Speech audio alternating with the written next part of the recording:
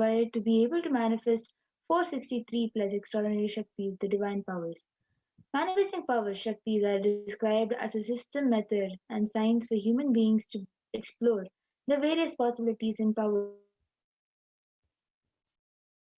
Shaktis manifest from the fundamental cognition that you are divine, and you need to manifest the divine and described as a system, method, and not you are a human and you need to reach the divine.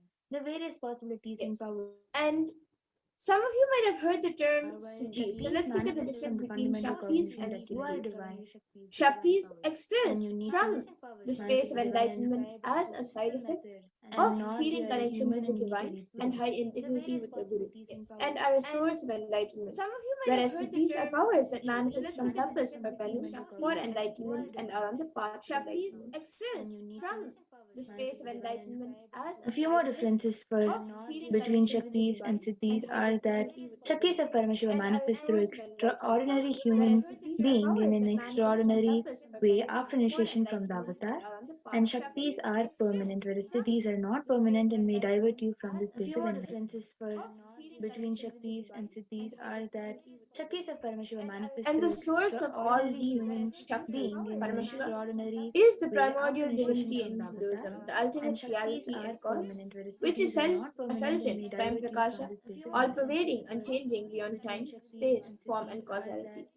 And as the fundamental base of Vyakta, the unmanifest, and Vyakta, the manifest existence, he performs the Panchakritya, or the 5 cosmic acts of Srishti, which is creation, Sthiti, which is sovereign rulership and maintenance, Samhara, rejuvenation, Trobhava, pulling out the delusion, and Anugraha, which is liberating grace for all living entities. He performs the Panchakritya, or the 5 cosmic acts of Srishti. So the avatar of Paramashiva, the supreme pontiff of Hinduism, Samhara, rejuvenation, Nidhanam, His Divine Holiness Bhagwan Nityananda Paramashiva, as the 1008th living incarnation and representative of Paramashiva and the reviver of Kailasa, avatar of Paramashiva in Hindu civilization, cosmic borderless illumination, ever since the beginning of the civilization, the Sanatana Hindu Dharma has been the cradle of and representative of and highly advanced sciences.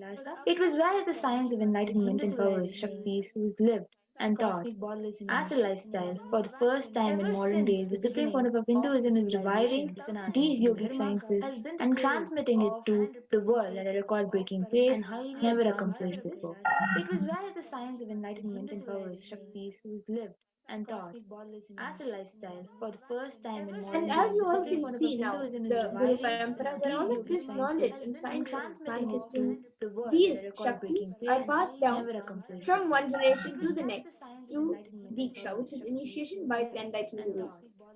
And the Supreme Pontiff of Hinduism, being recognized as an incarnation at a very young age, was trained and taught these sciences to revive the initiations and knowledge repositories for billions to manifest the science of our manifestation. And he was taught from the disciplines of Vedanta, Tantra, Sri Vidya, Yoga and Yogic powers, Mantra Shastra, Siddha Vidya, science of Aushadha, Advaita, Bhakti Yoga, Paramashiva Vijnana and Paramashiva Vijnana. And you all can also see all the various gurus, the enlightened beings of Vedanta who have trained and taught Swami the Supreme Pontiff of Hinduism, all these various sciences ever since he was young. And you can also see the Supreme Pontiff of Hinduism standing in the center as a 3-year-old boy doing the chaturmas. The enlightened beings of Vedanta who have trained and taught Swami the Supreme Pontiff of Hinduism. So how do we manifest these powers? How do we awaken these divine Shaktis? Every ultimate truth, Jnana, manifests as possibility and power of every being. So how do we manifest these powers? How do we awaken these divine Shaktis? Every ultimate truth, Jnana, manifests as possibility and power of every being. So how do we manifest these powers? Next slide, ma. Diksha is the direct transfer of spiritual energy by an enlightened being through look, word, or touch. The traditional Vedic book Navaratneshwara states, Sarvasamapi dikshanam Diksha is the direct muktihi transfer of phalamakhanditam spiritual energy avirodhat bhavantyeva prasamyastu bhodhayah. The traditional Vedic book Navaratneshwara states, Sarvasamapi dikshanam Diksha is the direct muktihi transfer of phalamakhanditam spiritual energy avirodhat. The main benefit of all initiation Amala Tantra, Shiva says, Devi diksha vihinasya na siddhihi na cha sadgatihi tasmat sarva prayatnena guruna dikshito bhavet. the one who is not initiated does not attain liberation nor a better future. So by all efforts, one should get initiated by Guru. What is the science of initiation? Neuroscience has proved that the process of initiation floods the brain with energy. This is the superconscious energy of Kundalini, our own highest inner potential energy. As the Kundalini flows from the thalamus to the cortex, it sets up a powerful energy loop within the brain, which awakens the latent non-mechanical parts which we have never used before. With increasing levels of coherence, the whole brain comes alive, turning into a superconductor of conscious energies that heal, empower, transform our lives, bliss and fulfillment.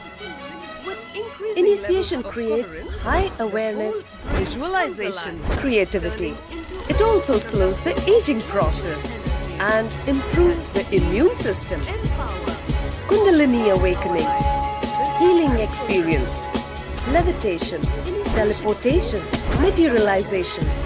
Experience the power of initiation through a range of exclusive programs conducted at the ashram. Nityananda Dhyanapitham, Nityananda Nagar, Biddi, Bengaluru. Contact 97422 03311 82774 90091. Visit www.nityananda.org. Bengaluru. Contact 97422 03311 82774 now all of us saw a video about how the science of Visit Diksha works. www.nityananda.org. And now we will be seeing how the science of the power manifestation is authenticated through four aspects of evidences or pramanas. Yes, so now all of us saw a video about so the first is the Shastra Pramana, which are the eternal, unchangeable truths revealed in the source scriptures by Parameshwar himself. And the next is the Apta Pramana, which are where the authorities, the Aptas or authorities of Hinduism have verified and time tested these scientists, these sciences themselves. And then the next is the Atma Pramana, The next are where the authorities, Yes. The next is the Atma Pramana or the account of Supreme Pontiff of Hinduism, Jagat Guru Masanidhanam, His Divine Holiness Bhagavan Nityananda Paramashivam, this millennium's avatar's personal experience of power manifestation. And the next is the Pratyaksha Pramana or the empirical evidence from observation and time of Supreme Pontiff of Hinduism and scientific experimentation. This millennium's avatar's personal move on to the experience next slide, please. of power manifestation. And the next is the Pratyaksha Pramana or the empirical evidence from observation and And the Vedas are the ultimate superior authority for the Hindus and are a pure science where the ultimate truths are explained. And the Agamas are the scriptures where the applied technology and applied science is expanded. And the Vedas and Agamas, which is a living applied science for all Hindus, are given the status of Shruti as they are directly revealed by Paramashiva, and they are the ultimate, eternal, unchanging truths. And a reference cited from these Shastras or source scriptures is called the Shastra Pramana. Are given the status So let us now get ready to witness the exciting unique Shaktis of the power of third eye after going through the Shastra Pramana, Apta Pramana, Atma Pramana and Sakshi Pramana Pratiksha. is called the Shastra Pramana. Shastra Pramana to manifest the power of third eye reading. So the first power is the power of seeing through the third eye. The Shastra Pramana to manifest this power of seeing through the third eye comes from the Vijnana Bhairava Tantra, Dharana 11, verse 34. To manifest the power of third eye reading. Kapalantarmanonyasa Tishthamilitalochanaha Kramen Manasodadhyat Lakshaye Lakshamuttamam. The translation goes, by fixing the mind on the inner space within the crown center and sitting stably without any movement, having the eyes closed in succession, space through the power of the third eye. One directly sees the ultimate goal Laksham by having the vision beyond the sight that reveals any object or place attaining the space of oneness with the source Paramashiva. The next is Apta Pramana, where Krishna initiates Arjuna into the power of third eye. Natu mam shakyase drashtu manenaiva svachakshusha divyam dadami te chakshuhu pashyame yogamaishwaram. Bhagavan Krishna says to Arjuna, but you cannot see my cosmic form. Therefore, I grant you divine third eye vision. Behold my cosmic opulence. In the Hindu Purana Bhagavad Gita, Bhagavan Krishna initiates Arjuna into the power of third eye to be Rupadarshi, the vision of his cosmic form. The 11th chapter of Bhagavad Gita, which contains the description of Bhagavan Krishna's cosmic form, is completely narrated by Rupadarshi as he sees Bhagavan Krishna through the Atma Pramana of Bhagavad Gita, which contains the Atma Experience that I was able to see everything around me, above Was the me, volunteer to please mute the video? whole Bhagavan Krishna. outside. Yes.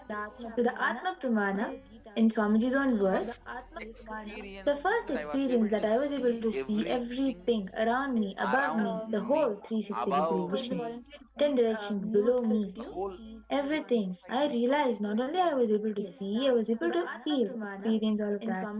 As the first experience that I was able to see everything around me, above me, the whole 360-degree vision, 10 directions below me. Pramana, the empirical evidence from observation and scientific experimentation. The study measures and compares metabolic cell activities of the brain in conscious and meditative open third eye state using the positron emission tomography PET. When doing daily activities, normal activities, eye activity is measured in the brain where third eye is located, and when in deep samadhi state, only the third eye region is active and almost 90% of the brain is at peace. Using the positron emission tomography PET, when doing daily activities, normal activities, eye activity, the next is the Sakshi Pramana, experiences and results of the extraordinary manifestation happening through the initiated disciples of the Supreme Point of Hinduism. So this rare sacred science of third eye awakening is being made available to humanity for their ultimate enrichment and conscious evolution by the Supreme Pontiff of Hinduism, Jagat Guru Mahasannidhana. His Divine Holiness Bhagavan Nityananda Paramashiva, as a living incarnation of Paramashiva, the Supreme Pontiff of Hinduism, embodies the most profound yogic states that surpass all bounds of time, space, and matter. The Supreme Pontiff of Hinduism is gifting this pure, great science of third eye awakening along with many other spiritual sciences through initiation Diksha. Millions of states that surpass all bounds of time for Hinduism and are experiencing the profound results and extraordinary powers in their everyday life. Third awakening, so now we will be witnessing through initiation. Let us now witness the live Sakshi Pramana, the demonstration of the power of Third Eye with the Balasan and the Nitya and the Yoga. Third awakening, so now we will be witnessing through initiation. Let us now witness the live Sakshi Pramana, the demonstration of the power of Third Eye with the Balasan and the Nitya and the Yoga. Third awakening, so now we will be witnessing through initiation. Let us now witness the live Sakshi Pramana, the demonstration of the power of Third Eye with the Balasan and the Nitya and the Yoga.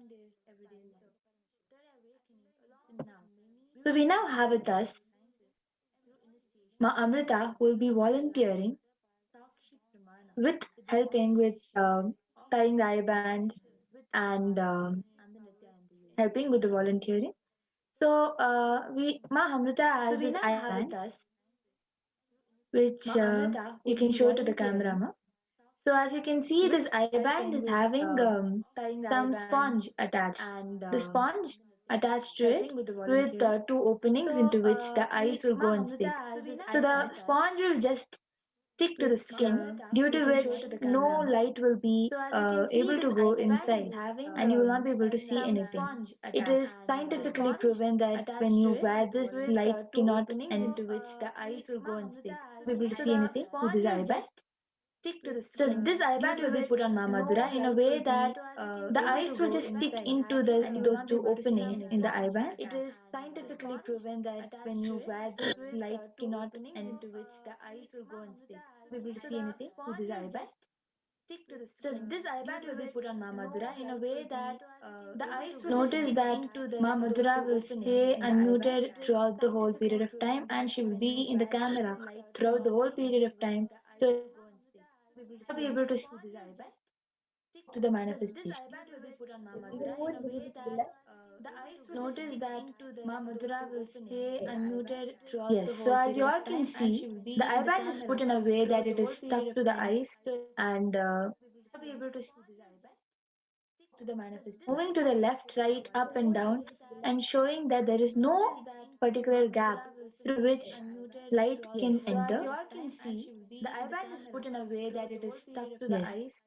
So if anyone wants to comment anything, you can comment up and down and showing that there is no particular gap through which light can enter. You all can see the eye band is put in a Yes, way I that it think is we're stuck to the live eyes. on Facebook, so anyone If watching us anyone on Facebook can wants post to your comments. comment anything, you can comment up and down and showing that there is no particular gap through which light can enter. You all can see the eye band is put in a Yes, way I that it think is we're stuck to the live eyes. on Facebook, so anyone If watching us anyone on Facebook can wants post to your comments. comment anything, you can comment up and down and showing that there is no particular gap through which light can enter. You all can see the eye band is.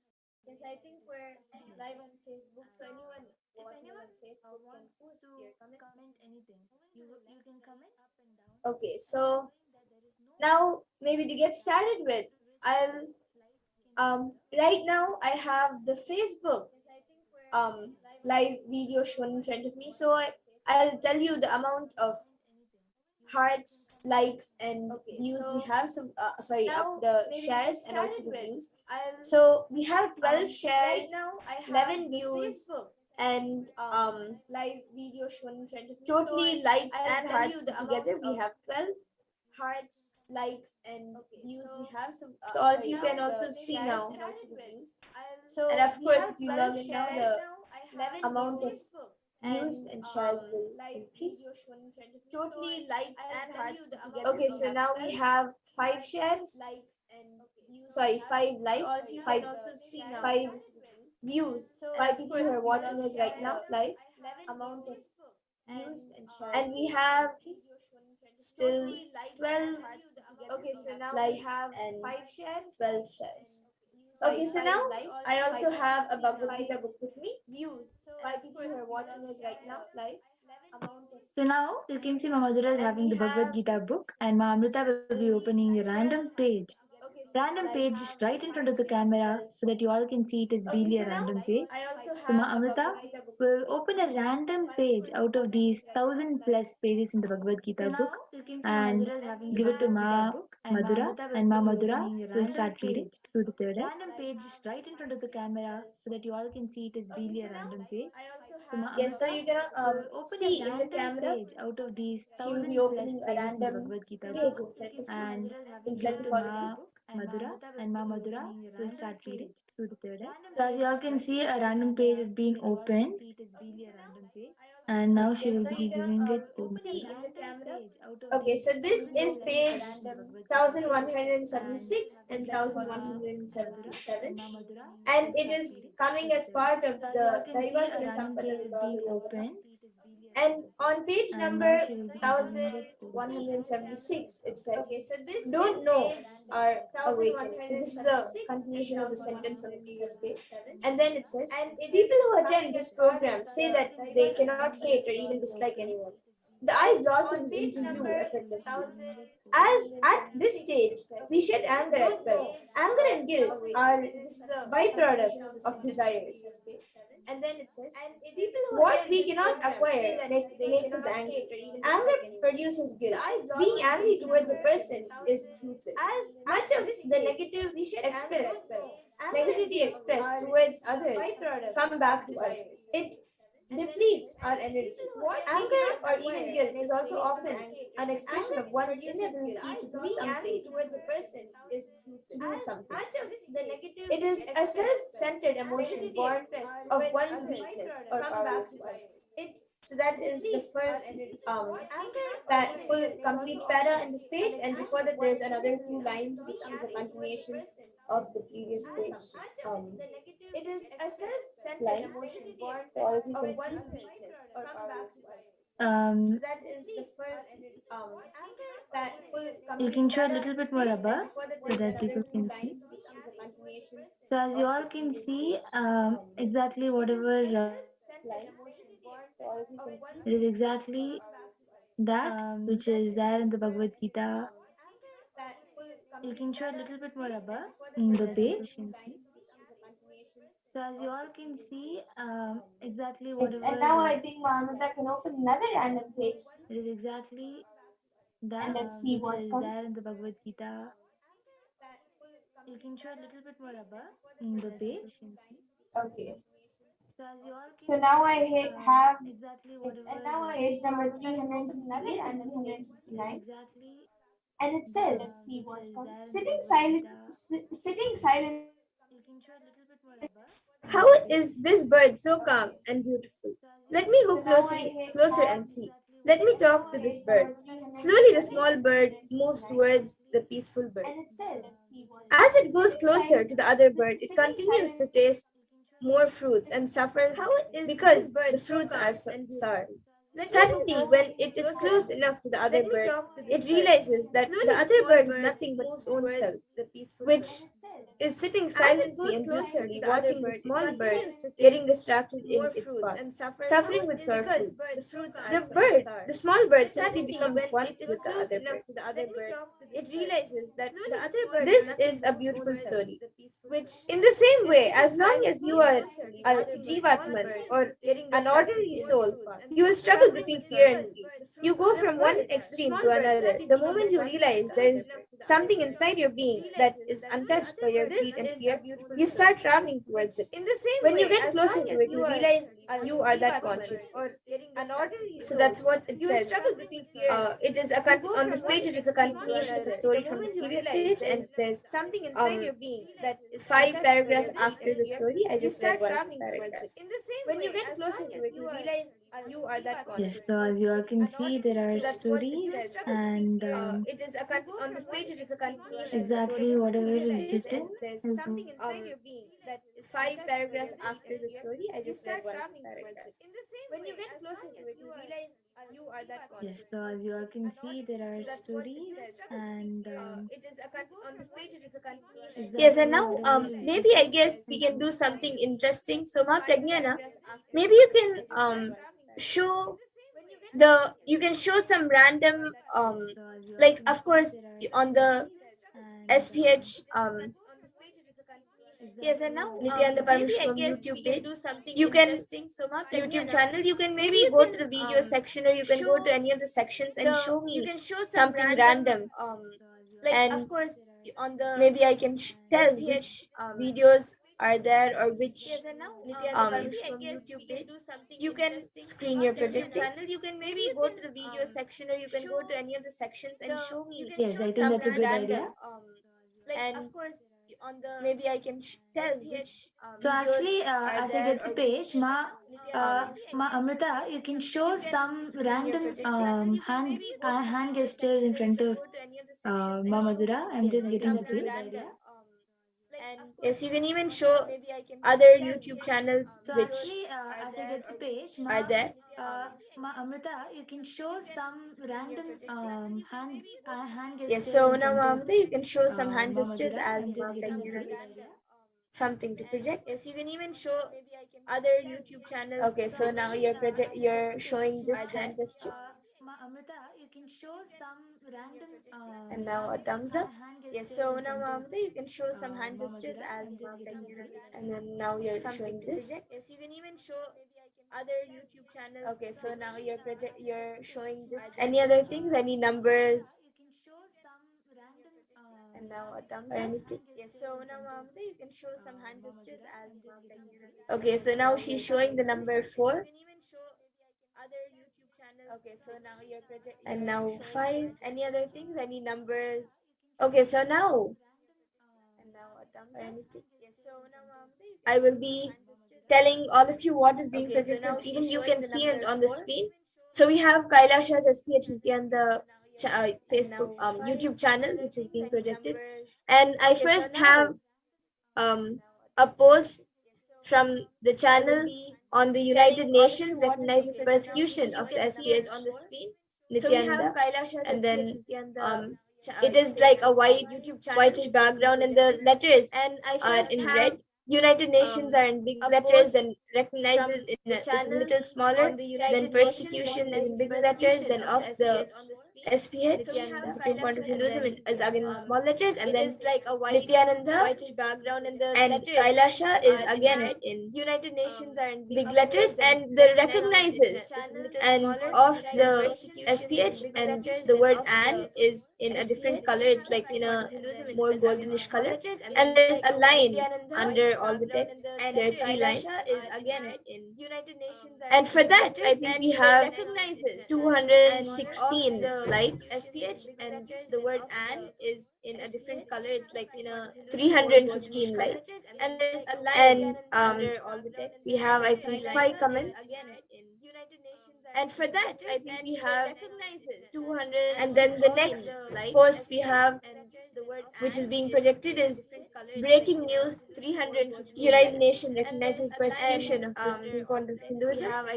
And again in this, it is a picture of Swamiji blessing with a banyan tree in the back, and then breaking news on the top. And then it is like a circle shape behind Swamiji, and then it says the recognizes, and then the words of the and are in breaking news on a different color. And then below that it says live now with the symbols of Facebook, Instagram, and Twitter. And then the words of Facebook, and Twitter, and YouTube, and says live now. And then below that it says yes. And now we have a description being shown saying the Supreme Point of Hinduism, SPH, in brackets, His Divine Holiness, HDH in brackets, Sri Nityananda Parameshwaram, is the reviver of Kailasha, the ancient enlightened Hindu civilization. Now we have the Supreme Point of Hinduism, an avatar saying the Supreme Point slash Jagat Guru, Mahasannidhanam, JGM in brackets of Hinduism. Supreme Point of Hinduism has made power manifestation into science. An avatar saying the Supreme slash Jagat, and then it continues. I think you can maybe make it a little more bigger. JGM in brackets of Hinduism. Supreme Court of Hinduism has made power manifestation into science. An avatar saying / okay, so now I think we have some stats being shown about the date of joining. It says joined October 13th, 2006. Yes, okay, so now I'll continue from where I stopped.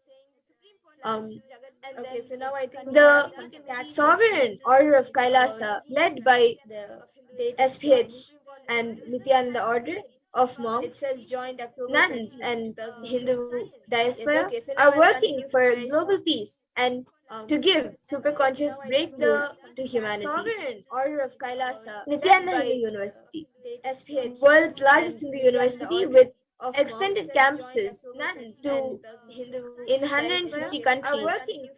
Please visit us at 8 a.m., 8 p.m. IST every day for live programs, and then it continues. So yes, now with this extended campuses to, I think we can move on to the next power. Please visit us at 8 a.m., 8 p.m. IST every day for. So now Amrita will be removing my IBAN. So yes, now with this, all of you can see. I think we can move on to the next power. Please visit us at So as you all can see, the IBAN is removed, and it is the exact same IBAN that was shown before. And as after it is removed, also it is exactly the same IBAN. I think we can move on to the next So power. we'll be entering into the next power, which is the power So as you all of can body see, the scanning. IBAN is removed, And it is the exact same IBAN that was shown before. And as after it is removed, also it is exactly the same IBAN.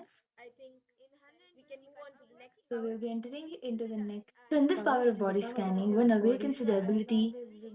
And it is the exact same IBAN that was shown before. And one awakens to the ability to scan illnesses, diseases, medically diagnosed issues, and provide solutions through the awakened third eye.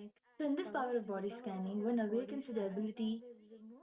So the Shastra Pramana to manifest this power of body scanning. One awakens to the ability to scan illnesses, diseases, medically diagnosed issues. Swadehe solutions through the awakened third eye. सूक्ष्मतराणि च तत्त्वानि यानि निलयम् ध्यात्वान्ते व्यज्यते परा.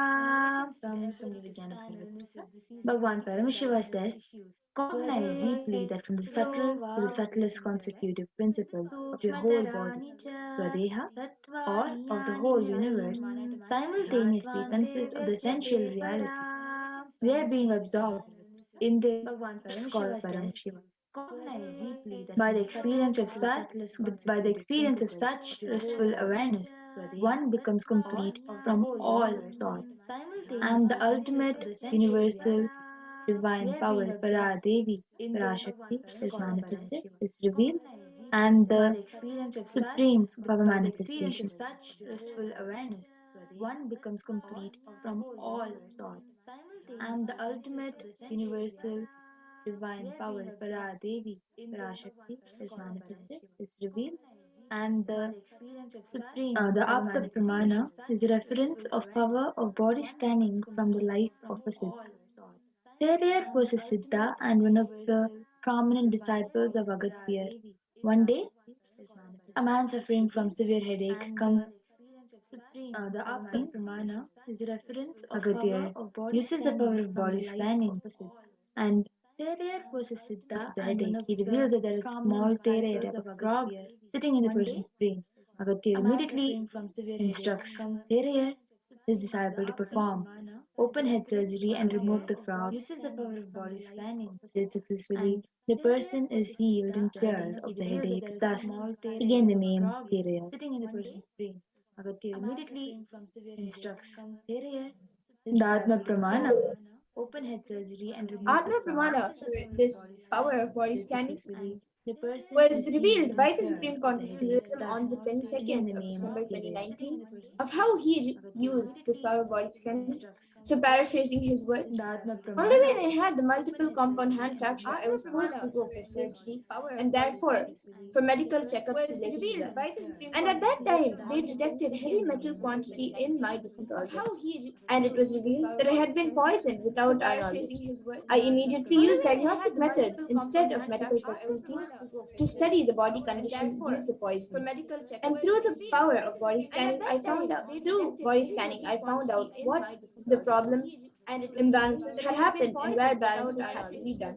I used allopathy as a second opinion to verify my findings. To study the body condition due to the poison. And through the power of body scanning, I found out. So here you can see the problems Takshipavana, and imbalances had happened and screenshots where of balances had to various be done. I used sharings allopathy of the as a second Paramashivaham opinion to verify participants my and findings. various program To study participants the body to condition manifest due to the poison.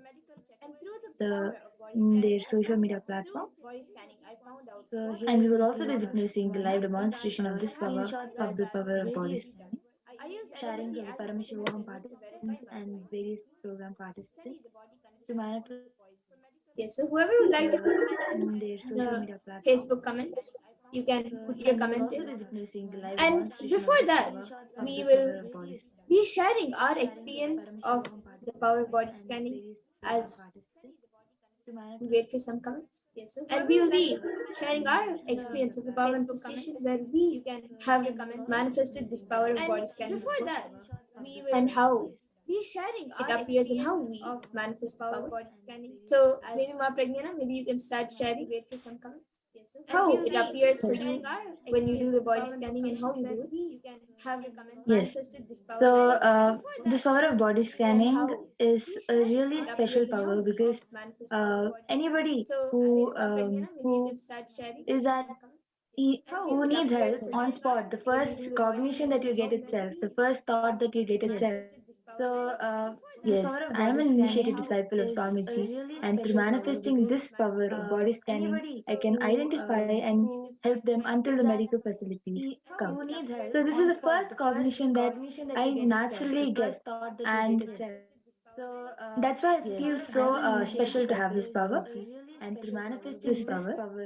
So how it appears? This is some question normally. So this is the first how it appears to me is it is feeling itself that the person is having this problem going through, or it is either like if that person is having headache, then if they're having light headache, it shows like light red on top of their head. And if they're having really lots of headache, then I see dark red on top of their head. So it just highlights to me in that form, in that way. This is how I manifest. But sometimes when I'm doing the power of body scanning, just I will just be able to see their body as actual body, just like the CTR scan. I will be able to just see their body, their bones, their muscles, their I'll be able to see everything, and with my knowledge, how much I can identify the problem, I will try to explain. That is the reason most of the times when we all do the power of body scanning, we lose the words because we still have to learn a lot of terms, and we still have to uh, be able to explain the problem they're going through. That's why we use minimal words and try to explain what they're going through. But we will be able to see exactly what the problem is. Even though we don't know the term, we will explain it as detailed as possible. So this is how I will be able to see while doing the power of body scanning. Yes, and actually, one more very beautiful thing about body scanning And also, as we saw in the Apparamana, explain it as when we scan the the root problem itself. So sometimes you might be having a stomach ache or a headache. Like maybe let's take the example of the story itself, which we saw as the Apparamana. So the and also as we saw external pain which was happening was which the man was able to recognize was a headache, but the root was there was a frog in his head, and through the power of body scanning it was revealed that that is the root. So when we do the power of body scanning, we scan the exact root of the problem and we give a solution for the root of the problem. So from the root, the entire body or the entire problem is healed. So that is also one very interesting part of this power of body scanning. So actually, there are many incidents where this just the scanning, scanning and revealing through the power of body scanning, people have got their treatment done much ahead of time. It would have become so late if that person would not even know that they're going to get such a big problem. Through the power of body scanning, we have revealed various number of times for them to go and get their treatment done, and they luckily got saved. They luckily got survived because of this power of body scanning. They came they're going to get such a big problem ahead of time, just before it became late for them to get themselves diagnosed. The power of body scanning has helped. And also, sometimes unnecessarily people will go and get a lot of treatments and lots of medications for no they don't even need any medication at that kind of a situation. Still they have lots of tablets and medicines to take.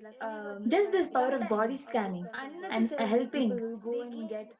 Sometimes it is not even a body problem, it is the cognition problem, their thought problem, their own concept that is interfering with their bodies. And just telling them what clicked in their cognition will remove their problem. Simply they will just change their cognition, and the whole problem with the power of healing and body scanning will not even be there anymore. It will not even exist anymore. And just telling them Yes, what and clicked in their now with cognition this, will remove their problem. um, Simply they will just as it's change their cognition, getting and time the for whole the next problem segments. with the In power the of interest of healing time, and we'll body be scanning concluding will not this even power be there manifestation anymore. It will segment not even exist anymore. and moving on to further segments where we will be learning more about Devi Parashakti. So I thank all of you who are watching us right now, all the viewers. I thank all of you for joining us for this power manifestation segment, and please stay tuned for further segments where we will be learning about Devi Parashakti. So I thank all of you once again, and we will be back after a really short break. I thank all of you for joining us for this power manifestation segment, and please stay tuned for further segments where we will be learning about Devi Parashakti. So I thank all of you once again, and we will be back after a really short break. I thank all of you for joining us for this power manifestation segment, and please stay tuned for further segments where we will be learning about Devi Parashakti.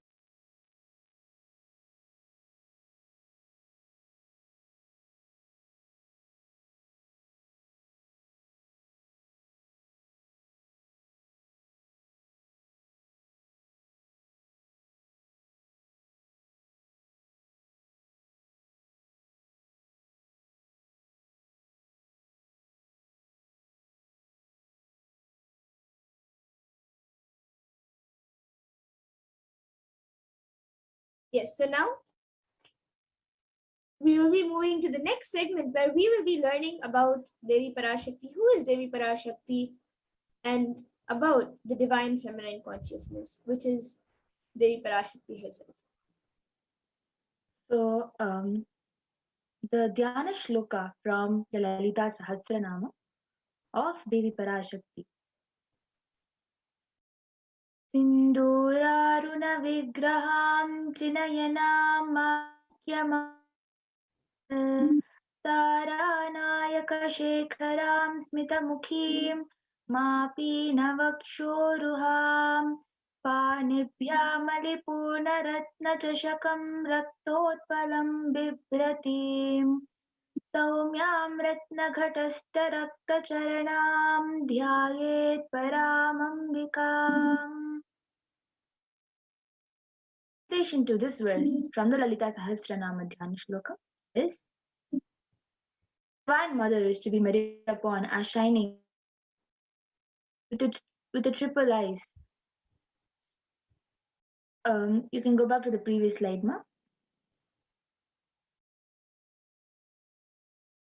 Yes, with the triple eyes, sporting a crown of rubies, studded with the crown, a face, a splendid bust, one hand holding a jewel cup brimming with mead, and the other twirling a red lotus.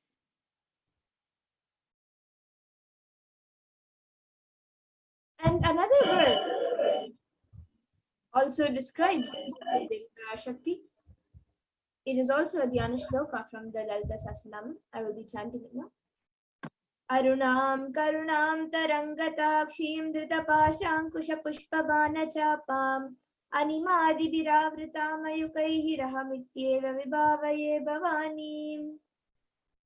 And the translation of this verse says, I meditate on the great Empress. She is red in color, and her eyes are full of compassion, and holds the noose, the good, the bow, and the flowery arrow in her hands. She is surrounded on all sides by powers such as Anima for a race, and she is the self within me. Devi PARASHAKTI, the ultimate pure feminine consciousness. PARASHAKTI is the cosmic mind. It is her cosmic womb from which billions and billions of universes come out and go in. Source where the Big Bang and black holes go. The source Shakti, source energy, source power, from which all of us came in, which all of us are even in now, and in which all of us are going to merge. And out of her extreme love and compassion, PARASHAKTI herself is manifesting through the embodied form as the Nijavatara of the Supreme Pontiff of Hinduism, Jagadguru Mahasanidhanam, His Divine Holiness, Bhagavan Nityananda Parameshwaram, and is gracing us, answering all our questions, attending to all of our prayers, giving boons, healing us, revealing our past, present, and future, and delivering profound spiritual truths, and ultimately giving us the experience of Paramashivoham itself.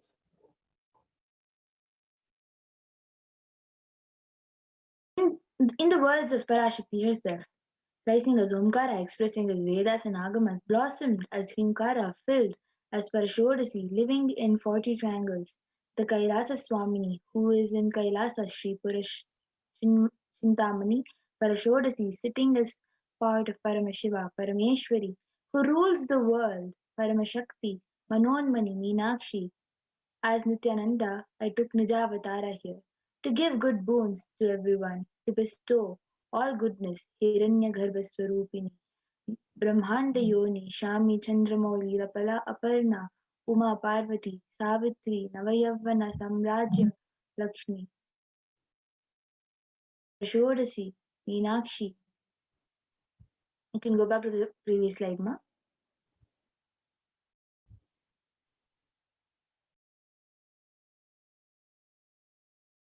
Parameshwari, Parashodasi, Meenakshi, taking the form of Nityananda, I came here as Nijavatara. With great compassion, I am blessing people to do good to all of you. I took the form of Nityananda and came down as Nijavatara. And again, in the words of Devi PARASHAKTI herself, Devi PARASHAKTI beautifully says, raising in Omkara, blossoming as Shiva, Shiva manifesting as source of existence, powers of existence, expression of existence, from the oneness of Om, blossoming into two as Prakriti and Purusha, blossoming as three Shaktis, Icha, Kriya, and Jnana, growing as four Vedas, expanding as 5 Panchabhutas, beyond 6 chakras, filled as Gotras of 7 Rishis, expanding as 8 directions, existing as 9 grahas, blossoming as 10 Indriyas, being as 11 Rudras, creating all the worlds, bringing life to tell and make fruit blossom and to do good. Parashodasi, Meenakshi, in the form of Nityananda, I came to bless every one of you.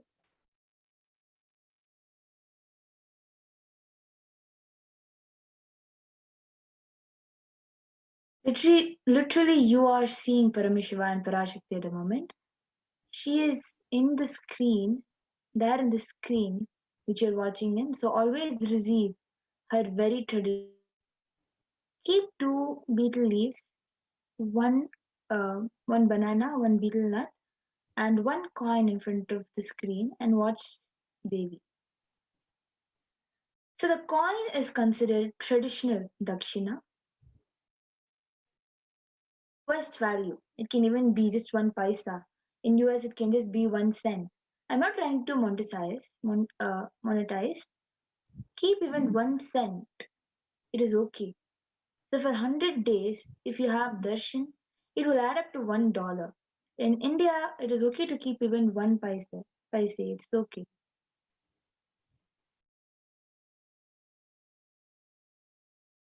And you can offer that to Devi. You can offer the banana, the betel leaves, the betel nut, and the coin to Devi. And after the darshan is over, you can do namaskar and eat the banana, the betel leaf, and the betel nut, taking it as prasadam immediately. And the coins which you collect, you can send it to the LA temple. And for those of you who might be wondering how this betel leaf and betel nut will benefit you, this betel leaf and betel nut may look too small, but in a few days, you will see how much it adds to your sentiment that really she is there. You will not take the Devi Darshan for granted. Rituals will break your monotonous unconscious mentality and lifestyle and remind you to raise you to the powerful cognition. It will break your unconscious behavior.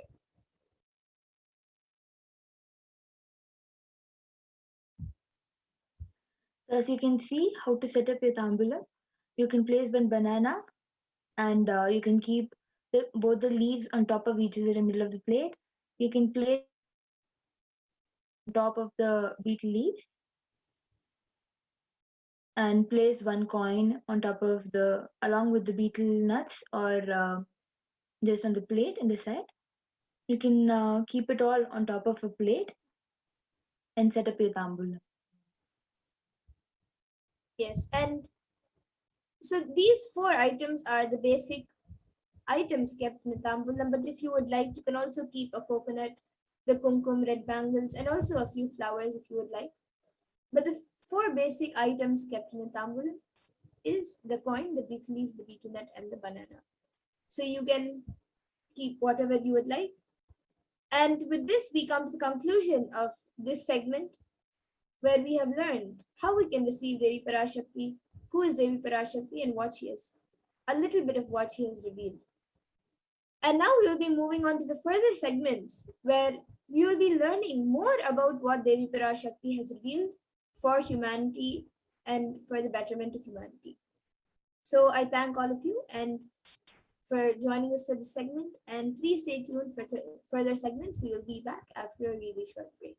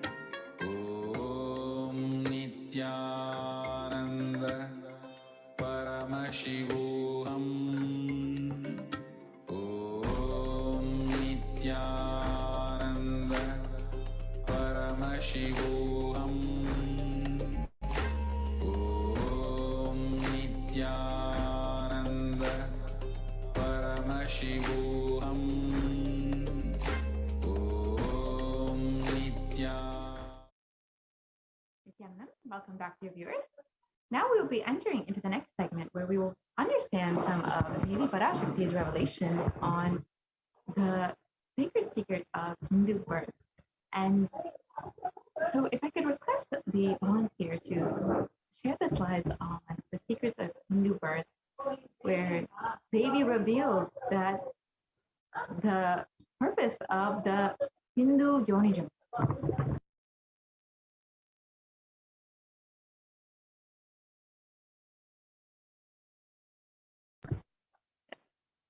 So if I could just request the volunteer to share the slides on the Hindu Yonijam.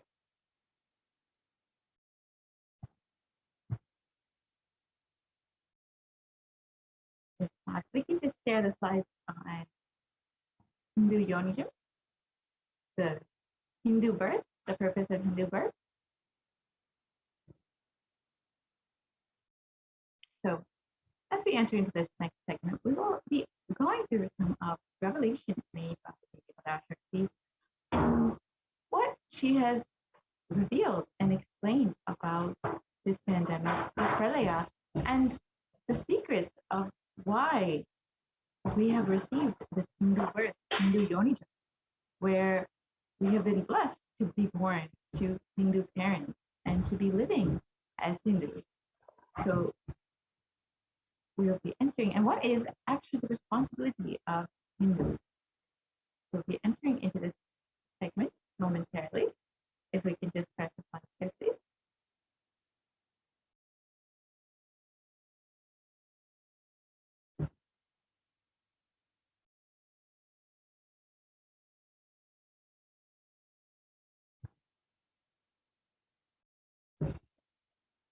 So Devi has revealed that the human birth is the best of all the births that we can take, and that the Hindu birth, the Hindu Yonijam, is the Uttamottama, the best of the best.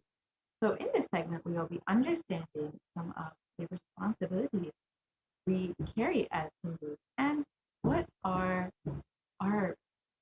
we blessed with? What are we responsible for with this?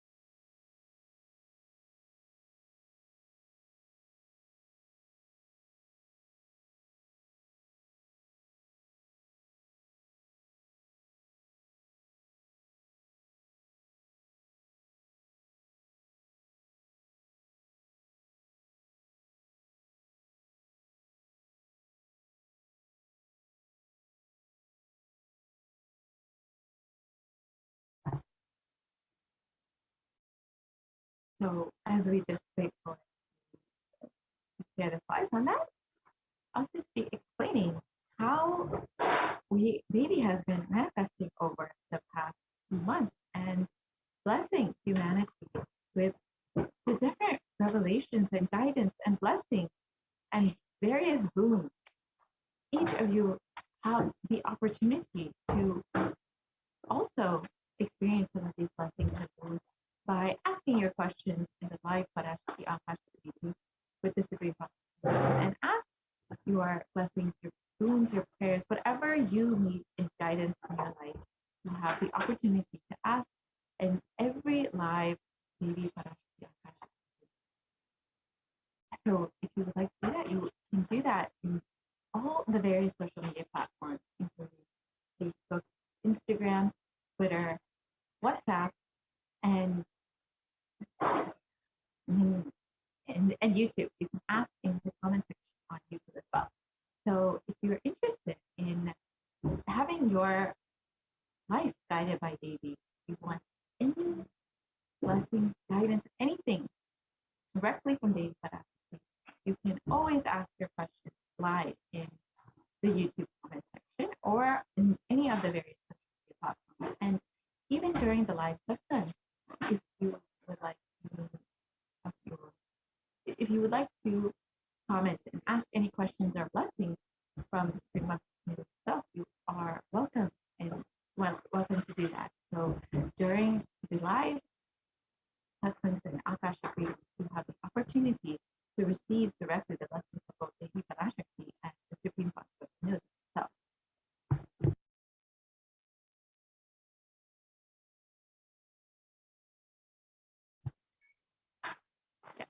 So let us enter into the segment. Maybe revealed on the 10th of May, 2021. You are asking about the suffering of Corona in India. Listen properly to what is said. With honesty, I am telling you the real truth. The cosmic pralaya has stopped. The Corona second wave that is happening now is bioweapon. What is happening now is bio-war. As Nijavatara, taking the form of Nityananda PARASHAKTI, I came in person to save Bharat, to save Sanatana Hindu Dharma in Bharat. Taking the form of Nityananda, when I came as Nijavatara, the people who doesn't know how to live having me with them, what will I do for them? Worlds cannot be sacrificed for the sake of conspiracies done by some ignorant thieves who got stuck in Maya. Shrishti should not have loss. Cosmos should not have destruction. To save the cosmos from Pralaya, I made a huge ship. Its name is Adi Kailasa. Adi Kailasa is the ship that will gather all the enlightened powers of this cosmos and save the people from Pralaya. Through the tricks of traitors, rule of the enemies, without any other way out, time came for the sailor itself to leave. That is why the sky is boiling and moving towards higher, this huge destruction. People, even if children do mistakes in ignorance by getting stuck in Maya, as it is PARASHAKTI, PARAMASHAKTI, PARASHODHI, Manonmani. My responsibility is to save the cosmos from destruction. I am telling some of the truth. Listen properly. Within the next few months, not in thousands or lakhs, lives will be lost in crores. Crores of lives will be lost in India. I am telling you the truth. I am telling you the good. Search for protection for your life. So let us understand some of these revelations and how we should each take heed to what Devi has revealed. Devi revealed that within the next few months, not in thousands or lakhs, but lives will be lost in crores. Crores of lives will be lost. Yeah. And as COVID-19 devastates, death go completely uncountable. So we can explore this article and understand how Devi's revelations in manifestation. So on Saturday, officials reported that nearly 350,000 new infections and the deaths continue to rise. At one hospital in New Delhi, the capital doctor said that 20 patients in a critical care unit had died after oxygen pressure dropped. And the doctors blamed the deaths on the city's acute oxygen shortage. So this happened, sorry to correct myself, this happened on several months ago. So already that we are seeing how Devi's revelations are coming through. And more now, we are seeing that more and more people are dying. And India posts the highest death toll so far in this pandemic.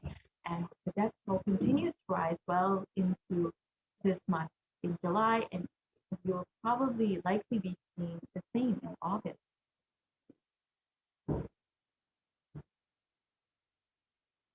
And here you can see how literally villages are just becoming crematoriums. The streets are just lined with people who are burned, whose loved ones are not able to find a proper crematorium for people, for their loved ones to have all the rituals performed. And unfortunately, they're just being burned in masses like this. Let us understand the COVID disaster that's happening in India.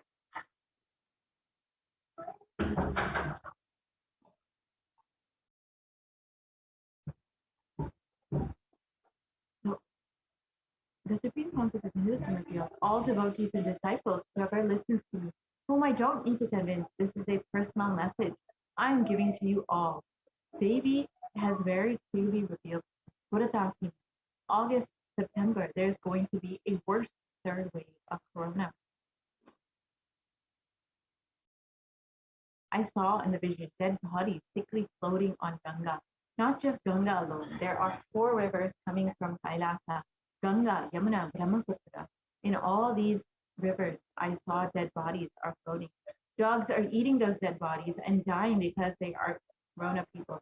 And the poor people who don't have food eating those dogs' dead bodies and they dying, as I saw this whole life.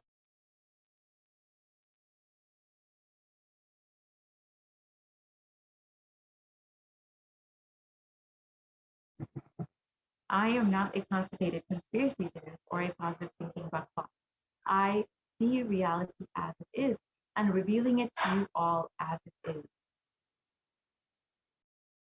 So let us understand how the Supreme Concept of Hinduism's revelations are manifesting today. So behind the body found on the riverbank, a COVID shadow. There have been several bodies found on the riverbank of Ganga and various rivers. And the bodies are coming up in fours and unclaimed, uncounted, and unidentified. And unfortunately, they are likely due to COVID-19 deaths.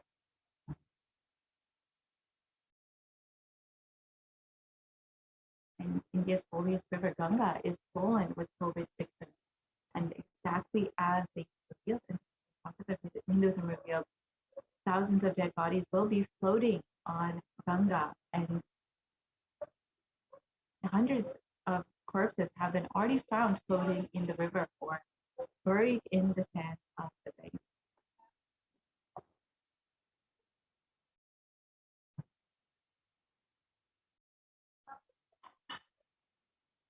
And the Supreme Concept of Hinduism revealed that the next wave is attacking kids.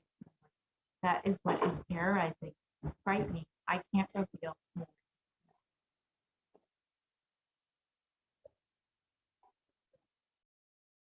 And let us understand this revelation.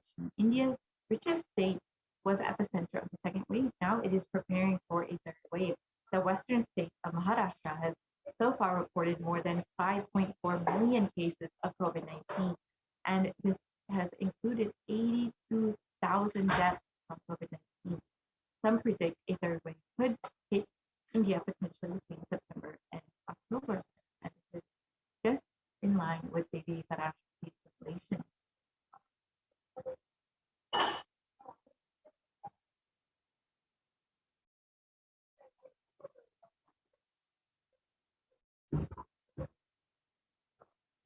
Don't lower your guard. Prepare for the inevitable third wave. Reports have suggested that the third wave of COVID-19 is inevitable. And even though it is being anticipated that the coronavirus cases would peak by mid-June in the city, experts have been warning against lowering the guard, as they said that a third wave of COVID-19 looks inevitable by the end of October. Not only that, but the experts have further said that the third wave could be deadlier than the first wave.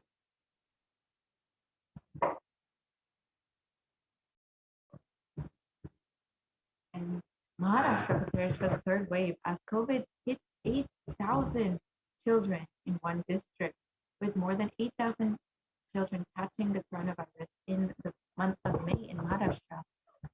The state has started taking extra steps to minimize the impact of a possible third wave of COVID-19 that may affect children more. In Maharashtra's Sangli city, a COVID-19 ward is being prepared, especially for children.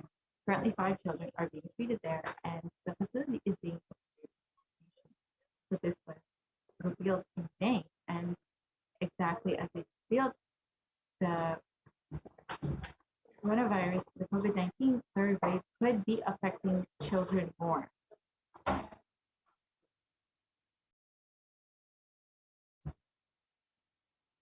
The third wave of COVID-19 will impact children. Over 9,000 children tested positive in Maharashtra. And with the fears of the second wave of COVID-19 still lingering, the experts have suggested that the third wave will severely impact children. If the virus changes its course of nature, the children will largely be impacted. And reports suggest that the virus has already impacted children.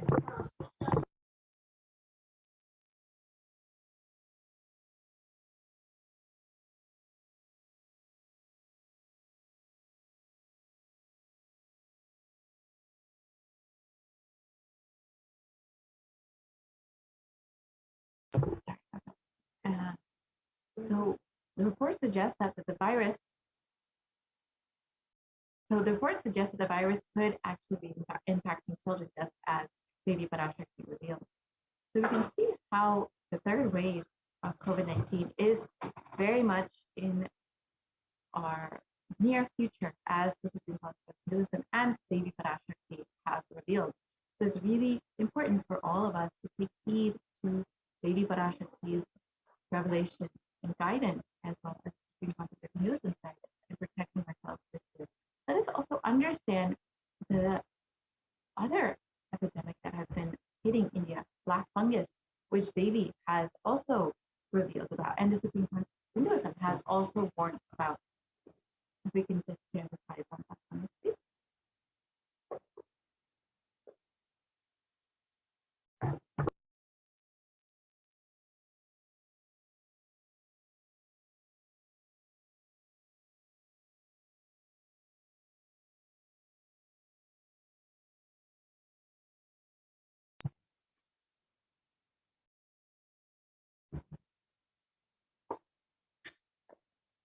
So if we can start the slide.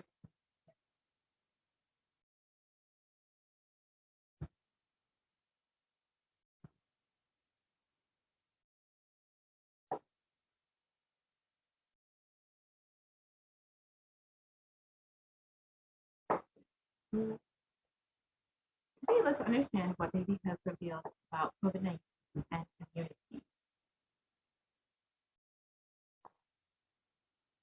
As we all know, the world's worst affected countries are India, United States, and Brazil, and the numbers of people infected with COVID-19 have crossed well over 185 million people, with the death tolling up to 4 million people. And you can see how badly the world is suffering from this pandemic. So let us understand what Devi has revealed about this pandemic and the immune strength of humans that will be affected during the infection of COVID-19. That's the first priority. Still, you are all not realizing the power of my words when I say Corona is very much out there with the support of decision makers, rulers, people who are supposed to protect all of you. Due to their irresponsibility, it is there and getting more and more strengthened. It is becoming more and more stronger in multiple forms. And all the other diseases which are waiting to attack human bodies, because Corona has made the immunity strength weak in human bodies. Human bodies have lost the strength of immunity power. All the multi-layer after effects and side effects of this pralaya in political situations, economical situations, social situations, mental situations, in every level.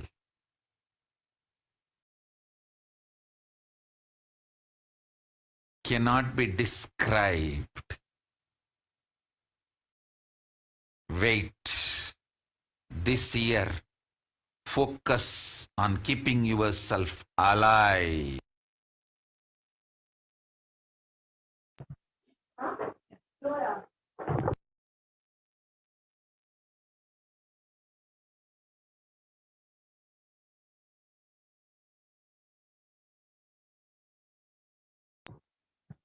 Still, you are not realizing the power of my words. When I say Corona is very much out there with the support of decision makers, rulers, people who are supposed to protect all of you.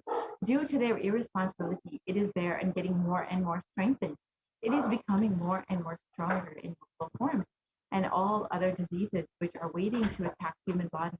Because Corona has made the immunity strength weak in human bodies have lost the strength of immunity power. all the multi-layer after effects and side effects of this pralaya in political situations, economic situations, social situations, mental situations, in every level cannot be described. Wait this year, focus on keeping yourself alive.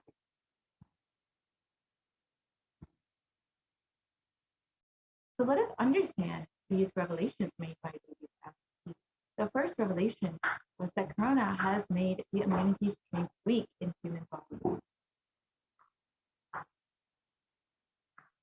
So let us look at this revelation more deeply. In Science Daily, it was reported that new research suggests that a coronavirus infection alters the biomechanical properties of red and white blood cells, and in some cases for months, a possible explanation for long COVID. And this was published in June 29, 2021, just 11 days after the PARASHAKTI revelation. Let us look at this article a little bit more. It states that COVID-19 significantly changes the size and stiffness of red and white blood cells, sometimes over months. And these results may help to explain why some affected people continue to complain of symptoms long after an infection has passed. So this is what is considered as long COVID, and many people experience symptoms such as fatigue, shortness of breath, and body pain. So this can be explained by how red and white blood cells are actually change the size and the stiffness, the physical aspect of the red and white blood cells has actually been changed because of this COVID-19 infection. So this is exactly what they revealed, that COVID-19 actually affects your immunity power and the strength of immunity in human bodies.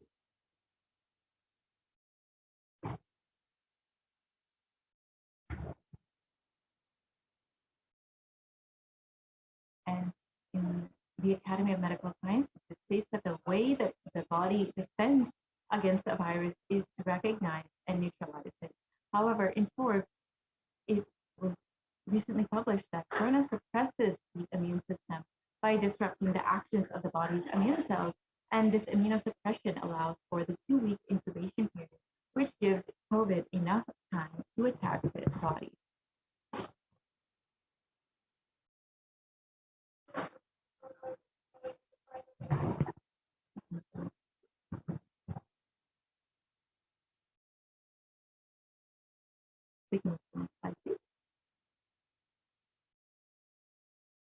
So if we look at the graph below, we can understand the typical timeline for for someone who has been infected with COVID-19. The initial period of incubation is between 0 to 5 days, and between 5 to 10 days, the prodromal period happens, and between 10 to 15 days is the acute infection, where usually the infection severes and many people end up in the ICU. And after this period, after this 2-week period, many times people are able to recover, but other times this infection can go much longer.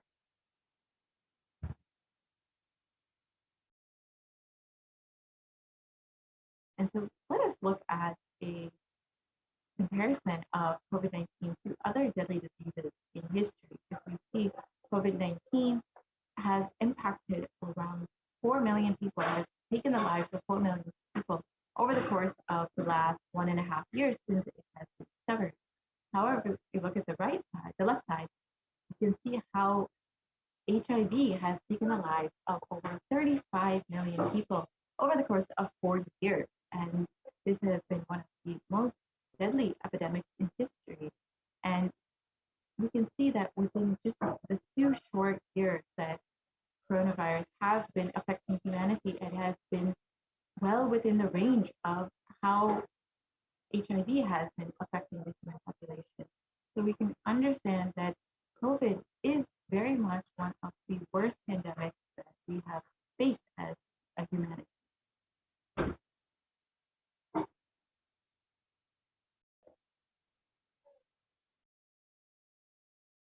And further studies done by the University of Oxford have found that cells are profoundly impaired after recovering from COVID.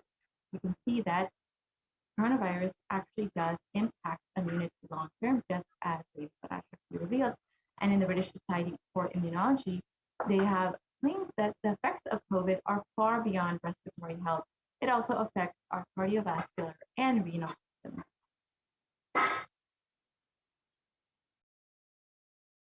And in this excerpt from a recent article published, it states that exposure to the disease COVID-19 causes symptoms in multiple organ systems, which across the body, and is not limited to the lungs and respiratory system as was originally thought.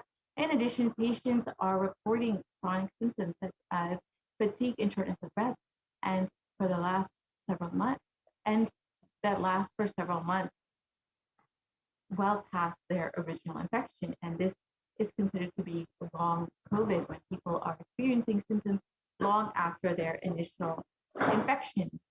So long COVID can affect the lungs, the cardiovascular system, the circulatory system, and it can cause fatigue and inflammation.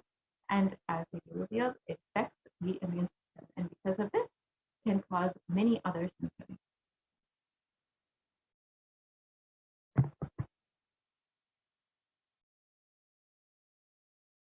And here we can see the example of how the lungs are affected in someone who has suffered from COVID-19. You can see on the left side the healthy lungs, and on the right side the lungs that have been affected by COVID-19, and how much more scarring there is in the lungs affected by COVID-19.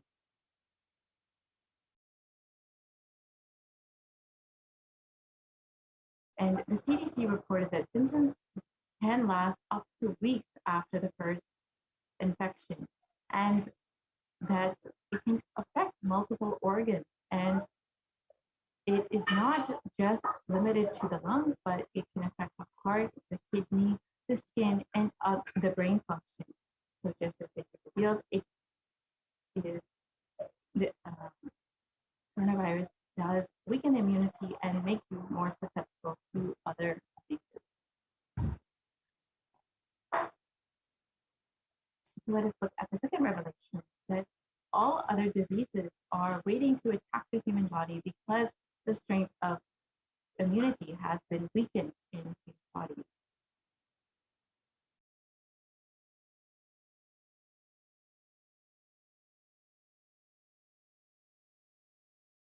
Next slide, please.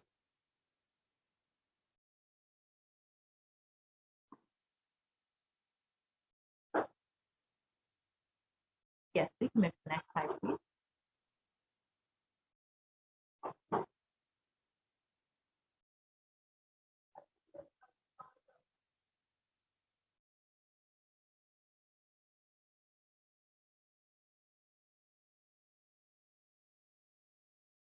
So maybe revealed that the strength of immunity will weaken in bodies because of COVID-19, and because of this, other diseases will be waiting to attack human bodies. So we've already seen this with black fungus, white fungus, and other fungal diseases which have been affecting the nation vastly after the COVID-19 pandemic. And we can see in the next few slides, we'll be able to see how many patients have been affected by COVID-19 and later have been infected with these various fungal diseases.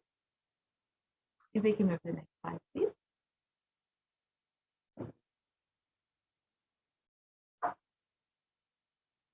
There have been over 9,000 rare cases of this fungal infection that has been sweeping the nation, and this another article reports that over 4,556 patients have been previous COVID patients of the 5,424 cases that were found.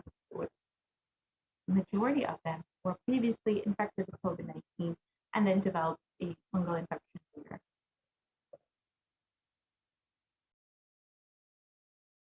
And here you can just see some of the photos of people who have been infected with these various fungal diseases and COVID-19.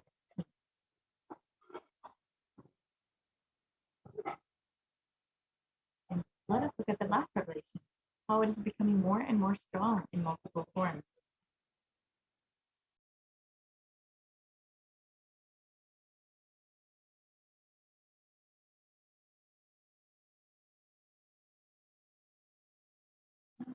So we've already seen that there have been several variants coming out of different countries, including UK, South Africa, India, and Brazil, and they have been serious causes for concern and the cause for the multiple waves of COVID-19 that many places have been experiencing. So out of UK, Kent, the Alpha variant categorized, and out of South Africa, the Beta variant, out of Brazil, the Gamma variant, and out of India, the Delta variant, which is considered to be the most transmissible variant as of recent.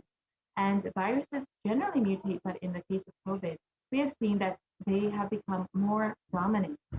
So as maybe revealed, there are COVID-19 will be becoming stronger in multiple forms.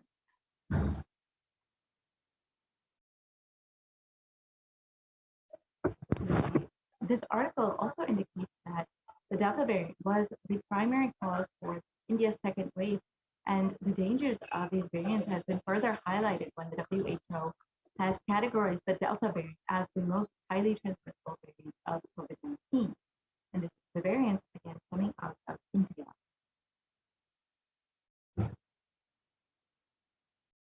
And you can just look at this small infographic, which shows the various variants that have been coming from different countries and how many countries they have been spread to. The Alpha variant has spread to over 175 countries. The Beta variant out of South Africa has spread to over 122 countries. The Gamma variant out of Brazil has spread to over 74 countries, and the Delta variant out of India has spread to over 104 countries.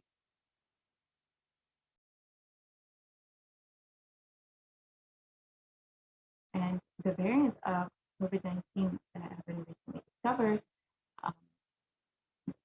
studies suggest that the Delta variant is 60% more transmissible than the Alpha variant, which was much more contagious than the original strain that emerged from China. And secondary attack rates have been known to be between 51 to 67% higher than that of the Alpha variant, and this is in regards to the Delta variant. And unfortunately, there are other variants that we should be concerned about. The Reform of Hinduism has already revealed about the Delta Plus variant and the Lambda variant, which will seriously affect the country in the coming months. So let us all take heed to babies' warnings and guidance that our only priority for this year is keeping ourselves alive. So let us listen to baby's revelation on the 14th of April.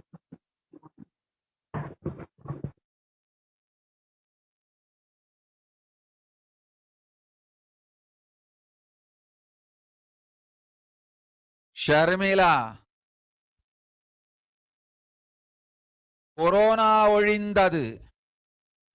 கொரோனாவை வைத்து அரசியலும் அழிவாட்டமும் செய்ய நினைக்கும் மனிதர்களின் சதிராட்டம் முடிய இன்னும் 4 ஆண்டுகளாகும். என் பக்தர்களையும் சீடர்களையும் கைலாய வாசிகளையும் நானே காத்துக்கொள்கின்றேன், நானே காக்கின்றேன். என் பக்தர்களுக்கு ஒரு துயரும் ஒரு துக்கமும் வாராது. ஆனால் உலகின் இந்த கொரோனாவின் சதியாட்டம் முடிய 4 ஆண்டுகள் ஆகும். 2025 தான் அடங்கும். இது சதியாட்டம், மனிதர்களின் சதியாட்டம்.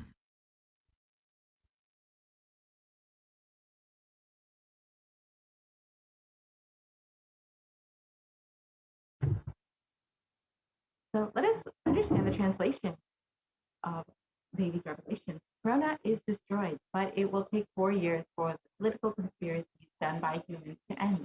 I will protect my devotees, disciples, and Kailasavasis.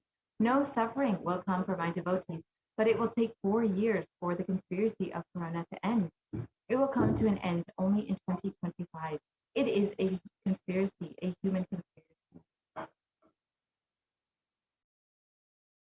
So let us understand how these revelations are manifesting in reality today.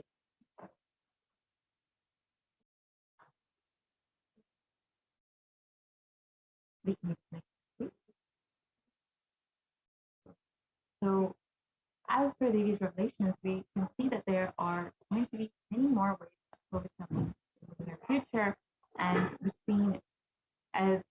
between October and November, we will see the peak of the possible third wave. And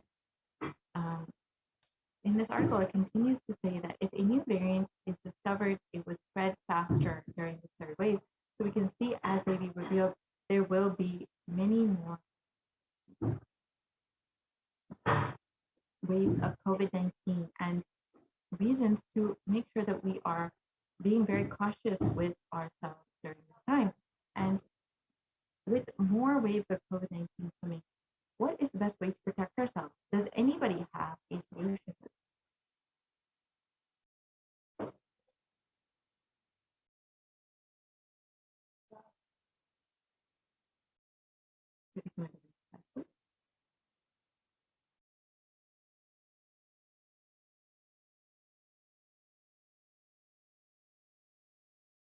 Kailasa is the only place that is safe, and the Supreme Concept of Hinduism is the only hope for humanity.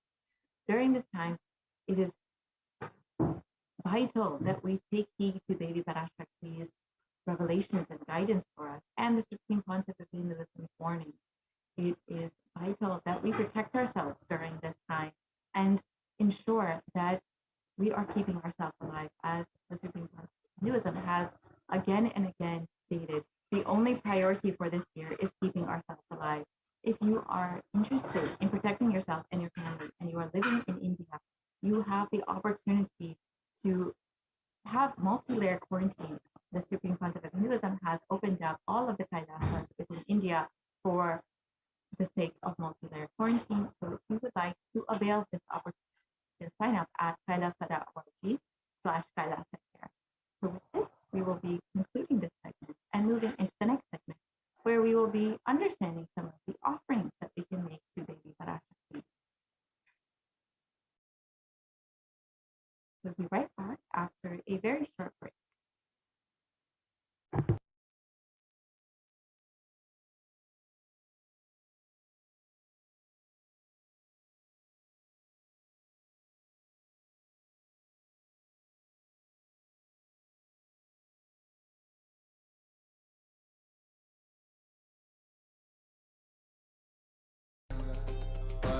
Shivoham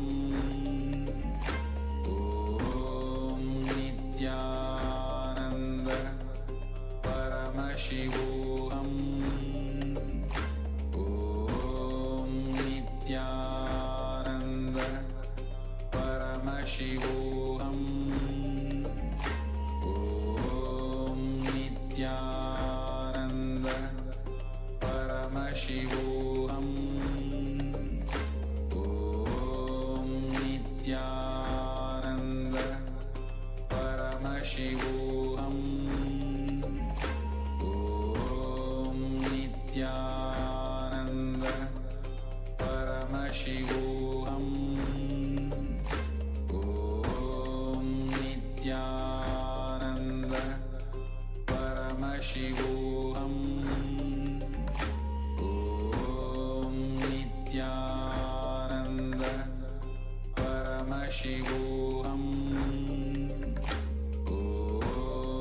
Nityananda Paramashivoham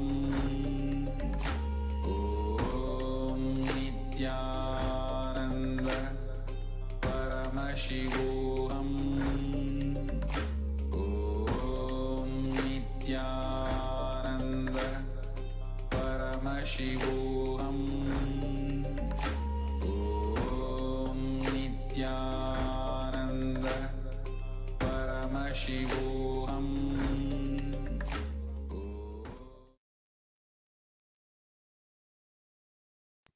Nityanandam, welcome back to all the viewers who are joining with us after that very quick break. Now let us enter into the next segment in today's program, the offerings that you can make to Devi PARASHAKTI. Now, before we are entering into the exquisite array of different offerings that we have that are available for each and every one of you to offer your gratitude, we will understand the significance of making an offering, why we should make an offering, what is the significance of making gold offerings, and in Sanatana Hindu Dharma, what is the significance of gold itself, how Sanatana Hindu Dharma has restored the divine qualities and is reviving this sacred context of gold. So let us now begin this segment in today's program. In the Hindu tradition, it is a custom, a tradition. Each and every one of us Hindus know, at least, that for every occasion, whether it is our birthdays or anniversaries or marriage anniversaries, or if there's a new car even, or if there's a new home, or even if we have starting school for the first time, or if we are starting a new business endeavor, a new business ambition, whatever it is, we always offer our gratitude at the feet of the divine, and we offer our gratitude as well as we ask and we pray to the gods, goddesses, to our Ishta Devata to manifest further in our lives, and request their guidance, their protection throughout every single different different beautiful offering. And whether it is any occasion and every step of the way that we are taking, we always look to the divine for guidance, we offer our gratitude, and we make this a custom in our lifestyle. And this is how Hindus live. And in just that way, we love to offer different things in order to express our gratitude, our love. And that is exactly what all of these offerings are representing today. And each offering is consisting of two parts. One is giving and other is accepting. Only when the divine accepts what one offers, the offering becomes complete. An offering is not made out of fear or out of greed. When the avatar lands, the offerings are purely a part of the grand Leela played out for the only purpose of enlightenment. So now, before we enter into the significances, and we're going to chant some of the pramanas, we're going to really understand the different, every offering in a very unique way with its original context. So in this way, we are going to ensure that we will understand fully each and every offering. And before we do that, let us first chant the Dhyana Shlokam for Manonmani, the embodiment of Devi PARASHAKTI, who is seated on the lap of Paramashiva. So I'll now chant. Induniva Veda Karavahni Nayanam Syat Pankajavara Japaksha Sarayuktam Angahima Bhushana Vichitra Vasanam Syat Tunga Mukatojvala Manonmani Swarupam. And I'll now chant the English translation for any of you who might miss the Sanskrit meaning.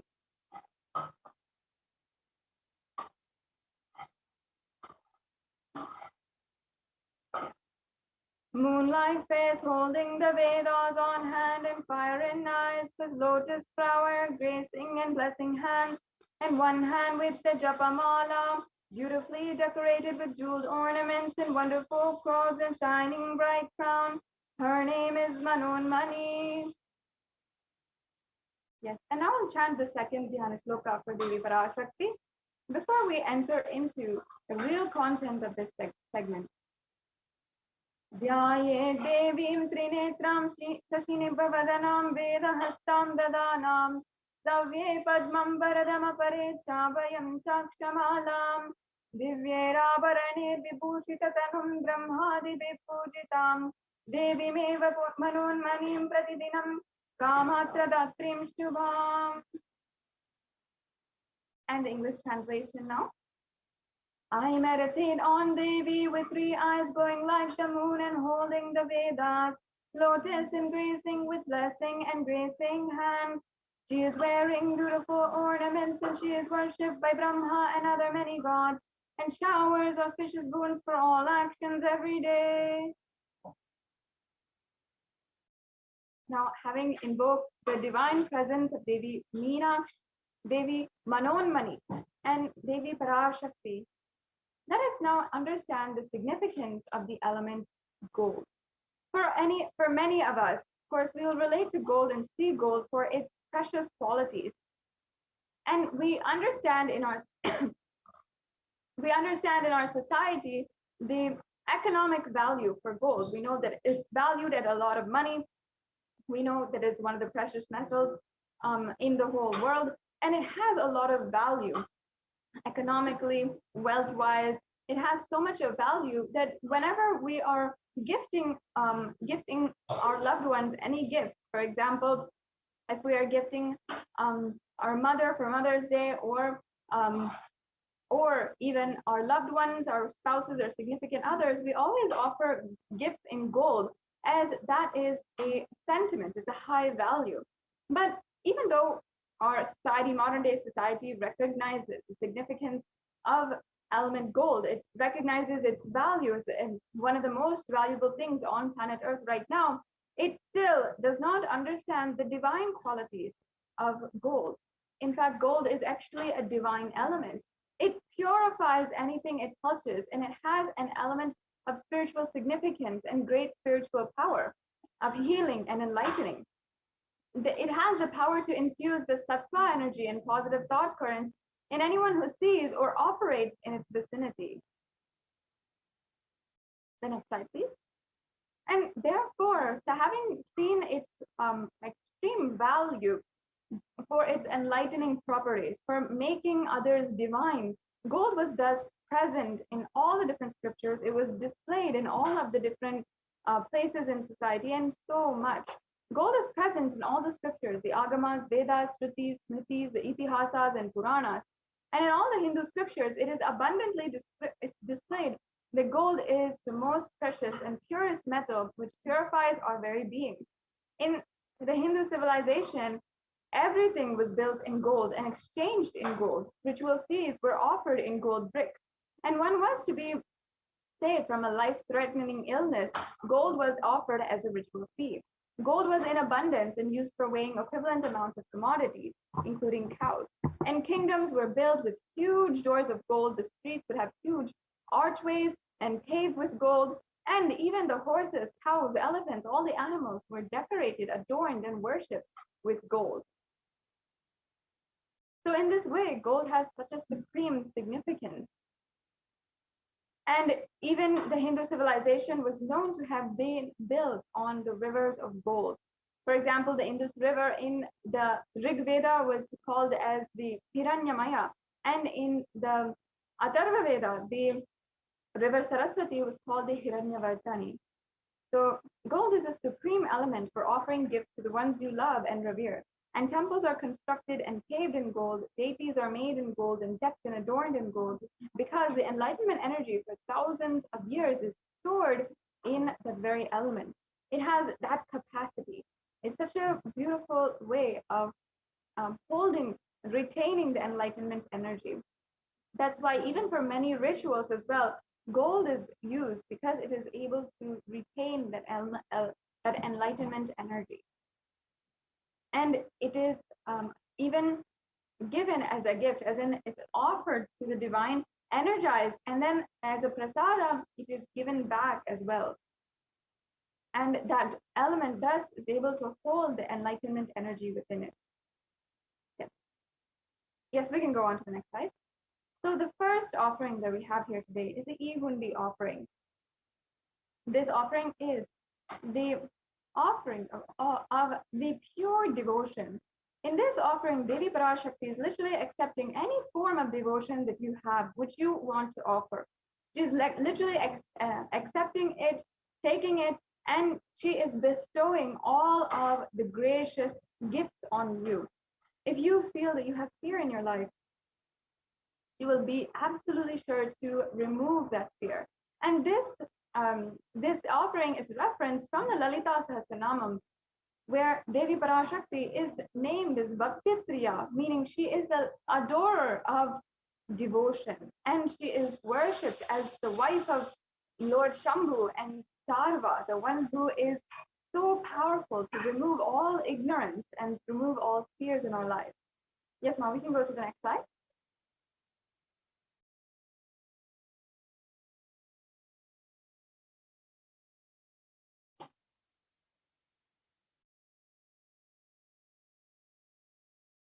The next slide, please.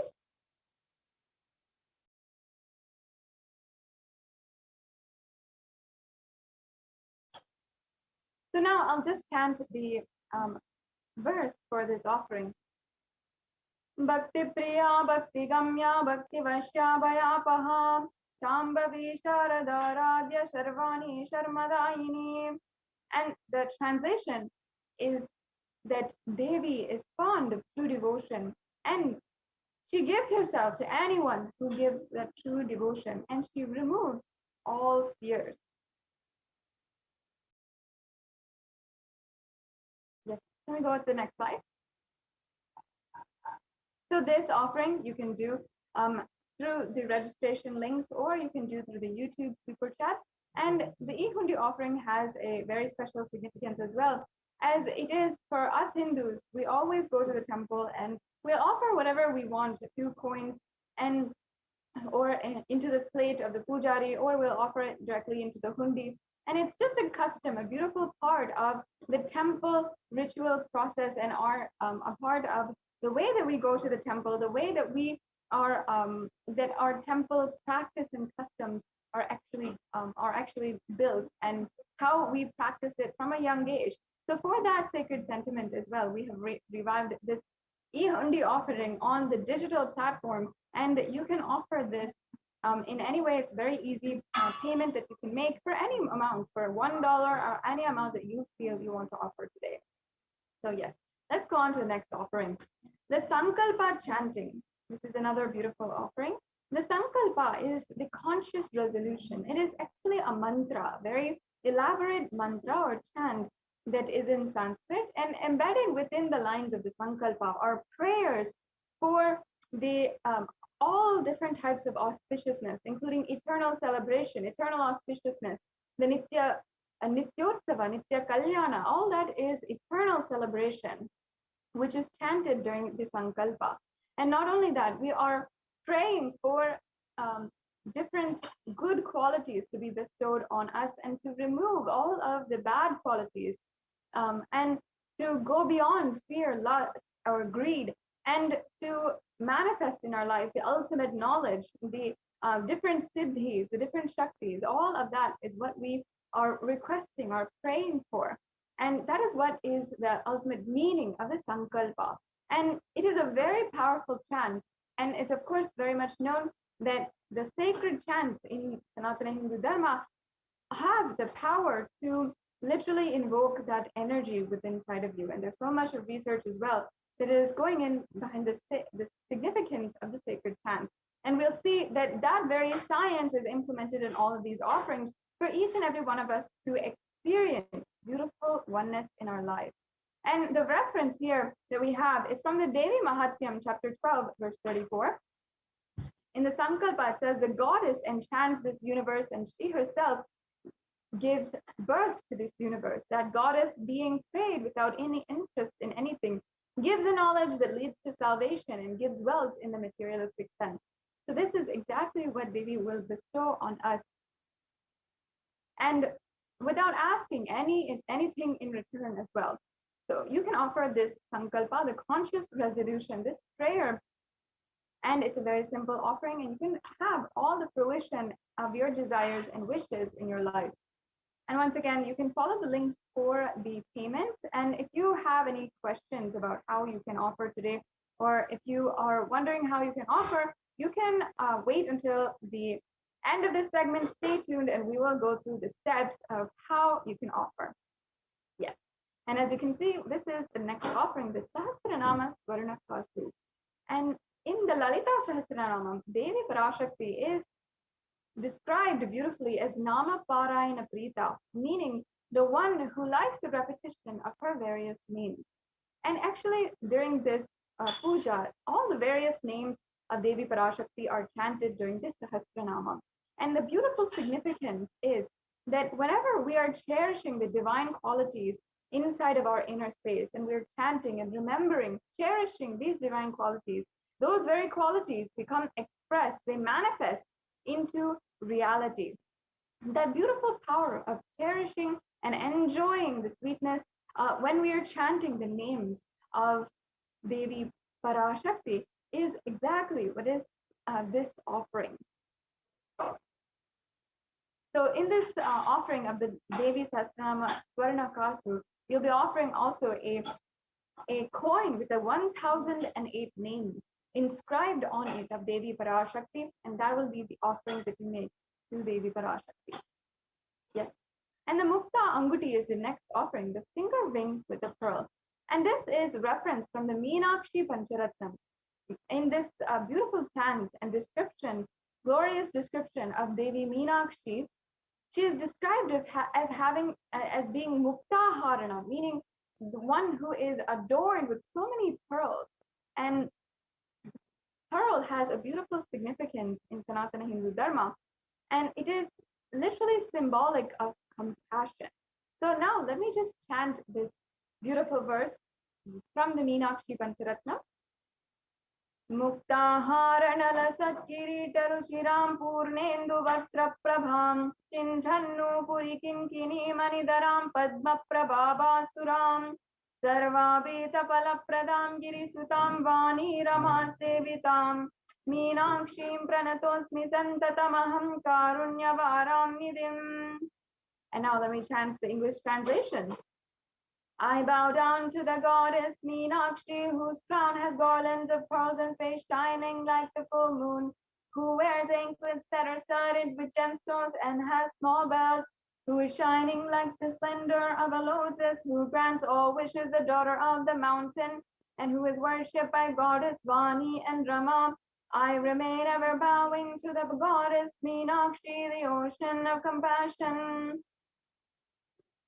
Yes. So we can offer this beautiful pearl ring representing the compassion to Devi Meenakshi, the one who literally had in her ambition, in her powerful space, had created Kailasa on planet Earth. You can literally be bestowed with all of her blessings and manifest whatever you want. Manifest her compassion being bestowed on you as well, and manifest any business endeavor that you want in your life. Yes, we can go on to the next slide.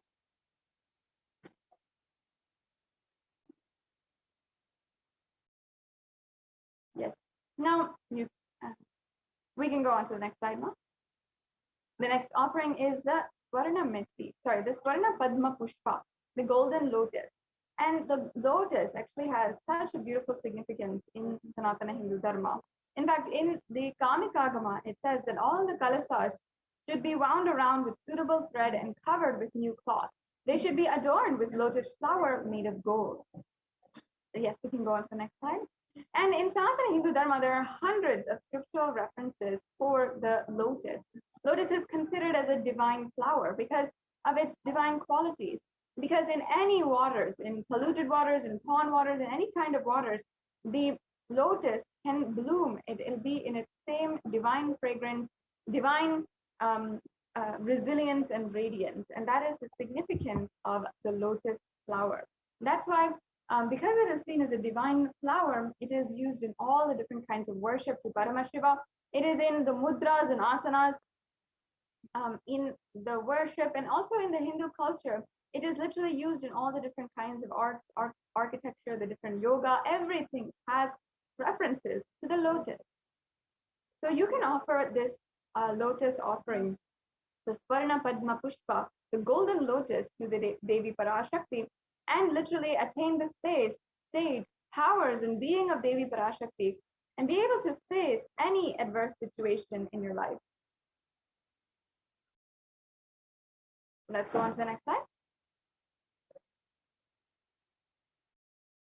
Yes, we can go on.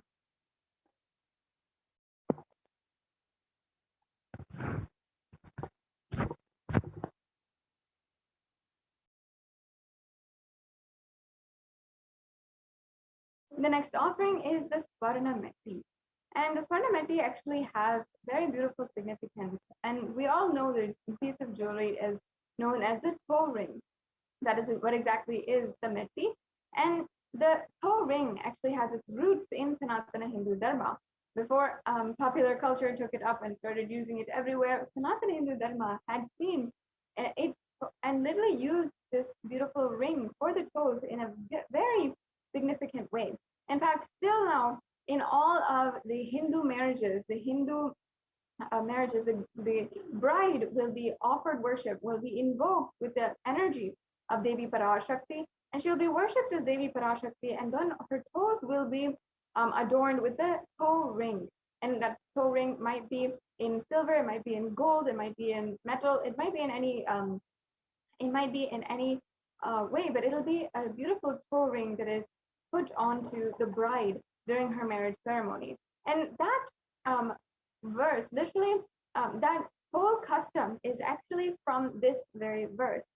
And I'll just be chanting this verse, where it says beautifully, Nakhadiditi samchana namajjana tamoguna padadvaya prabhajala parakrita saroruha. And that means, you whose brightness from toenails destroys the darkness of ignorance from the minds of your devotees who prostrate at your feet, you whose brightness from your 2 feet overpowers that of the lotus flower. So it's such a beautiful verse. Devi Parashakti's toenails have such power, such grace, that literally they are able to bestow anything you want in your life and remove all kinds of ignorance, all kinds of darkness in your life. So it's such a beautiful way to contextualize the entire thing, the significance behind these beautiful offerings. If you offer this toe ring to Devi Parashakti, the golden toe ring, which is the most auspicious, you can be sure to have the constant gratitude for receiving her blessings, even in the most difficult aspects of our lives.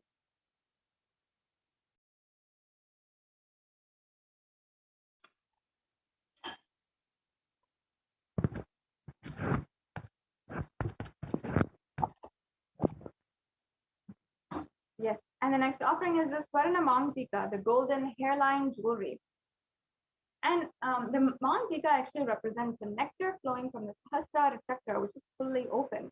And this also has reference back to Devi Parashakti herself in descriptions of Devi Parashakti, where she is described as Shuddha Saravi Varshani, meaning she who makes the nectar flow in all of our nerves from Sahasrara, and she who gives a very pleasant experience of the ultimate. And in this very way, she opens the Sahasrara chakra and opens the 1,000-petaled lotus at the crown of our head. And the nectar which is flowing from that is represented by the Mangtika. So you can receive Devi Parashakti's blessings to be in the blissful state of overflowing gratitude and the space of complete completion. Yes, we can go on. The next offering is the Pratyaksha Pada Puja. Once again, we have learned the significance of the very feet of Devi Parashakti. I'll just be repeating that pramana here once again for all of us to understand and deeply cognize this significance. Nakhadiditi samchana namajjana tamo guna padadvaya prabhajala parakrita saroruham. And the English translation says, the illumining splendor of Devi's toenails dispel the darkness of ignorance in the devotees of those prostrating at her feet. And her feet depoit even the lotus in beauty. Yes, and as you can see, in the Saundarya Lahari, it actually has a beautiful significance of the offering at Devi Parashakti's feet. It says that the very feet of Devi Parashakti and her toenails are even sharpened by the celestial beings who prostrate before her feet continuously. And in this verse, the verse that we had just chanted and is here on the screen, you can see that the Tamoguna is actually a meaning of darkness. And here it is indicative of ignorance in our lives, and worshipping Devi Parashakti's feet literally removes all of the ignorance in our lives and we attain the ultimate knowledge. So you can offer the Pratyakshapada Puja, especially it's very, very auspicious offering the Pratyakshapada Puja at the Guru Paduka as well. Guru Paduka has so many references, including in the Guru Gita, the Guru Paduka Stotram, in so many different places. Why Guru Padukas is significant, why it is such a beautiful way that you are connecting with Avatar. And in this beautiful Pratyakshapada Puja, you will be offering the Pratyakshapada Puja to Nijavatara, the very Jagat Guru who has manifested as Guru for millions of us across the world, for the whole universe itself. And for the Nijavatara, the Supreme Pontiff of Hinduism, who is manifesting as Sarvadeva Devi Swarupa, the form of all of the different gods and goddesses, and literally manifesting as Devi PARASHAKTI. So this is another beautiful offering.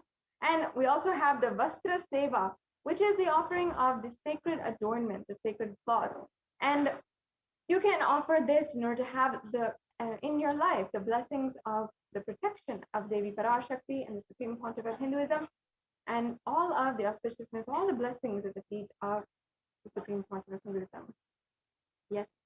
So as we're coming to an end, a conclusion to this segment, you can see all the different sevas that you can make. There are 9 different sevas. That includes the E-Hundi offering, which you can make for any amount, remember. And then the Sankalpa chanting, the Devi Sahasranama Kasu, the Mukta Anguti, the Swarna Padma Pushpa, the Swarna Metti, the Swarna Mangtika, the Pratyakshapada Puja, and the Vastra Seva. You can see all of them here. And in order for each and every one of you, no matter the place that you are in your life, no matter if you are able to afford or what you can be able to afford, there is an option here for every single one of you. So even if you feel like you right now cannot make a substantial amount of money to offer towards Devi PARASHAKTI or donate, you can still offer whatever you feel through the E-Hundi offerings or through other offerings. And each offering, certain offerings also have different levels of offering as well. So you can make sure to check that out and see what is the ways that you can manifest this offering in your life. And sincerely, it is a beautiful way that you will feel so deeply connected, manifesting the Shaktini Padha with Devi PARASHAKTI, manifesting so much of energy, super conscious energy in your life, and the ultimate oneness experience, Paramashivoham, in your life. So encouraging each and every one of you to make sure that you are offering any one of these different offerings. The next slide, please.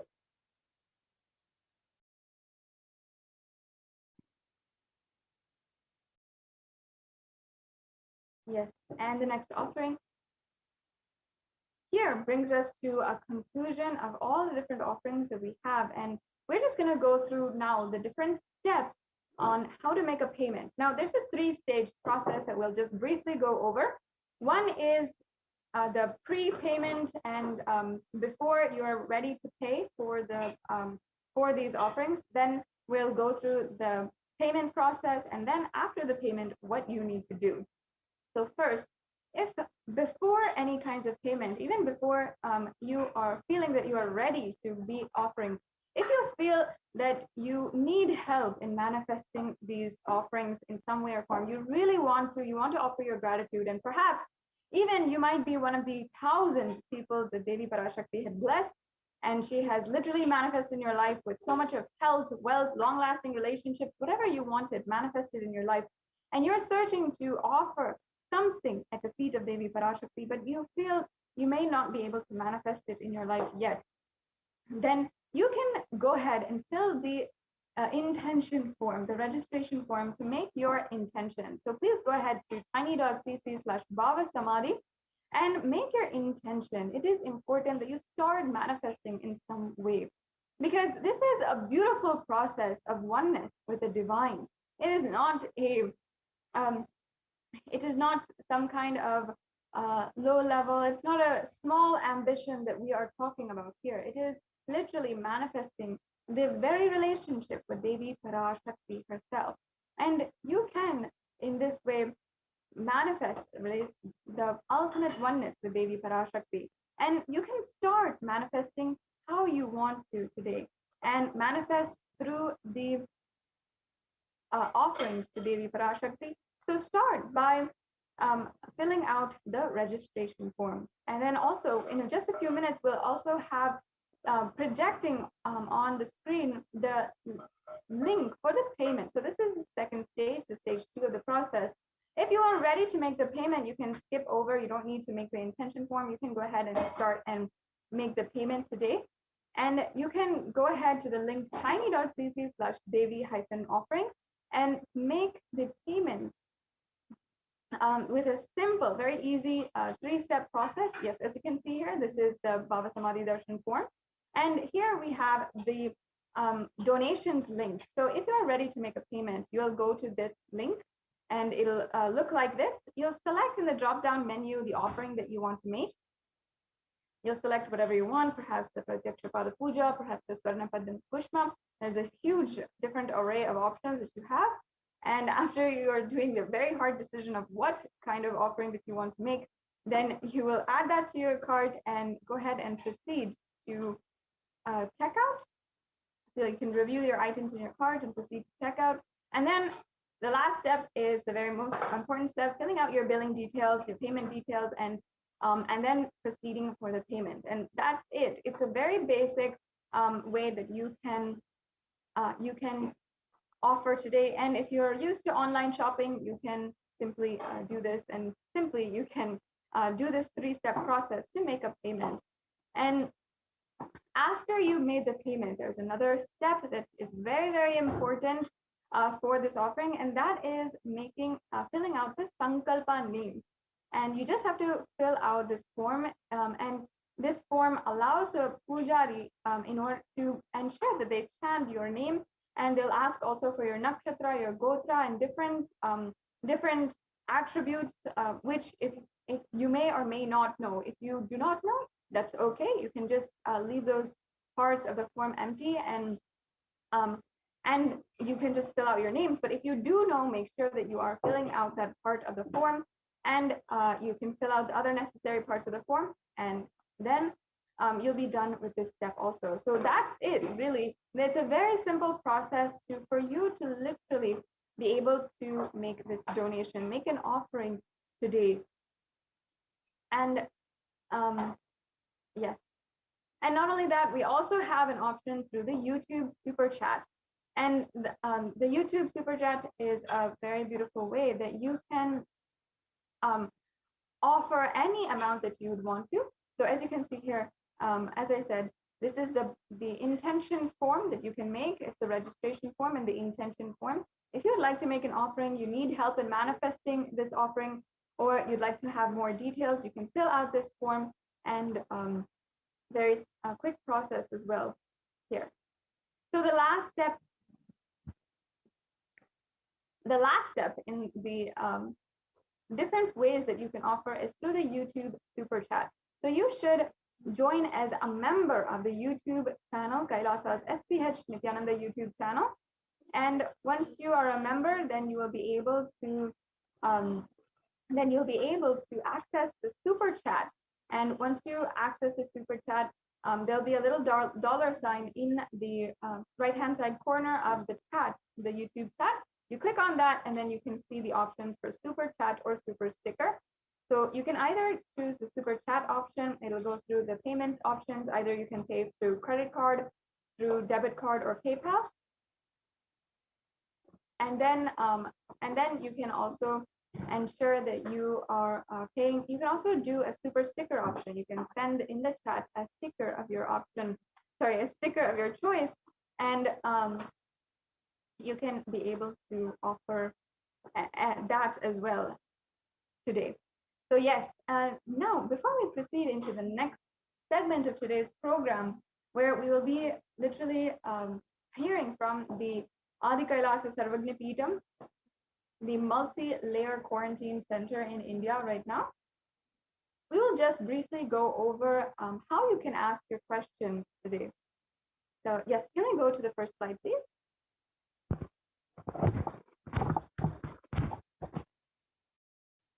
Yes.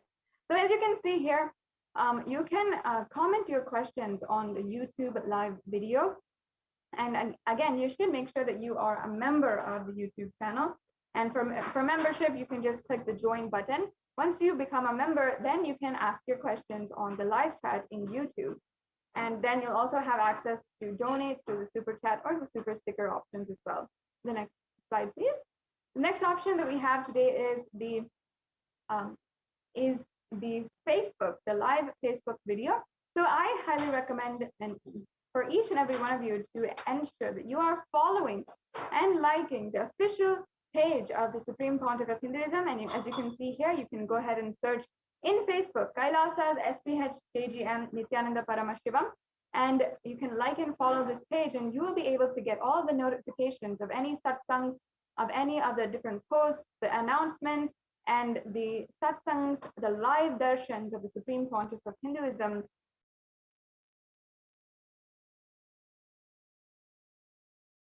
And you'll see literally that even if you missed any of these, you can still go back and see the darshans, the dikshas, and make sure that you don't miss at all. So, so also again, you can in the Facebook, in the live video, during the live Bhava Samadhi Darshan, or during the satsang as well, you can ask your questions. Ask your questions to Devi PARASHAKTI herself, or during the live satsang, you can ask your questions to the Supreme Pontiff of Hinduism on the subject of the satsang. And you can literally be able to ask directly, and by the grace of the Supreme Pontiff of Hinduism and Devi PARASHAKTI, you will be able to get your answer. So the next option we have here is on Twitter. And once again, make sure that you are you're following on Twitter at Sri Nityananda, the official handle on Twitter. And if you're following, once again, you'll have all the different notifications as well. And you can ask your questions through Twitter by replying to the tweets. You can reply to the live tweet, the live feed on Twitter, and use the hashtag #AskTheAvatar and tag at Sri Nityananda. And as well, we have another option here on Instagram. You can ask your questions on the post for the live Bhava Samadhi Darshan or the live satsang as well. And make sure that you are following Sri Nityananda on Instagram. And the next slide, please. If you are not social media savvy, or even you don't have a social media account, we have an option for you as well. You can go to kailasa.org and you can ask your questions through the WhatsApp chat. So you can see that on the front page of kailasa.org, there is a WhatsApp chat. You can send your questions through WhatsApp, or if you don't have WhatsApp also, you can send in your questions through the live chat. So as you can see, there's so many different options here, and we have so many different beautiful ways that you can ask your questions. And by the grace of the Supreme Pontiff of Hinduism himself, you can literally be able to receive the blessings of Devi PARASHAKTI and or have your question answered by the Supreme Pontiff of Hinduism.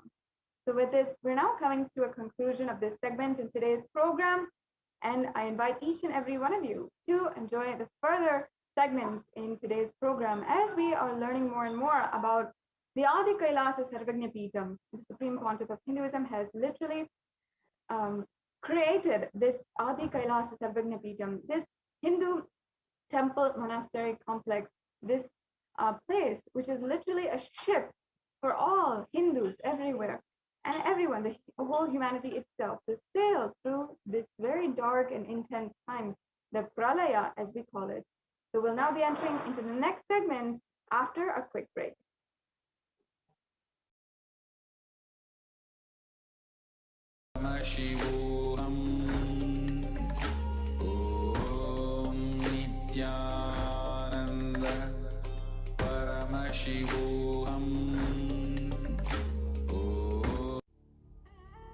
What I mean by the word E-Kailasa, listen intensely.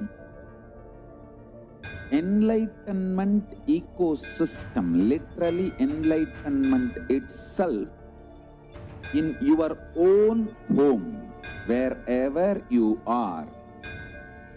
If you cannot come to Kailasa, it's okay. Kailasa can come to you. Kailasa coming to you is E-Kailasa.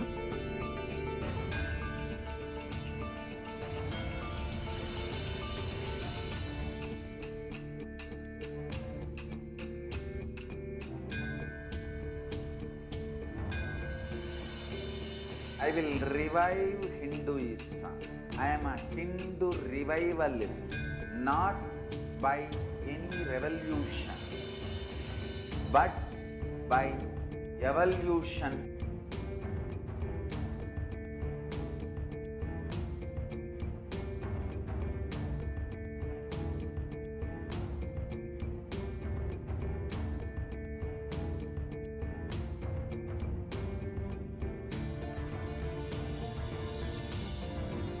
And setting model communities.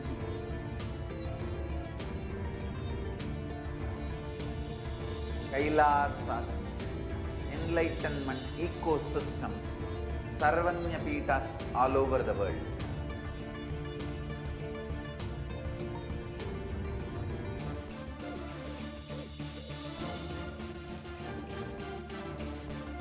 All powerful cognition, knowledge, only when you live, power manifestation and possibilities manifestation happens. This is a fundamental truth.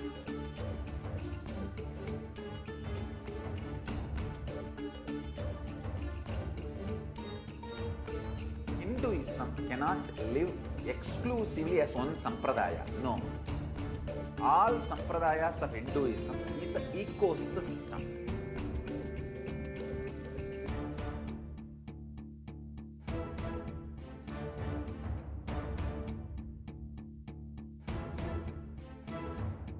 So don't keep quiet thinking that if one sampradaya is attacked, only that sampradaya is going to be affected. All of us are ecosystems.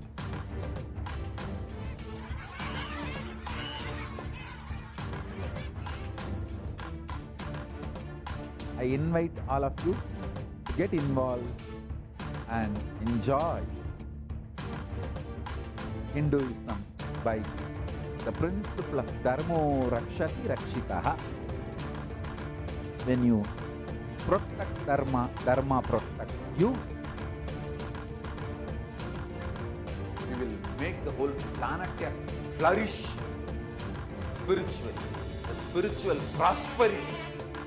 Happen the whole planet. We all have to coexist together.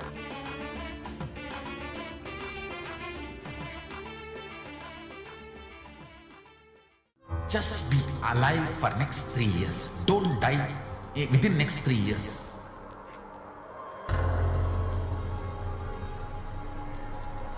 Just don't die within next 3 years. Be alive. Somehow be alive. I'm working sincerely. I will reach you somehow. Somehow I will reach you. It's my commitment to humanity.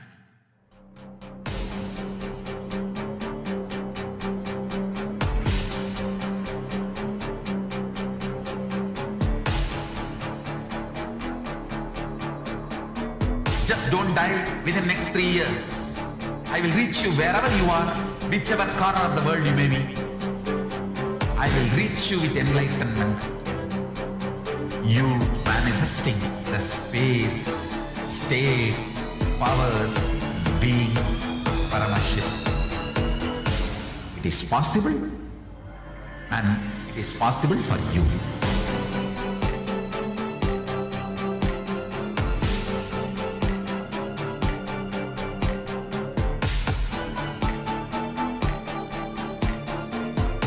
Shiva will reach you with enlightenment science. I know he is going to do the job. Just be alive for next 3 years. Nothing else.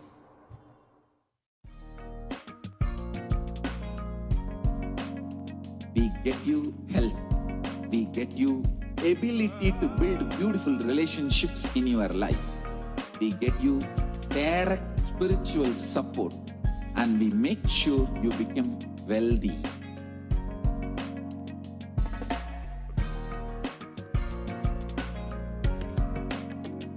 won't stop giving you just good life. We will literally not stop till you live enlightened life. Manifesting the state of Paramashiva, space of Paramashiva, powers of Paramashiva, being of Paramashiva.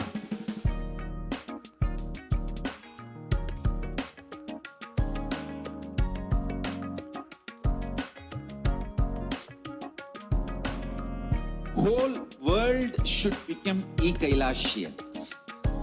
I want the whole world to know Hindus have something great to contribute to the world.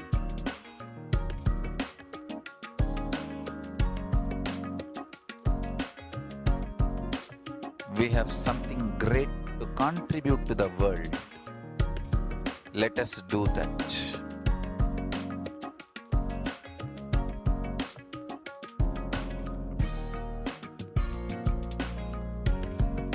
E-Kailasa is proper customized spiritual service helping you to identify your root patterns of suffering. We have perfected the science of helping every individual from every cultural, religious, nationality background.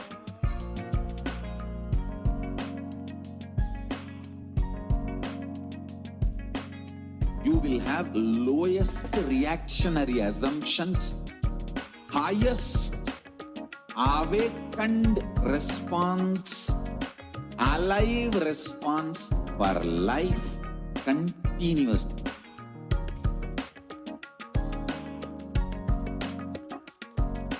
E-Kailasa is enlightenment ecosystem, literally enlightenment itself in your own home, wherever you are. Proper customized spiritual service helping you to complete with your life negativity. Withdrawal from life, self-hatred, self-denial, self-doubt, so much of tiredness, laziness, we can support you aligning your diet, your attitude, your aptitude, your understanding about life. We can help you with everything.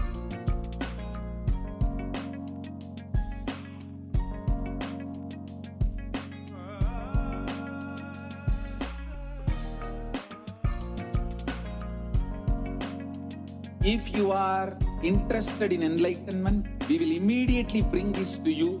If you are not interested, we will explain the whole science, inspire you, and make you interested in enlightenment science. We need to cater this enlightenment science to the whole world wherever they are, because enlightenment is the birthright of all human beings. Kailasa is responsible to provide that to all human beings.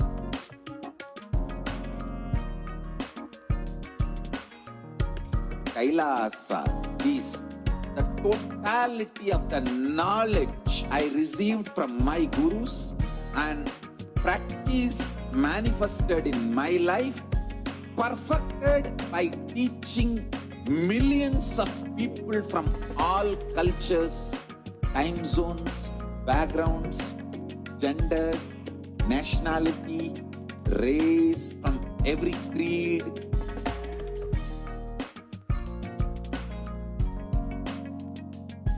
So this absolutely perfected knowledge available to you, served to you in your home without even you moving out of your couch, free of cost.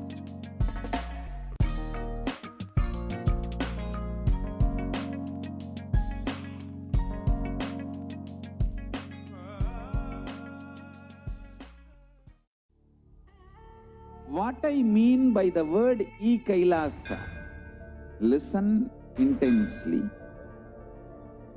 Enlightenment ecosystem, literally enlightenment itself, in your own home, wherever you are.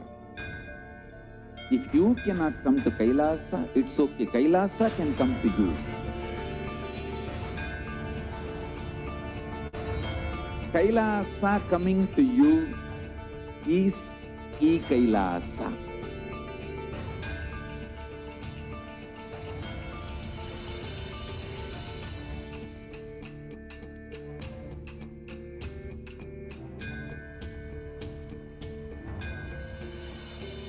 I will revive Hinduism. I am a Hindu revivalist, not by any revolution, but by evolution.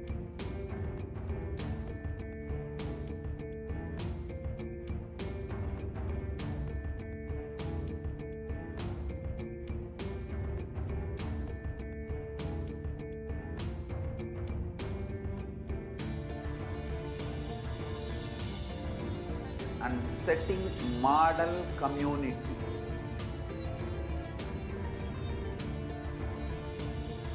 Kailasas, enlightenment ecosystems, Sarvanya Pitas all over the world.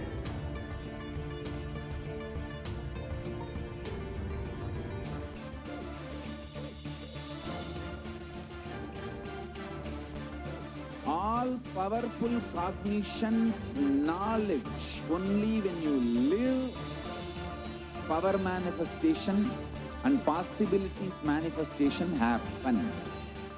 It's a fundamental truth.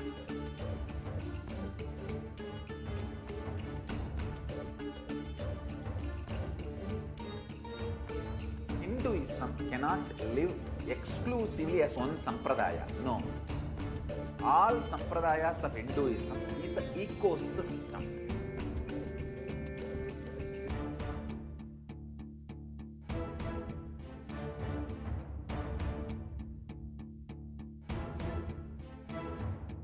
So don't keep quiet thinking that if one sampradaya is attacked, only that sampradaya is going to be affected. All of us are ecosystems.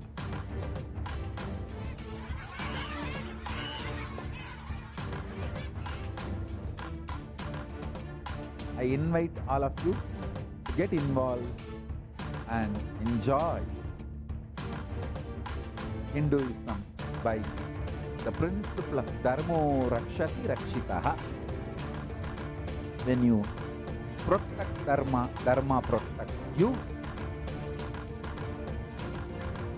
We will make the whole planet flourish spiritually, the spiritual prosperity. Will happen to the whole planet. We all have to coexist together.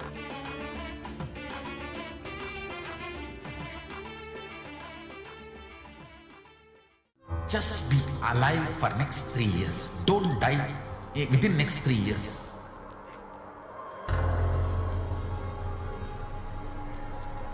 Just don't die within next 3 years.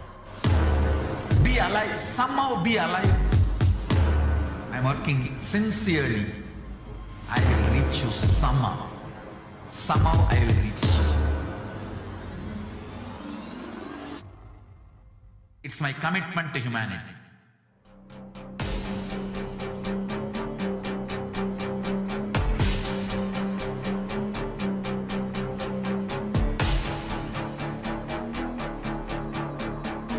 Just don't die within next 3 years. I will reach you wherever you are, whichever corner of the world you may be. I will reach you with enlightenment. You manifesting the space, state, powers, being, Paramashiva. It is possible, and it is possible for you.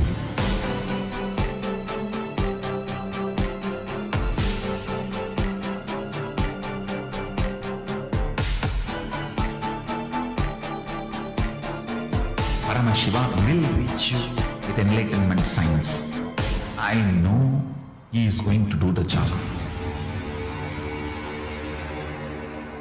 Just be alive for next 3 years. Nothing else.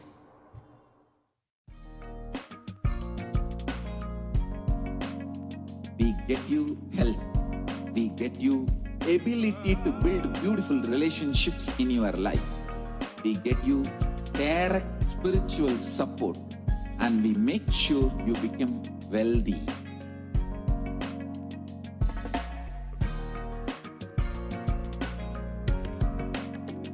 We won't stop giving you just good life. We will literally not stop till you live enlightened life. Manifesting the state of Paramashiva, space of Paramashiva, powers of Paramashiva, being of Paramashiva.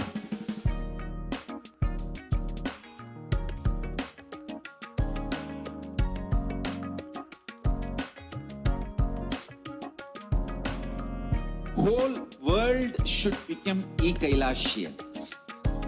I want the whole world to know Hindus have something great to contribute to the world.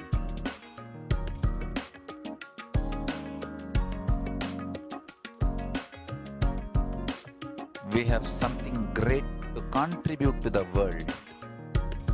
Let us do that.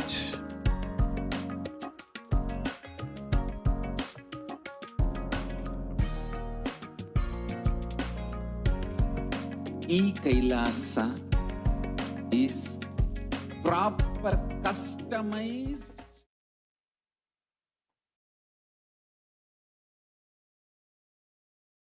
Nityanandam, welcome back. So let's start our next segment with this Supreme Pontiff of Hinduism, Jagat Guru Mahasannidhanam, His Divine Holiness Bhagavan Nityananda Paramashivan's blessings. So we are going to learn the Kailasa's multi-layered quarantine opportunity for India during the COVID-19 as a practical solution resulting in health, joy, and bliss. With the blessings of this Department of Enlightened Civilization, with the blessings of the Supreme Pontiff of Hinduism, the Kailasa Department of Enlightened Civilization present. Let's start with the Sadguru Vandanam. Nityanandam Paramasugadam Kevalam Jnanamurtim Dvandvatitam Gagana Sadrisham Tattvamasya Dilaksham Ekam Nityam Vimalamachalam Sarvadi Sakshibhutam Bhavatitam Triguna Rahitam Sadgurum Tam Namami.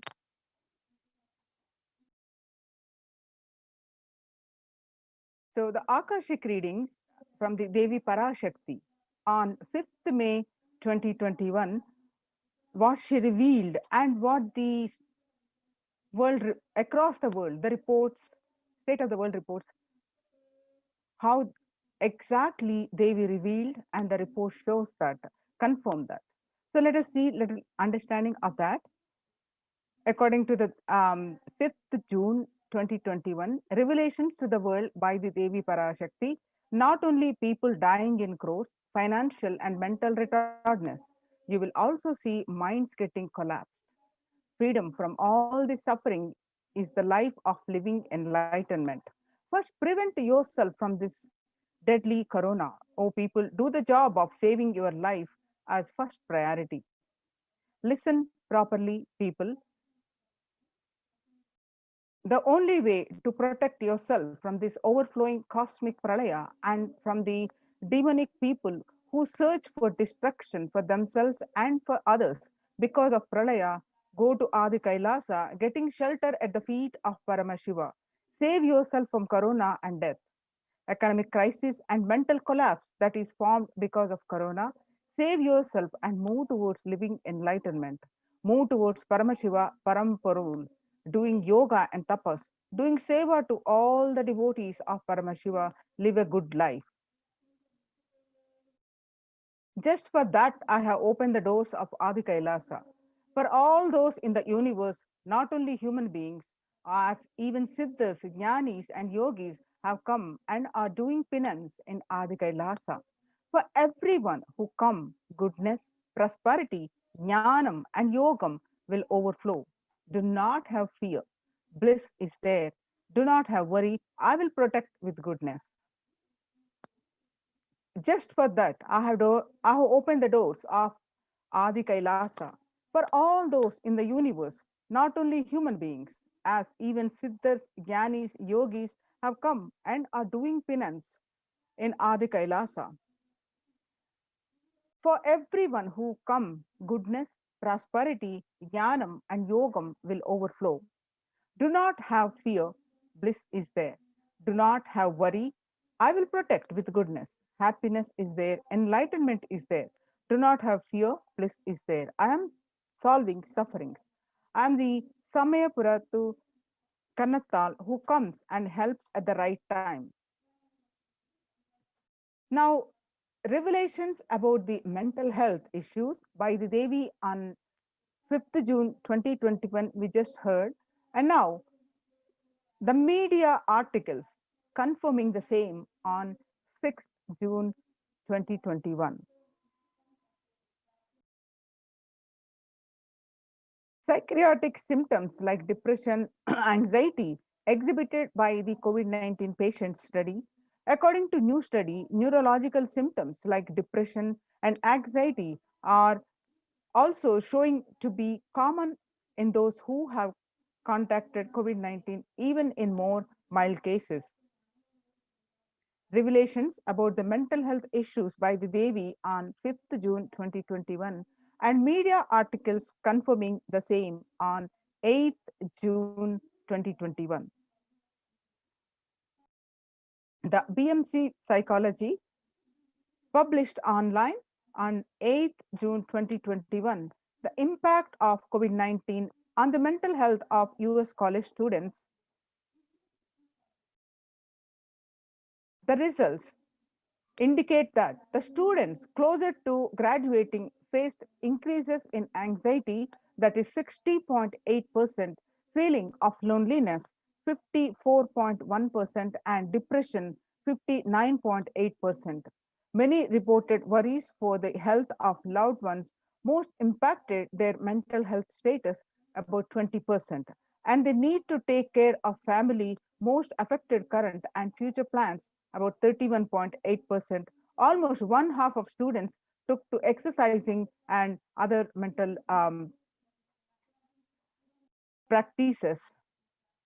Revelations about mental health issues by Devi on 5th June 2021 and research confirming the same on 10th June 2021.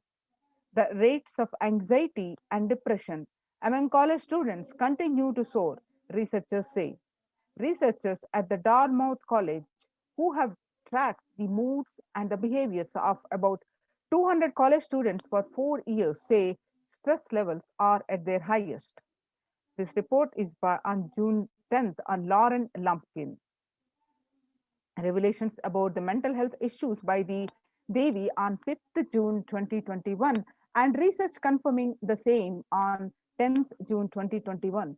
The Dartmouth College researchers began tracking 217 students when they entered the school as freshmen in 2017 in the hopes of understanding how they behave.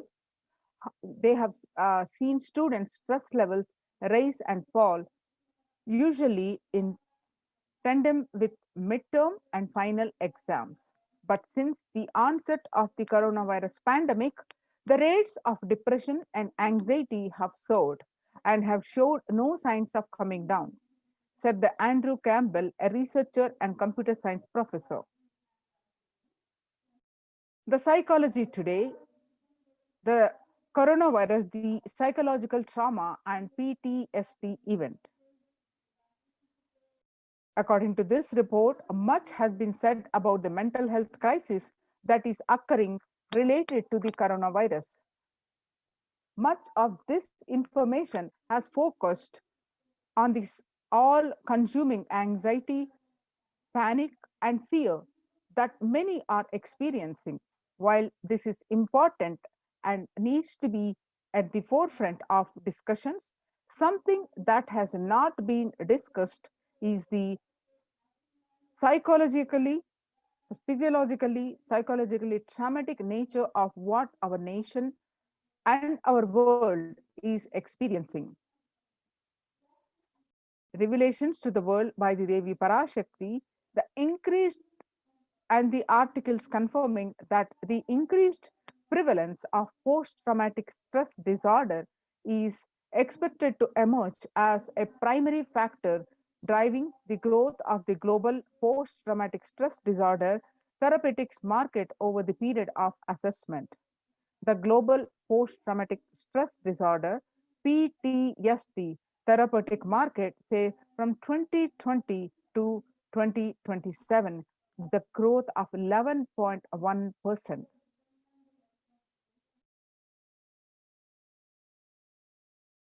The CNN report on the coronavirus pandemic impact on global mental health is already extremely concerning, according to the UN. According to this report, there is a high prevalence of mental distress in countries across the globe due to the coronavirus pandemic, especially among healthcare workers and children. According to the United Nations and the World Health Organization, the impact of the pandemic on people's mental health is already extremely concerning. The World Health Organization Director General Tedros Adhanom, he said that in a news release recently.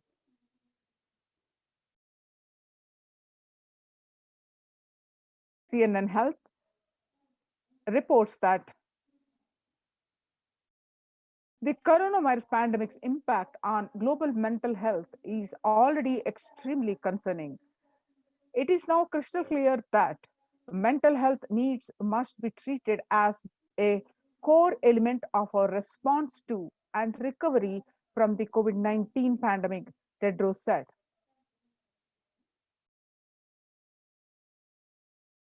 And one of the most practiced across the world and the authentic practice from the Sanatana Hindu Dharma is yoga. Yoga to deal with the mental stress. Yoga greatly improves mental, spiritual, and physical health. People who practice yoga experience less anxiety, less depression, and fewer symptoms of post-traumatic stress disorder. Yoga also improves well-being, including increased gratitude, relatedness, acceptance, centeredness, empowerment, self-esteem, compassion, self-awareness, and hope. Yoga can help to manage stress and self-regulate, an important tool in the current time. We are all equipped with innate coping strategies for responding to stress, but sometimes our stress response can become out of balance. We are living in a world that regularly activates our sympathetic response, the body's way of responding to stress, sometimes called fight or flight. This is balanced by our parasympathetic response, the way our body helps us to rest and relax. Yoga can help bring our parasympathetic response back online and allow us to find balance. Activating our parasympathetic response brings us into a more restful space and allows us to find calmness, connection, compassion. The deep mindful breathing of yoga and meditation stimulates the vagus nerve, which activates the parasympathetic nervous system and supports self-regulation and stress management. Yoga can be a valuable tool for self-care, especially in challenging times. Yoga is now being used as an empirically based treatment, often in combination with other inventions, with benefits for both physical and mental health. Many clinicians are recommending yoga as it may help support the effectiveness of traditional treatment approaches. When we actively choose a tool of self-care, we better equip ourselves to survive and seek resilience in difficult circumstances. While it is but one tool, yoga offers the potential for connection and well-being, even in these challenging times. The Spirituality benefits mental health. Research shows that individuals have better mental health if they belong to a particular community or have a religious beliefs. Spirituality can help people in many ways. First and foremost, spirituality or religion can help people find meaning in their life, which is instrumental in improving one's mental health. Spirituality can perhaps help you connect with your divine self. In addition to endowing meaning to your life, it has the potential to improve mental, physical, and emotional well being as well. It has been a source of relief and comfort from various challenging issues for thousands of years. Now, revelations to the world by the Supreme Pontiff of Hinduism, Jagadguru Mahasannidhanam Bhagwan Nityananda Paramashivam on 22nd May 2021. Paramashiva is very clear. Focus on making your body active, life alive. Mind is obsessive compulsive reaction. It is nothing but a bunch of unconscious reactions. Do not try to sympathize with the mind. Make your body and life alive. That is the only priority for all of you. I am talking to everyone who has a little love and sympathy for me. For all of you, take this as a guru work. Make your body consciously strong. Gym will build muscles, make you look very nice in the outside, but only yoga and Ayurvedic lifestyle will make your body conscious. Just see all over the world, all the gym bodies are just dropping dead. Only yoga will make your internal organs strong and your ability to manifest consciousness strong. Let me give you the solution from Paramashiva to protect yourself from this whole pralaya, not just from corona. The amount of depression, mental suffering, the way the whole world's suffering, the kind of poverty happening, people losing their jobs, income, having insecurity, comforts being lost, so much. Just make your life extremely strong. 3 years back, I said, keep yourself alive for next 3 years. I have enough evidence that 3 years back, I trained the whole Kailasa, the devotees in their own homes. The Kailasa was inside the Sangha, physically, mentally, psychologically, or consciously for quarantine lifestyle. For being active without getting mentally broken by being in one place. Doing intense yoga, making the body and internal organs strong. Taking bilva leaf, neem juice, tulsi, haritaki, triphala churna, Ayurvedic lifestyle, the lifestyle of less food and more energy, more activism. I only told it is for an important reason. Please wake up. Quarantine yourself. Build your body. Don't bother about your business or any other profit and anything else. This year, if you are alive, that is the greatest profit. Kailasa Department of Enlightened Civilization present the revival of the temple sciences and ecosystems. As we have just seen the revelations by the Devi PARASHAKTI and how the world across the reports exactly confirming the same, and the Supreme Pontiff of Hinduism revealed to importance of building the body and spirituality, how it helps.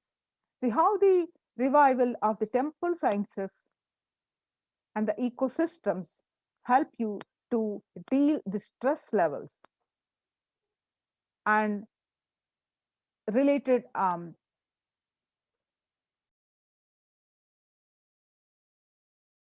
stress and psychological issues, to deal how an ecosystem helps to handle this pandemic times. With the blessings of the Supreme Pontiff of Hinduism, as let us see across the world the temples which have been continuously serving, alive, active, functioning now for thousands and thousands of years. Now they are shut down due to the pandemic.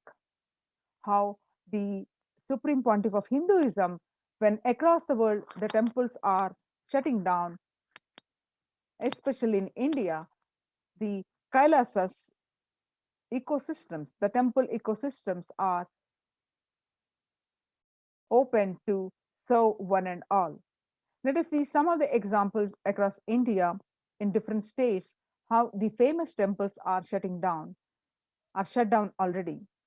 Amid rising the COVID-19 cases in Maharashtra, the Shirdi Sai Baba and Mumbai Siddhivinayak temple will remain shut for devotees from Monday till further orders. The Sai Baba temple will remain closed for devotees till further orders, said the Ravindra Thakare, the officiating chief executive officer, the Sai Baba Samsthan Trust. The Shirdi temple administration took the decision after the Maharashtra government recently announced a weekend lockdown and night curfew in the state to control the spread of coronavirus. The famous Puri Jagannath temple to remain closed for public, keeping in view the surge of COVID-19 cases in Odisha and also in Puri, the authorities of the temple of Lord Jagannath temple in Pilgrim town on Sunday. The famous temple is closed for devotees since May 5th as a statewide lockdown was imposed by the Odisha government. All religious places closed for public in Bhubaneswar as the city records the highest daily COVID surge, with the Odisha capital Bhubaneswar registering the highest ever single day spike of 581 new COVID-19 cases. The local municipal authorities Tuesday declared the closure of all religious places like temples, mosques, gurudwaras, and churches for devotees from last Wednesday till further orders. In Uttar Pradesh, the major Mathura temples ban entry of devotees amidst the COVID-19 surge. Two major temples of Sapta Devalaya, the cluster of 7 temples in Vrindavan, recently banned the entry of devotees in view of the rising COVID-19 cases. On the Gujarat, the Somnath temple closed for darshan amidst the COVID-19 surge. The Gujarat Somnath temple is the temple trust has announced that the temple will remain shut for devotees from April 11 for an indefinite period. On the other hand, Tamil Nadu, the Chola era temple murtis beheaded. Murtis of the Chola era temple have been vandalized in Pudukkottai, Tamil Nadu. A devotee who went to temple was shocked to find all the murtis in the temple as a beheaded state. He lodged a complaint with the local police later. In Kailasanathar, the Kailasanathar temple in a village in Pudukkottai is said to belong to the era of Kulichunga Chola too. With Shiva as the presiding deity, the temple houses other deities such as Ganesha, Parvati, Murugan, Krishna, and Nandi. All of these murtis were discovered in a beheaded state few days ago.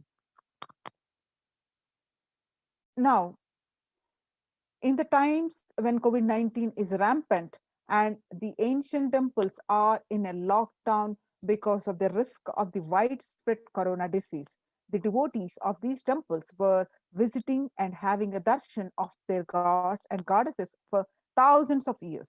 At these ancient sacred sentiments have come to a harming halt after the lockdown have taken place. The religious fervor of the devotees is being lost due to the pandemic. The Supreme Pontiff of Hinduism is reviving the e-Kailasa ecosystem and bringing all the ancient traditions of the online platforms on Kailasa TV, YouTube, and Facebook. Now, with the blessings of the Supreme Pontiff of Hinduism, let us understand why deity worship. Why deity worship? Please understand, deities are not mere idols. They are embodiment of ideals. We do not worship the idols. We worship the ideals represented through the idols. When the divine is present before him, in a form he can see, touch, and relate to, the transmutation becomes an easy and joyful process. Second, deities in a real kshetra are always carved in the form of ancient masters and enlightened beings. Even though no longer in the body, they can be invoked through the name or form they used while in the physical plane. When we pray to the deity or chant its name, the corresponding divine vibration is automatically awakened and becomes available on the energy plane to guide and bless us. The Supreme Pontiff of Hinduism says that we mastered the science of bringing the divine to the deities and expressing the divine through the deities. The whole science has been mastered in the Vedic tradition. The revival of temples will be the revival of the world peace and world bliss. Revival of temple culture, the deity worship, where people are made to look in. That is where the revival of Sanatana Hindu Dharma, the Advaita Satya, the truth of oneness, is going to happen. The deity, the divine, has infinite, auspicious qualities. When upon the call of the devotees and to save the world from its destruction, divine manifest in various forms of their auspicious forms and qualities that become an independent intelligence. For example, Shiva saved Markandeya from death.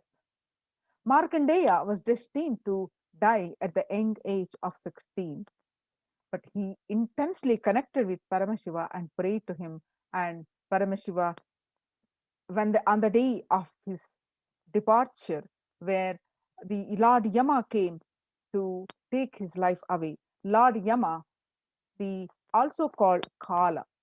So when the Markandeya prayed intensely, Paramashiva manifested himself as the Kala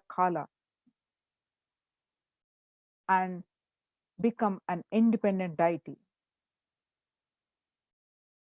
Same way, Paramashiva danced in ecstasy, and that action become Nataraja.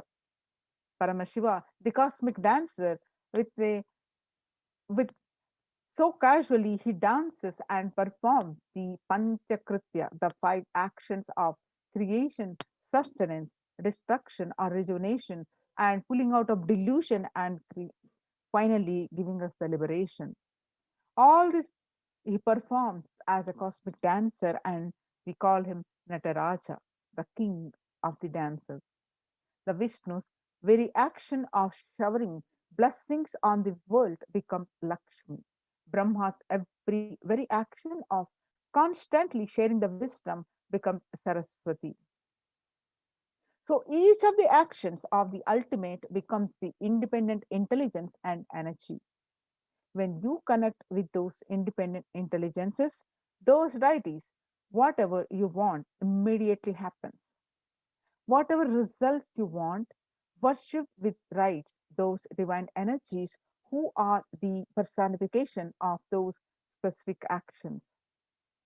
Immediate results are achieved by connecting with those deities in this world. This can be a powerful method through which you can achieve whatsoever you want in your life.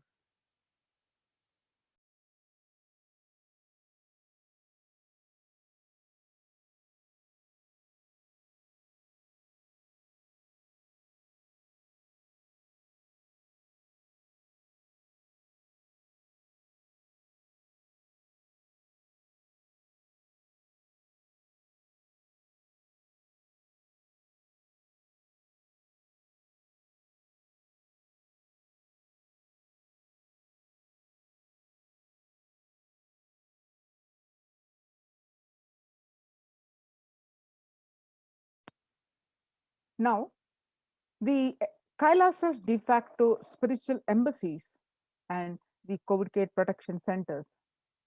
We have seen the how the Supreme Pontiff of Hinduism reviving the temple ecosystems and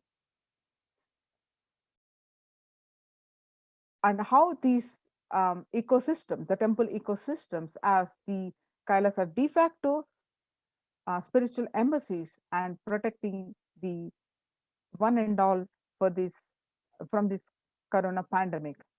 With the blessings of the Supreme Pontiff of Hinduism, Jagat Guru Mahasannidhanam, His Divine Holiness Bhagavan Nityananda Parameswaran's blessings.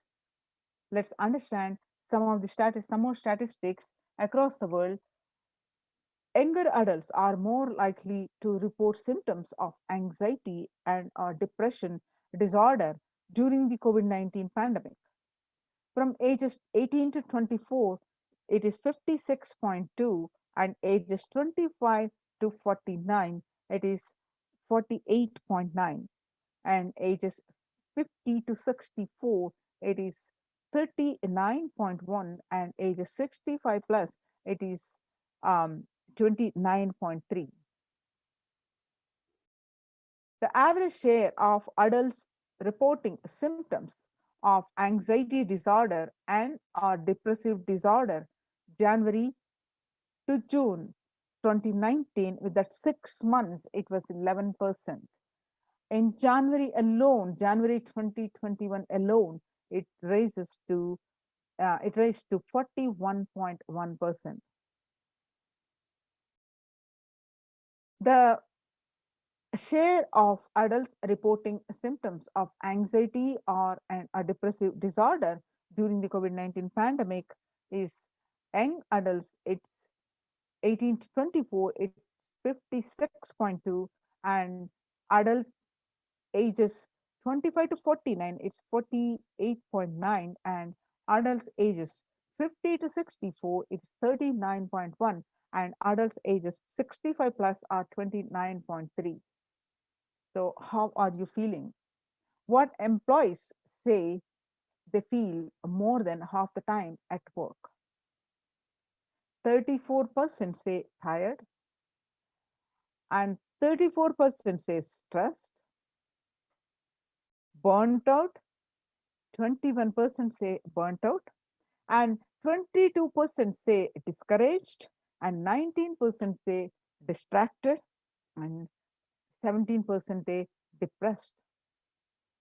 The COVID-19 is a significant stressor for most Americans. Nearly 8 in 10, that is almost 78%, say the coronavirus pandemic is a significant source of stress in their life. Nearly 7 in 10, that is 67%, say they have experienced increased stress over the course of pandemic. 1 in 4 essential workers, that is 25%, diagnosed with a mental health disorder since the start of pandemic. The COVID-19 could exacerbate the doctors' existing mental health burden. More than 60,000 US healthcare workers have contracted the COVID-19 and 300 have died. Of the health workers who treated patients during the China's COVID-19 outbreak, 50% showed signs of depression and 45% showed signs of anxiety. An estimated 300 to 400 physicians die by suicide every year. Self-reported mental health among pregnant women, new mothers before the COVID-19 pandemic, depression is 15%, and during the COVID-19 pandemic, it increased to 40.7%. And before the COVID-19 pandemic, the anxiety levels are 29%, and during the COVID-19 pandemic, it raised to 72%, according to the Helio report. US cases of depression have tripled during the COVID-19 pandemic. A large study finds a dramatic increase in the number of adults in the United States reporting symptoms of depression during the COVID-19 pandemic. The number of adults experiencing depression in the US has tripled. According to a major study, researchers estimate that more than 1 in 4 US adults now report experiencing symptoms of depression. Before the pandemic, 88.5% of US adults reports being depressed.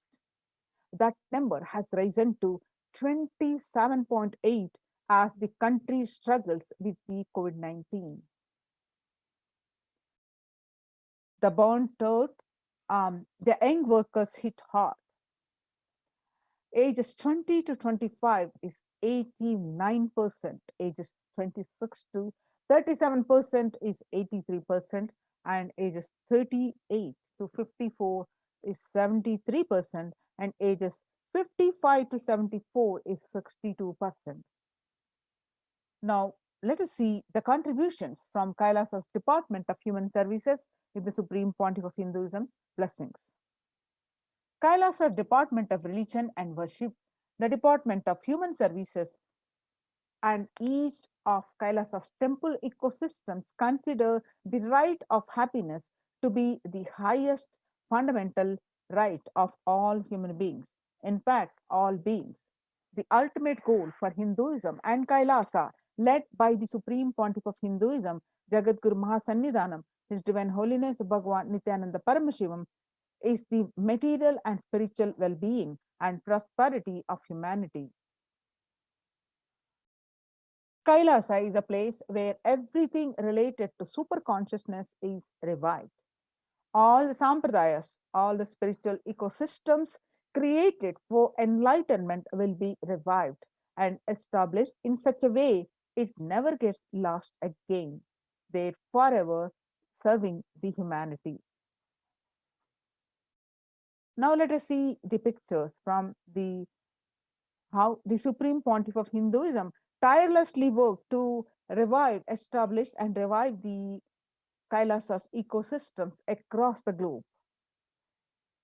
These pictures, the glimpses you're seeing from the Kailasa's ecosystems, the Adi Kailasa Sarvajna Peetham, taken on 21st October 2006, following a meditation under the sacred banyan tree in Adi Kailasa. The peacekeepers of Kailasa, along with the children of Nityananda Gurukul, celebrate the auspicious occasion of Deepavali. Peacekeepers of Kailasa and practitioners of the Paramashivoham meditation workshop take part in the celebrations of a traditional flag hoisting ceremony. The picture is taken on 22nd December 2018 at Adi Kailasa Sarvajna Peetham, Bidadi, Bangalore. The pictures that you're seeing, where you find the Supreme Pontiff of Hinduism conducting the Nityananda Spurana Convention, which is also called a Life Bliss Program Level 2, a meditation workshop in Chennai, India on 14th December 2006. The Supreme Pontiff of Hinduism conducting the Nityananda Spurana Convention, the Life Bliss Program Level 2 at St. Peter's Engineering College, Chennai, India, which is on 17th December 2006. The peacekeepers of Kailasa and the Supreme Pontiff of Hinduism embark on the Himalayan Yatra. The pictures that you're seeing are taken on 26th May 2006, the traditional sacred pilgrimage to the Himalayan mountains and up the river Ganga. The temple ecosystem of Tiruvannamalai serves as the driving factor in manifesting the lifestyle of health, wealth, and well-being for the citizens of Tiruvannamalai, one of the remaining living temple ecosystems in Tiruvannamalai. This picture that you're seeing, where you find the Supreme Pontiff of Hinduism waving the flag to the thousands and thousands, in fact lakhs, who are on the procession, which are in Tiruvannamalai as part of the temple rituals on 20th December 2011. The peacekeepers of Kailasa and participants of the Nityananda Paramashivoham program take part in the morning meditation and the traditional puja or ritualistic worship.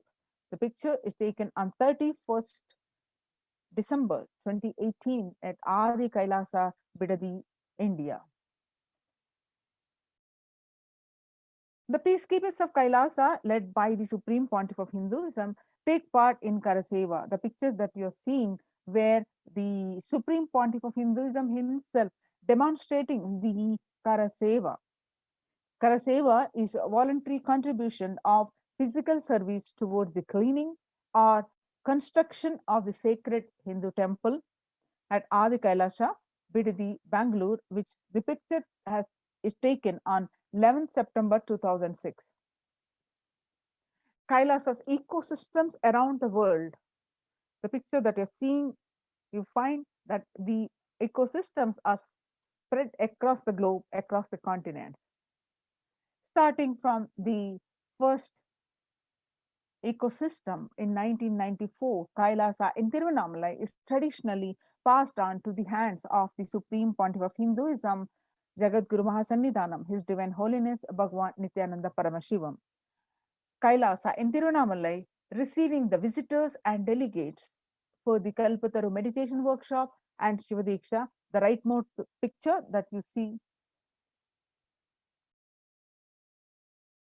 On 11th March 2017, Kailasa in Tiruvannamalai, thousands arrived to celebrate the enlightenment ecosystem and to traditionally meet the Supreme Pontiff of Hinduism, Jagadguru Mahasannidhanam, His Divine Holiness Bhagavan Nityananda Paramashivam.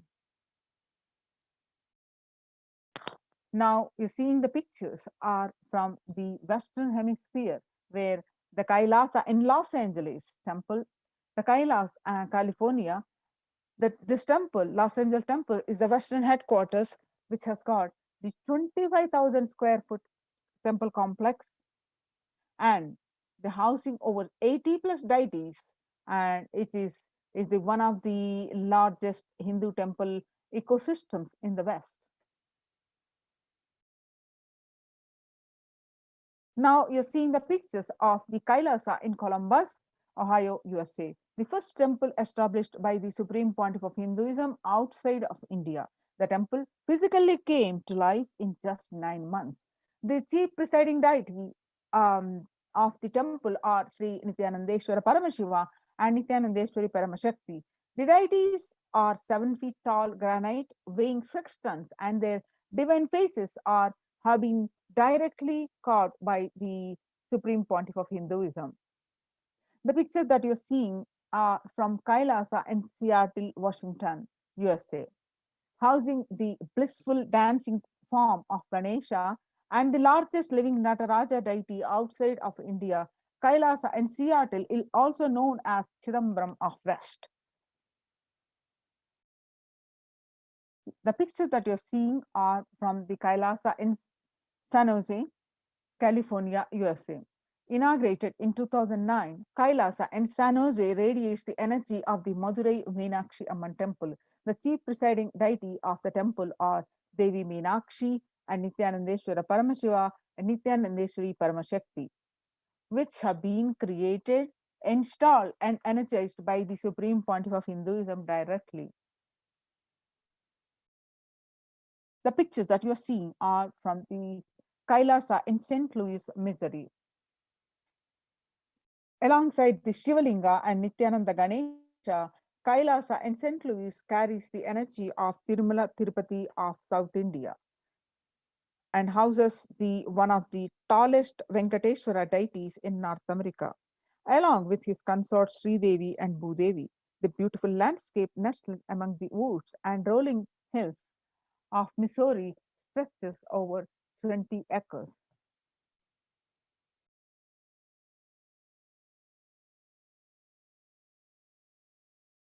The pictures that you're seeing are from Kailasa in Phoenix, Arizona, the home to over 21 deities, and with the temple structure of 2,500 square foot, Kailasa in Phoenix has been directly established by the Supreme Pontiff of Hinduism, Jagadguru Mahasannidhanam, His Divine Holiness Bhagwan Nityananda Paramashivam, serving as an energy field of worship, meditation, and celebration for over 7 years.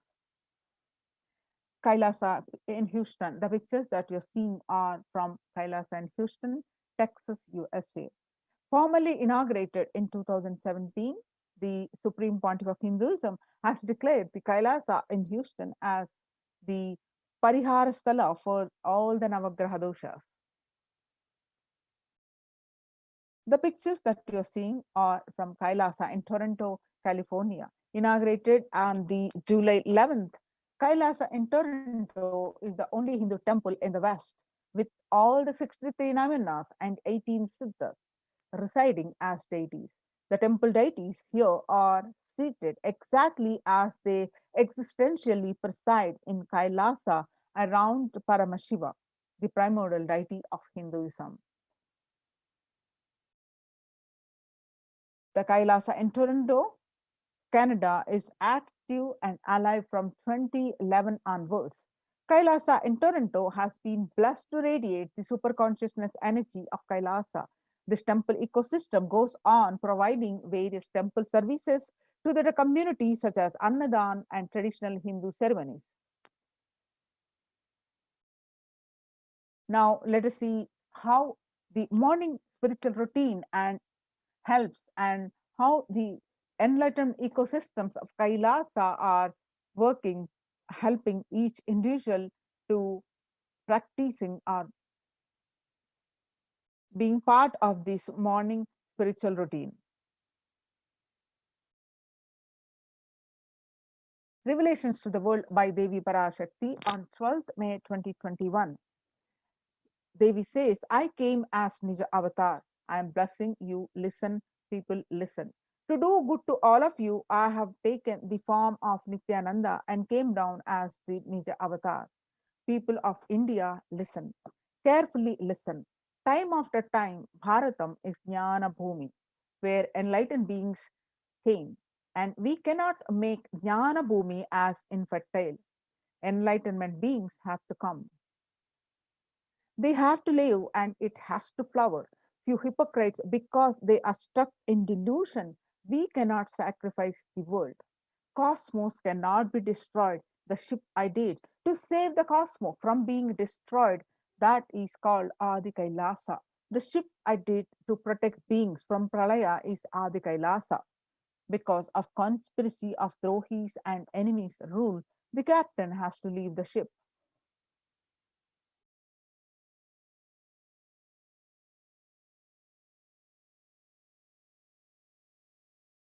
Before 12 years, knowing the great deluge that is going to happen, the all Aushadas, by this Guru Purnima, the Jnana Rasavadam, Navapashana is going to flower. Allow people to come and take a dip in Navapashana flower. People, whoever comes and dip in Vaidasarovar, they will not have death. They will not have corona. Crores and crores of people will come in line. Every day they will take a dip in the Vaidasarovar in the Ananda Lingam. On 13th May 2021, Devi will continue to reveal that listen well to my words. For India, I made ship as protection. The Nityananda Navapashana Lingam invites us over. Go to Adi Kailasa, O Indians, listen. All those regretting losing the Nityananda Nija Avatara without confusion and without taking just as a lip service, go to Adi Kailasa. When the first world countries closed their borders during a massive global emergency, Kailasa has opened its doors to all without exception. The morning spiritual routine is the fuel to reach Kailasa. Morning routine and the chemical changes it brings in you, and the healing it does to in your system, and the biological rhythm it sets in your system, all of them are very important. It is an important fuel for you to experience the multiple dimensions of the universe. The special spiritual routine and integrity to that spiritual routine. Initiations are completely private, personal, between you and me, says the Supreme Pontiff of Hinduism. The members of Kailasa's protective, preventive, multi-layered quarantine initiative take part every day in the morning spiritual routine here in Adi Kailasa Sarvajna Peetam. The morning spiritual routine consists of the Nityananda Yoga, Panchakriya, Nitya Pratyaksha Paduka Puja, Kashayam, that is herbal drinks, and the Nitya Satsang by the Supreme Pontiff of Hinduism. When you tune your biological clock to the spiritual practices, because the chemistry you enjoy inside matters, that decide the kind of plane of the universe, dimension of the universe you are going to experience. Kailasa or Patala. Patala is the underworld, the demons live, and Kailasa is where Parvashiva lives, is at the highest abode. Or Swarga or Naraka, heaven or hell. Morning spiritual routine is the direct path to Kailasa.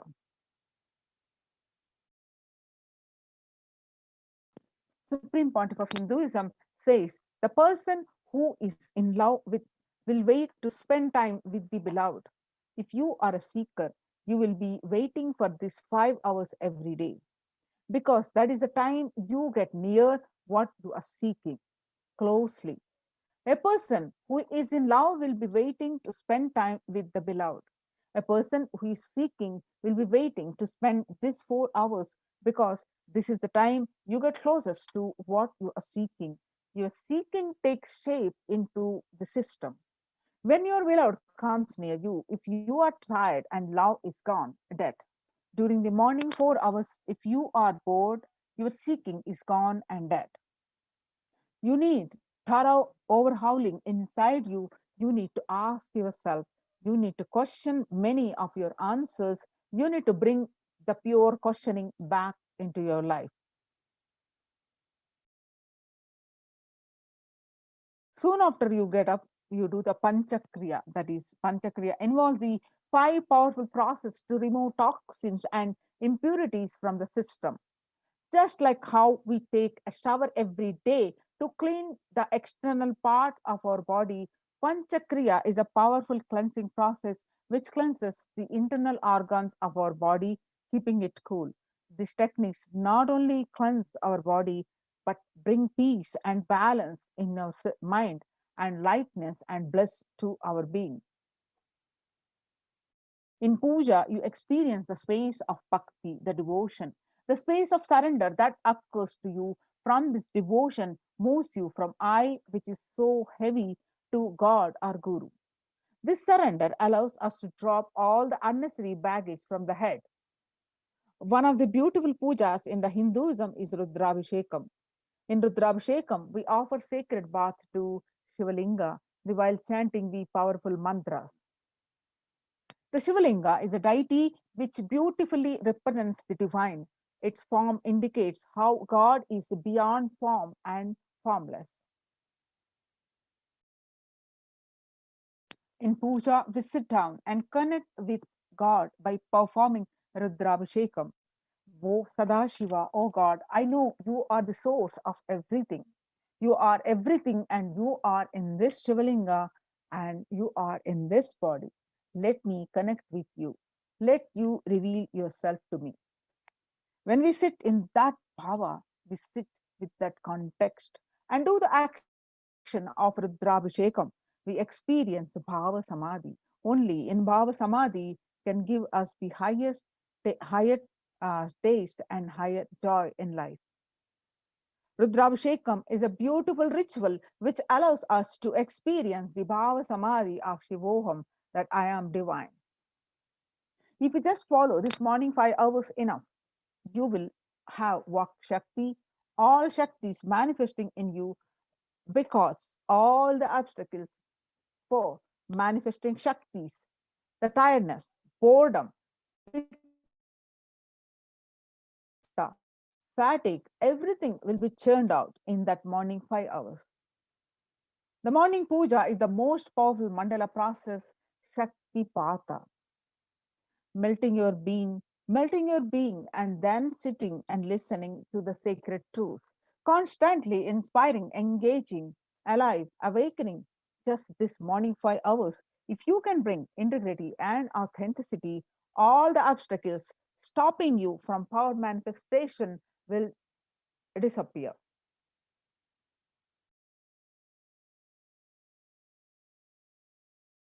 You can perform all the spiritual practices by yourself, like the morning yoga and Nitya Puja, but there will be always be of risk of losing your initial inspiration and excitement after a few days or after a few weeks. Living in the enlightenment ecosystem, even if your boredom or tiredness try to pull you down, the Sangha will support you, help you by giving the wake-up call and supporting you to complete your incompletions. In Sanatana Hindu Dharma, we had at least 10,000 sampradayas, religions, spiritual traditions, keeping this enlightenment science alive. Each Hindu sampradaya is a spiritual ecosystem created for keeping the enlightenment science alive. Every monastery, every adhinam, every mutt, every temple, every Veda Patashala, every Sarvajna Peetam is a lineage the Sampradaya created to keep the ecosystem of spiritual enlightenment alive. Some may be Shakta, some may be Yoga, some may be Vedanta, some may be Tantra, some may be Shakta Vedanta, some may be Shaiva Tantra, some may be Yoga Vedanta. Some may be Yoga Shaiva and some may be Vaidika Shaiva. All kinds of permutation and combinations. Each temple, each mutt, each monastery, each adhinam, each Veda Patashala, each Sannyasa Sampradaya is the spiritual ecosystem created to keep the enlightenment science alive of that Sampradaya. Join the COVID Care Protection Centers and register now through the link below, https://kailasa.org/kailasa Now let us see the glimpses of the morning spiritual routine in Kailasa's ecosystem, the Adi Kailasa Sarvajna Peetam. As we just understood, the morning spiritual routine makes up the first 5 hours of anyone's day, and one of the most fundamental and vital part and practice for seeker anyone to the path to achieve enlightenment, to achieve the ultimate super consciousness and the space of Paramashivoham. Some more pictures from the Adi Kailasa Sarvajna Peetam.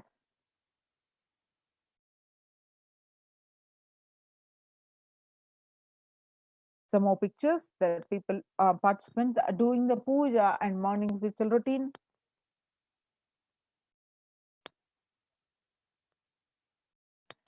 Join COVID Care Protection Centers and register now through the Kailasas. Register now through the link below, https://kailasa.org/kailasa care.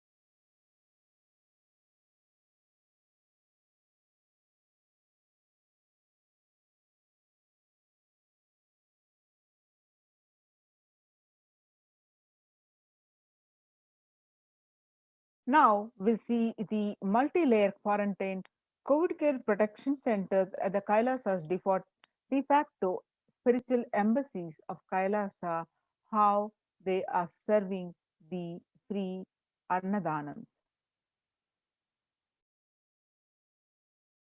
What is the need for the Annadan?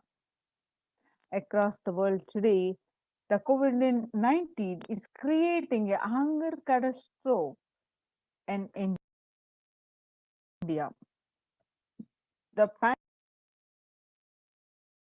pandemic has led to increase in global food insecurity, affecting vulnerable households in almost every country. It has exacerbated the existing inequalities, pushing millions of people into the vicious cycles of economic stagnation, loss of livelihood, and worsening food insecurity. The World Bank estimates that 71 million people will be pushed into extreme poverty across the globe as a result of the pandemic. The World Food Programme estimates that an additional 130 million people could fall into the category of food insecure over and above the 820 billion who were classified as such by the 2019 State of the Food Insecurity in the World report. Hunger in plain sight. COVID-19 worsens the plight of food insecurity. More than 50 million people in 2019, according to the Feeders Domestic Hunger Relief Organization. Child malnutrition and hunger skyrocket in Haiti as the COVID-19 infections spike. At least 86% children are at risk of developing a severe acute child malnutrition this year in Haiti, according to the sources connected to the United Nations Children's Fund. Impoverished the extraordinary political and social crisis exacerbated by the pandemic.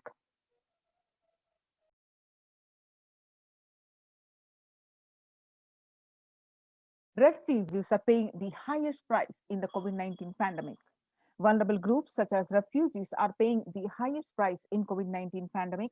We are seeing the alarming trends that show many refugees around the world are unable to pay for food or rent and are struggling to access healthcare and education. The price hikes in local markets and further displacement caused by the campfires and have pushed many families further into food insecurity. During April and May, 33% seeking services, including urgent food relief and shelter. Just over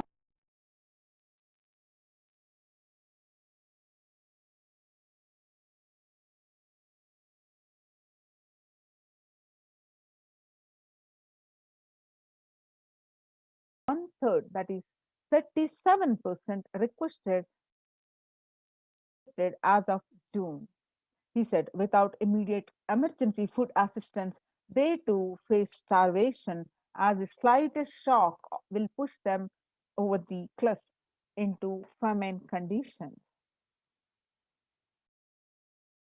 The World Bank released an analysis of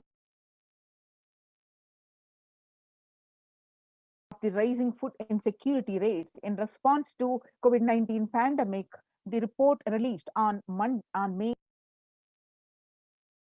20th, 2021 stated that the COVID-19 impacts have rural households in almost every country, which impacts expected to continue through 2021 and into 2022. It has also states that the global food prices increased significantly by 38% since January 2020. The World Economic Forum, 155 million people are caught up in food crisis of varying in severity. 133,000 people in Burkina Faso, South Sudan, and Yemen are most at risk. 10 countries account for 2/3 of the facing acute hunger, and the resilience of agri-food systems is being eroded by conflict, insecurity, and environmental trends. Join now in Kailasa's protection centers. Register now through the link below, https://kailasa.org/kailasa care. Now let's understand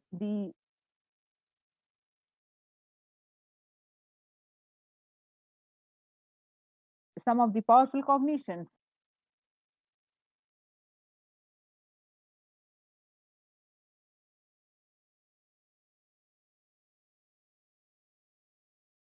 Revelations by the Supreme Pontiff of Hindu.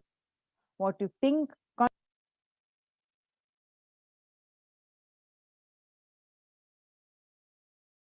eat, direct, you become what you eat. And what is in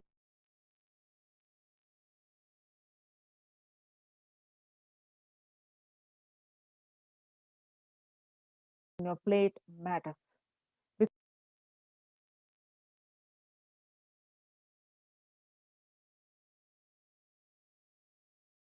Food both harm the system equally. Organic vegetarian food,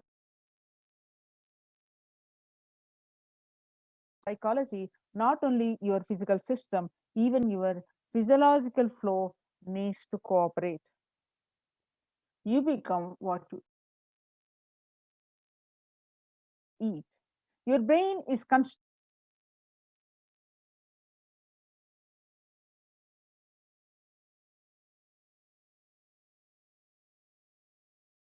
for all these higher things. When you don't explore the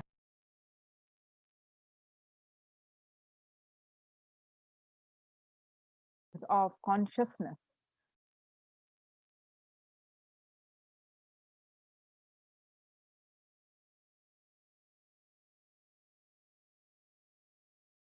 and try to explore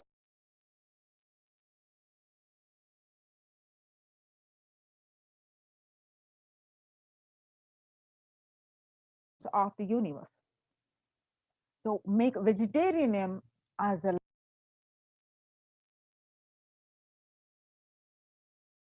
time to function with vegetarian food. It is like depression, the energy with which they think, the energy with which they utter words, the energy with which they act, the energy with which they feel, everything will be aligned to the natural source of energy. It will be aligned to nature, which is the inner potential energy. Now let us see the Kailasas Annalayas, free organic vegetarian sattvic meals for all, by eliminating the hunger. The developmental, economic, social, and medical impact of malnutrition and famine have a critical impact on the individual, familial, community, national, ultimately on the global level. With the ongoing COVID-19 pandemic triggering an alarming spike in food insecurity, the United Nations have given warnings of famines of biblical proportions. In 2020 alone, 690 million people were estimated to be pushed importance through the agriculture, the Supreme Pontiff of Hinduism, Jagat Guru Mahasannidhanam, His Divine Holiness, Bhagwan, Nityananda and the Paramashivam, has committed to the distribution of free organic food to everyone. Not just since the beginning of his public life, but from his very upbringing itself. Vegetarian organic food for people of all caste, creed, religion, race, gender, and social standing. Now see the global services under the Red Home providing relief work for natural and man-made calamities, working to eliminate the world hunger. You'll see the Supreme Pontiff of Hinduism himself serving the food. We will revive the food supply system of Kailasa. Before you get hungry, food will be ready. Continuous Annadan. I'm not giving you any fantasy. It's already becoming a reality, says the Supreme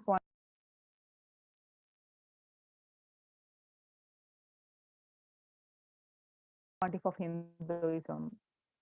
Now, the pictures that you're seeing are from way back, providing the free organic vegetarian meal on Kartikeya Deepam, Tirunamalai, India.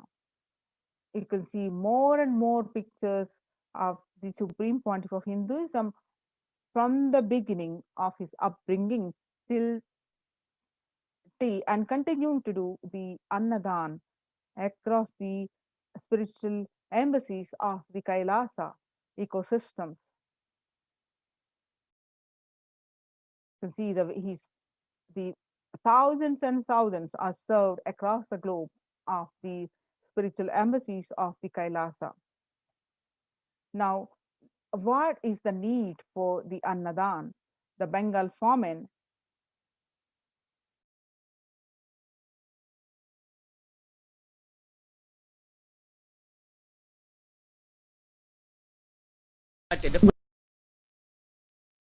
What I found in researching the Bengal famine, India was being used extensively for the war effort. Indian resources, Indian soldiers, and Churchill repeatedly refused to acknowledge the fact that the extent to which India was used could lead to famine. Viceroy to India, Archibald Wavell, called the Bengal famine one of the greatest disasters to have befallen people under British rule, and said the reputational damage was incalculable. During one government discussion about famine relief, Secretary of State for India Leopold Amery recorded Mr. Churchill saying that any aid sent would be insufficient because Indians bred like rabbits.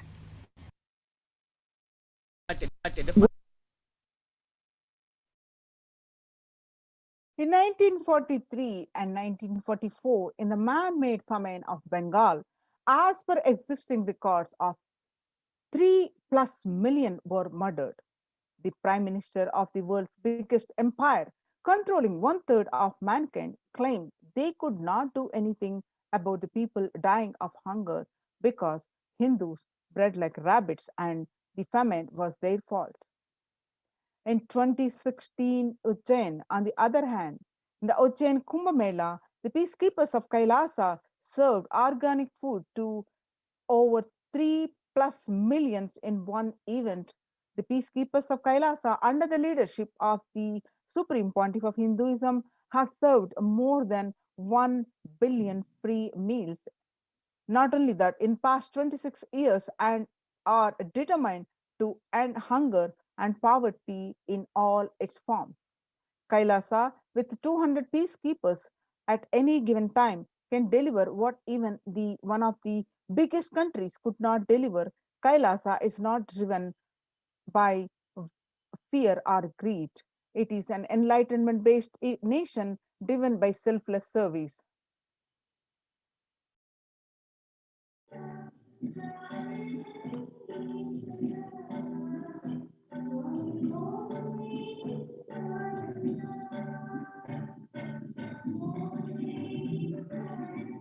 So join now. With your eyes closed is meditation, connecting with the divine. With your eyes open is darshan. Come, let us all now move from meditation to darshan. Slowly, very slowly, please open your eyes.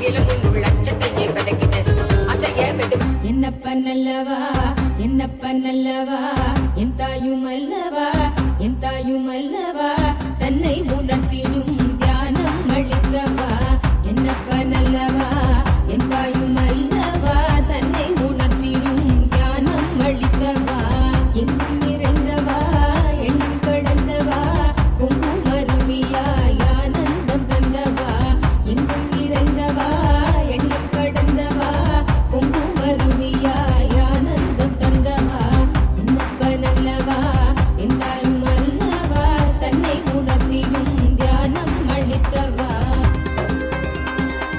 ஏழாம் உடல்கள் தாண்டி நித்திய வாழ்வும் கண்டிட கேடான காலம் தன்னை வென்று நீலை நின்றிட ஏழாம் உடல்கள் தாண்டி நித்திய வாழ்வும் கண்டிட கேடான காலம் தன்னை வென்று நீலை நின்றிட சீரான பாவம் பழி நீங்கி பெரும் வாழ்வினை கொண்டாட நித்யானந்த ஸ்புரணம் தன்னை நிகவா சீரான பாவம் பழி நீங்கி பெரும் வாழ்வினை கொண்டாட நித்யானந்த ஸ்புரணம் தன்னை நிகவா என்னப்பன் என்னப்பன் என்னப்பன் அல்லவா என் தாயும் அல்லவா தன்னை உணர்த்திடும் தியானம் அளித்தவா என்னப்பன் அல்லவா என் தாயும் அல்லவா தன்னை உணர்த்திடும் தியானம் அளித்தவா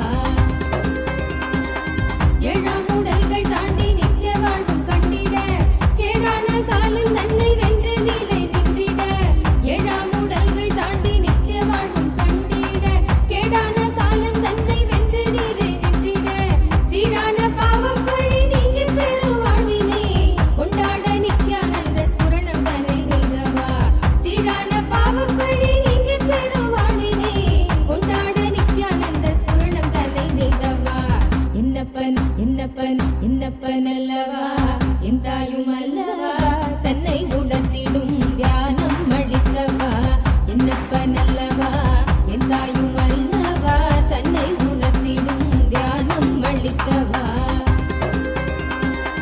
ஏழாம் உடல்கள் தாண்டி நித்திய வாழ்வும் கண்டிட கேடான காலம் தன்னை வென்று நீலை நின்றிட ஏழாம் உடல்கள் தாண்டி நித்திய வாழ்வும் கண்டிட கேடான காலம் தன்னை வென்று நீலை நின்றிட சீரான பாவம் பழி நீங்கி பெரும் வாழ்வினை கொண்டாட நித்யானந்த ஸ்புரணம் தன்னை நிகவா சீரான பாவம் பழி நீங்கி பெரும் வாழ்வினை கொண்டாட நித்யானந்த ஸ்புரணம் தன்னை நிகவா என்னப்பன் என்னப்பன் என்னப்பன் அல்லவா என் தாயும் அல்லவா தன்னை உணர்த்திடும் தியானம் அளித்தவா என்னப்பன் அல்லவா என் தாயும் அல்லவா தன்னை உணர்த்திடும் தியானம் அளித்தவா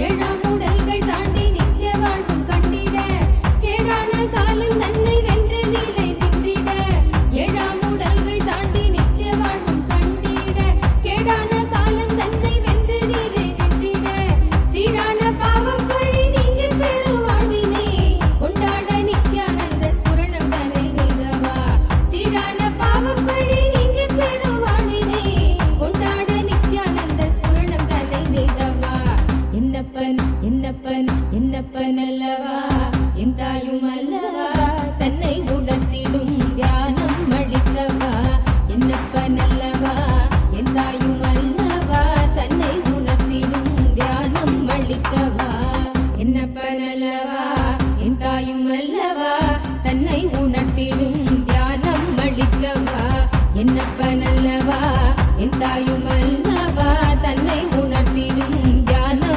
அளித்தவா எங்கும் நிறைந்தவா எண்ணம் கடந்தவா பொங்கும் அருவியாய் ஆனந்தம் தந்தவா எங்கும் நிறைந்தவா எண்ணம் கடந்தவா பொங்கும் அருவியாய் ஆனந்தம் தந்தவா என்னப்பன் அல்லவா என் தாயும் அல்லவா தன்னை உணர்த்திடும் தியானம் அளித்தவா என்னப்பன் அல்லவா என் தாயும் அல்லவா தன்னை உணர்த்திடும் தியானம் அளித்தவா எங்கும் நிறைந்தவா எண்ணம் கடந்தவா பொங்கும் அருவியாய் ஆனந்தம் தந்தவா எங்கும் நிறைந்தவா எண்ணம் கடந்தவா பொங்கும் அருவியாய் ஆனந்தம் தந்தவா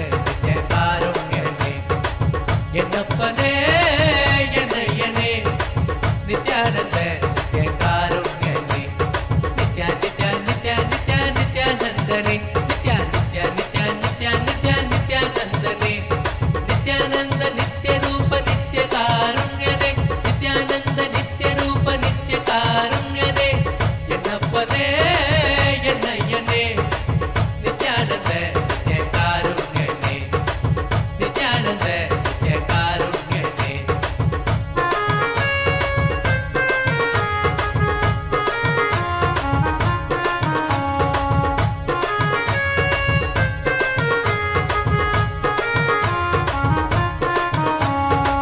Panir Gai Nitya Gurunadane, Panir Gai Gurunadane, Panir Gai Nitya Gurunadane, Panir Gai Gurunadane, Bhaktargale Kanukulane, Bhaktargale Kanukulane, Nitya Nitya Nitya Nitya Nityanandane, Nitya Nitya Nitya Nitya Nitya Nityanandane, Nityananda Nitya Rupa Nitya Karunyane, Nityananda Nitya Rupa Nitya Karunyane, Yennappane Yennayyane, Nityananda Nitya Karunyane, Yennappane Yennayyane, Nityananda Nitya Karunyane, Nitya Nitya Nitya Nitya Nityanandane, Nitya Nitya Nitya Nitya Nitya Nityanandane, Nityananda Nitya Rupa Nitya Karunyane,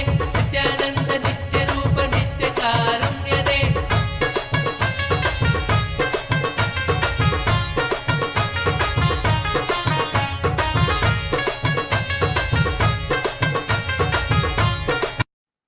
Om नित्यानन्देश्वर परमशिवसमारम्भाम्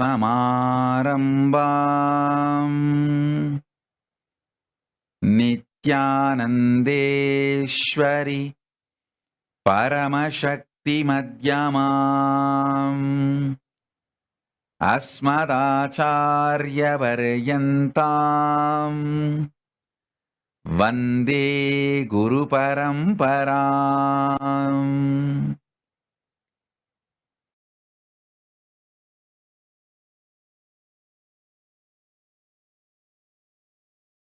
I welcome you all with my love and respect. I welcome all the devotees, disciples, Samajis, Satsangis, Srimahants, Mahants, Mantreshwara, Vidyeshwaras, Ganeshwaras, Lokeshwaras, Astreshwaras, ambassadors, diplomats, e-diplomats, citizens, consulate generals. I welcome all of you with my love and respect. Paramashiva's message, directly from Kailasa. Listen. Listen intensely.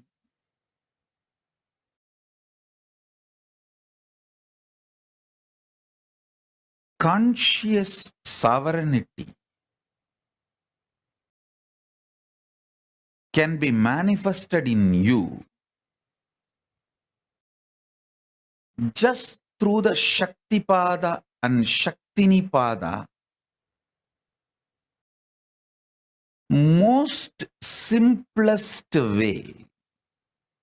I'm not saying easy or difficult. I'm saying simple.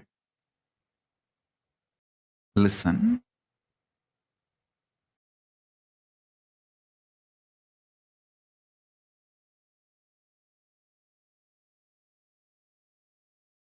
Mind always works in the language of quality and quantity. If your mind, which can relax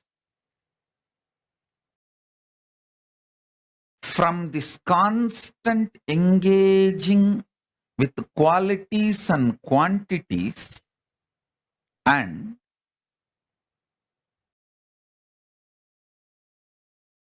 Shaktipada, initiation, happens from the Guru, immediately your being starts experiencing quantum experience. Listen. Because you are constantly engaged in the activities related to quality and quantity, you miss your existence, which can be experienced only in the quantum space. I tell you,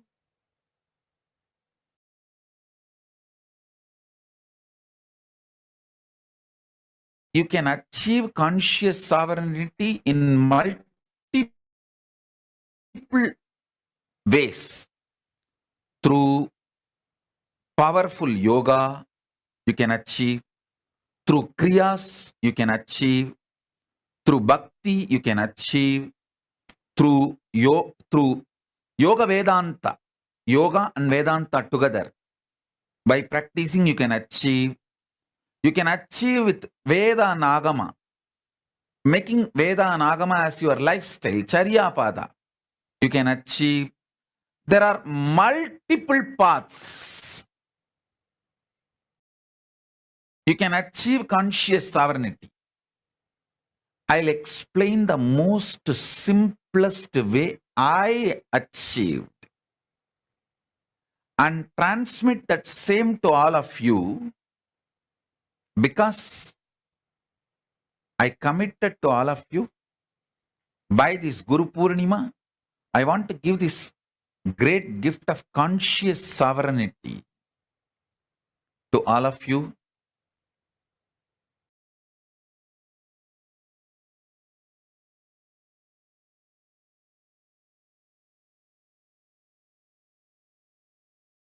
Today I am going to reveal very important truth and very important initiation.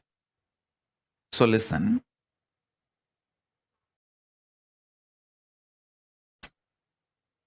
This quantum experience of initiation, Shaktipada and Shaktinipada, happens in a very sweet, simple, relaxed sitting with the Guru.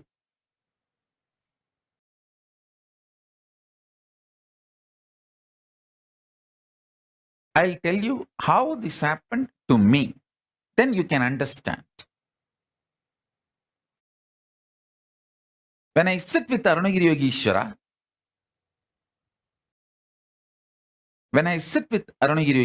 my Guru,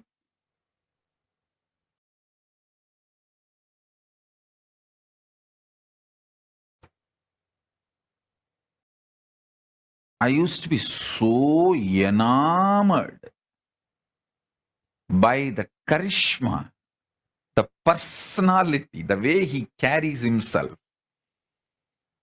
I just used to be lost in him. I used to be so attentive, so much into his eyes. When I asked a question, the way his eyes react or respond, I know I asked the right question, or I asked the useless question, or I asked the wrong question, or I was just trying to poke him.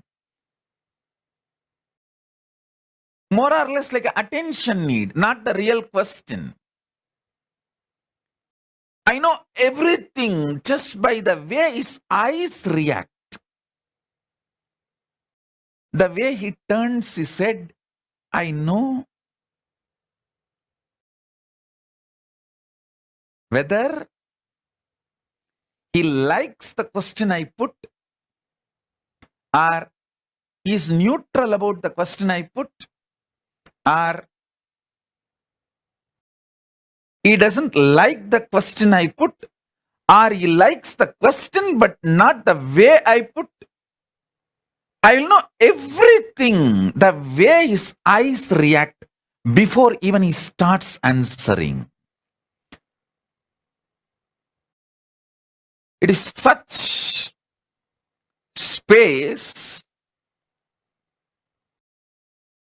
I know he knows every thought current getting created or I am entertaining, engaging with.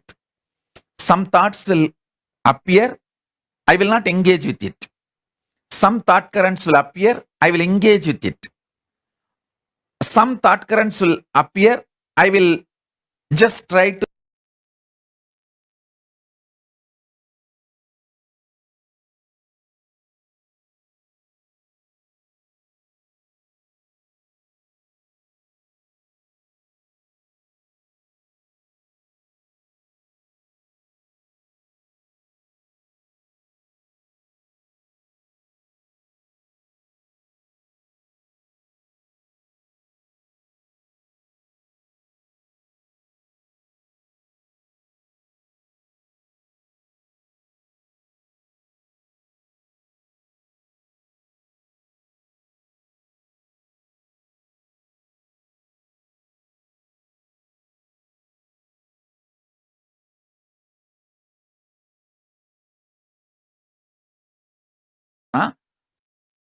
for clothlessness, I am using the word nirvana here for bodilessness, sheathlessness.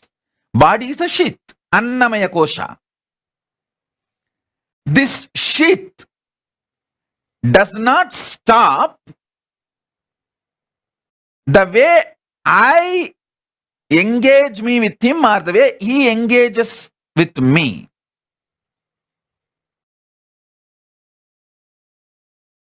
It is extremely sweet,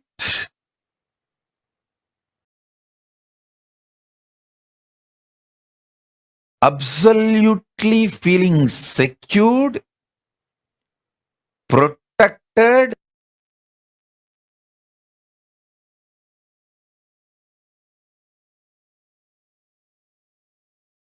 even if you have to go through death, you will not bother because somebody who is very trustworthy and right person who loves you and your interest, you are going through that death in his lap, under his control, monitor and space.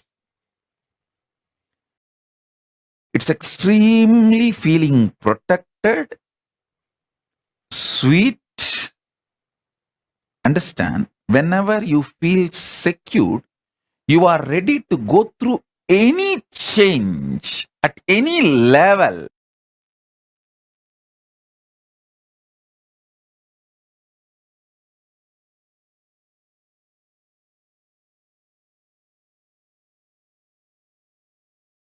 It's an absolute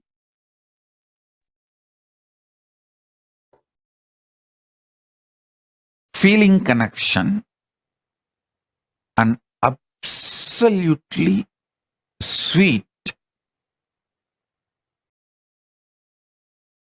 boundarylessness. I will feel so free with him. Even when he eats, if food particles, if they drop from his mouth on his body or few grains, I will never leave them. Without missing a single grain, I'll pick up and eat it away. Even if it falls on his body, some sambar or little curd, I'll make sure I'll take it and eat it away. Because Guru Uchishta, the Guru's prasada is so sweet. The Guru Uchishta is such extremely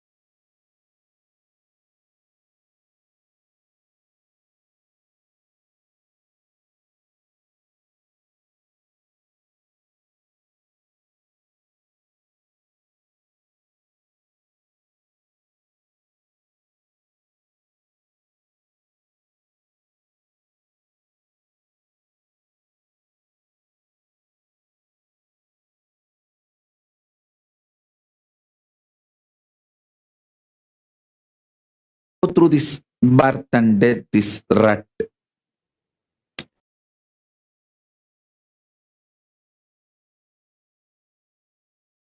Just map it to many questions you have. You will fall from this quantity, quality, nagging, irritating frictions into the quantum enlightenment now.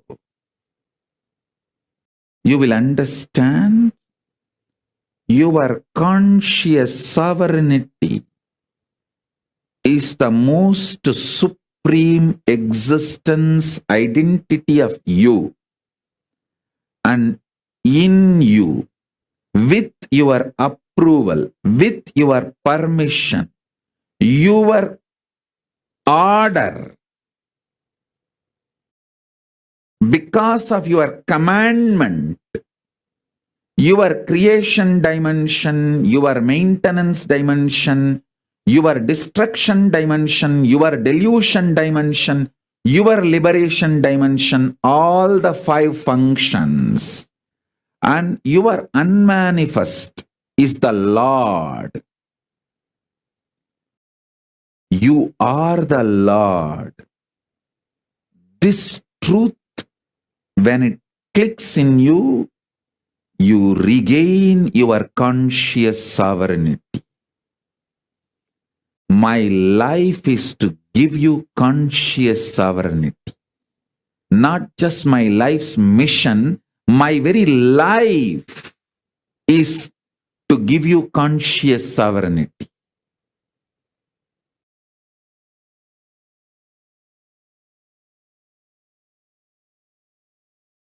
My Guru gave me this. I am here to give you this.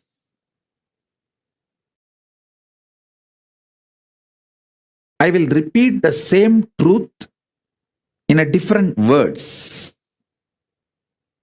from the different angle. Listen. Gauri Bharata, tell Anusha to come and sit for initiation. Get Anusha. Shilpa, get Shaktidhara for initiation. I'm not seeing him. I think the lighting.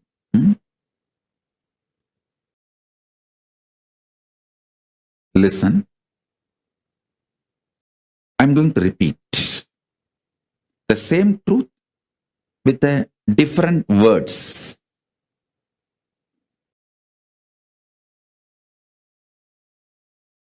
Because from the multiple angles, when I explain, many of your pain points will break, melt down.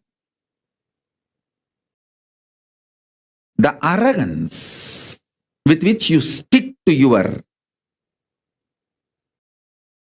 ideas, if it melts down, you can achieve the conscious sovereignty now.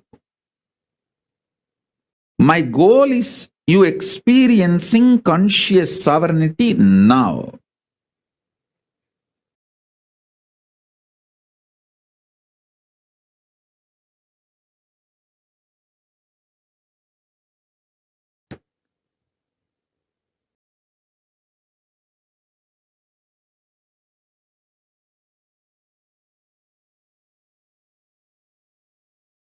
See, the satsang is going to be very long. I'm going to elaborately talk and initiate all of you. So if you guys are a little tired, I think it's already going to be 11 o'clock night. So if you guys want to pick up a cup of coffee or a cup of hot chocolate, tea, you can pick up. Come and sit very comfortably.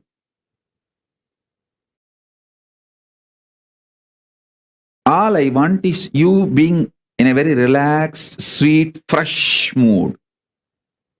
With a cup of coffee or hot chocolate, tea, anything is okay. Just come and sit.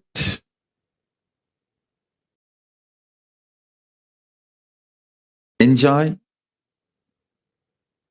You don't need to be tensed actually. Because I will take your stress. Where all you have pain points, where all you are locked, where all you are caught, I know it. I will crack them. You don't need to worry. You sip cup of coffee, you sip cup of tea, and keep a cup of coffee for me also. I'll bless that and give it to you as a prasadam.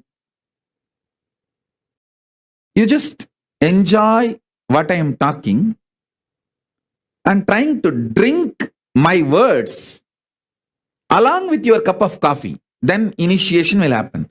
That quantum initiation will happen. Nothing serious. You don't need to be very serious. You don't just be awake, but nothing to be serious or worried. Ma Pragnya, tell your brother also to come for initiation. Call him. Tell him to attend the initiation.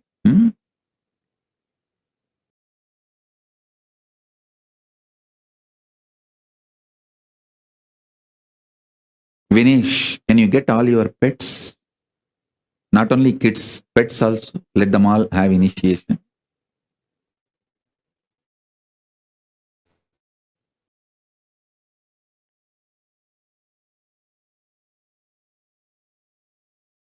So listen.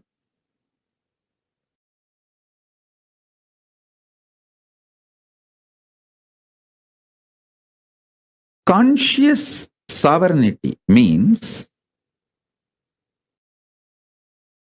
there is no blind spot about you and your existence.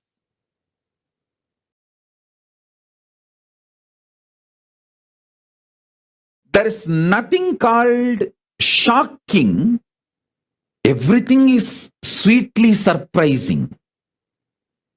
See, sweetly surprising is not wrong. But there is nothing called shocking. You just know the probability and possibilities of your existence. Because you are consciously manifesting it.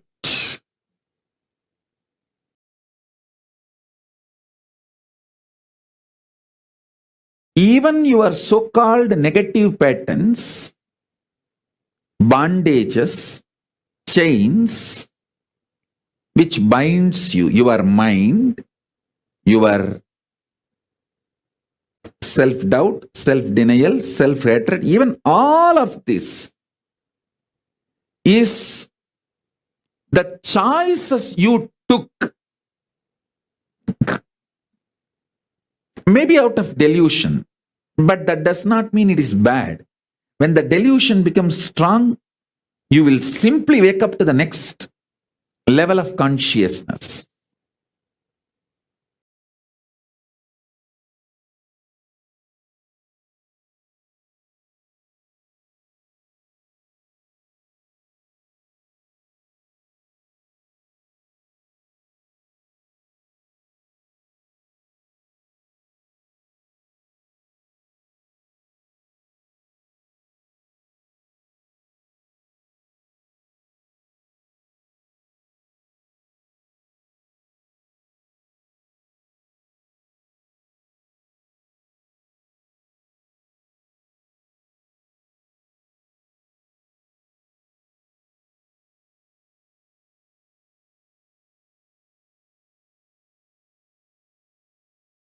One funny thing with human beings, all the things they like, they feel as good. They take the responsibility. Yes, I manifested this. I am the conscious sovereign authority for this because it is such a good thing. But the most funny thing, things you don't like also you only manifested.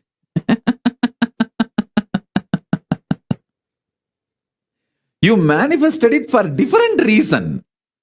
Maybe after manifesting, you forgot. You liked it and you wanted it. You called for it. So listen. Tripura, call Vedaswarupa to attend. Nice. Vedaswarupa, call Bhagavan Reddy also to come and attend. Bhagavan Reddy and his daughter and wife, the whole family. Listen. I'll repeat now.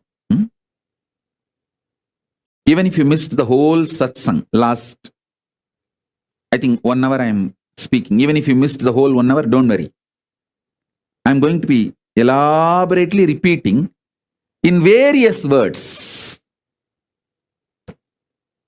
Because it's the initiation, the words I am uttering are like a mantra. Initiation. It is not discourse or a teaching. It's a mantra. So it will just go inside you and it will start working inside you and manifesting the conscious sovereignty. It's like a conscious seed, powerful seed going into your system. So listen. You take responsibility for all the good things in your life. That's great. Nothing wrong with it. Understand, even the bad things you think, you only called for it. And if you don't want to take the responsibility for the bad things, that irresponsibility is also okay. Because that irresponsibility is delusion. Irresponsibility, not wanting to take responsibility for the bad things you invited in your life is delusion. That delusion is also going to wake you up and lead you to liberation. So it is not that delusion is something bad.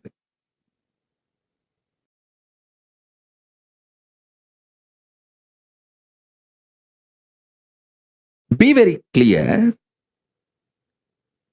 You be the good guy in your life, bad guy in your life, right guy in your life, wrong guy in your life, neutral guy in your life. You be your deluder, you be your liberator. You are that. It is not that you have to be or become. You are that. That is the truth.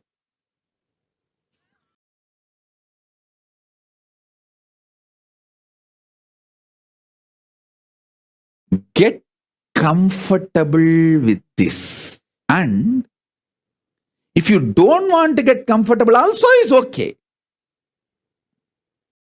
Because you are that. See, even if you don't get comfortable with the truth, you invited your headache by having a head. You deciding to have a head itself. You accept the process of possible headache, the possibility of headache. The moment you decide to drive in the road, you accept the possibility of the accident or a sweet surprise of meeting your friend whom you did not meet for a long time. So the surprise, sweet surprises, shocking accidents, both are possibilities, probabilities of your decision to drive in the road.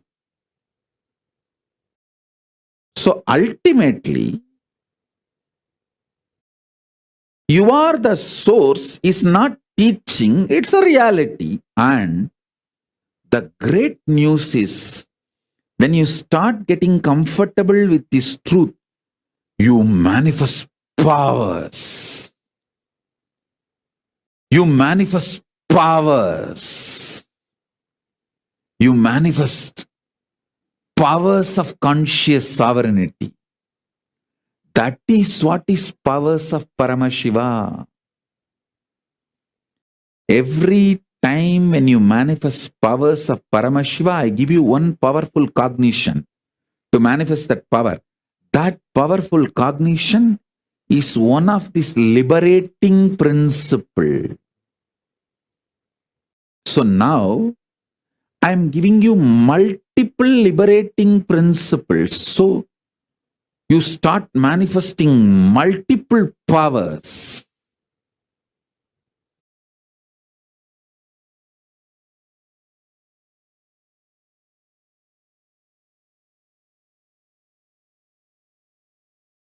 Do not let others play bad guy role in your life. And even if you let them play the bad guy role, it's okay.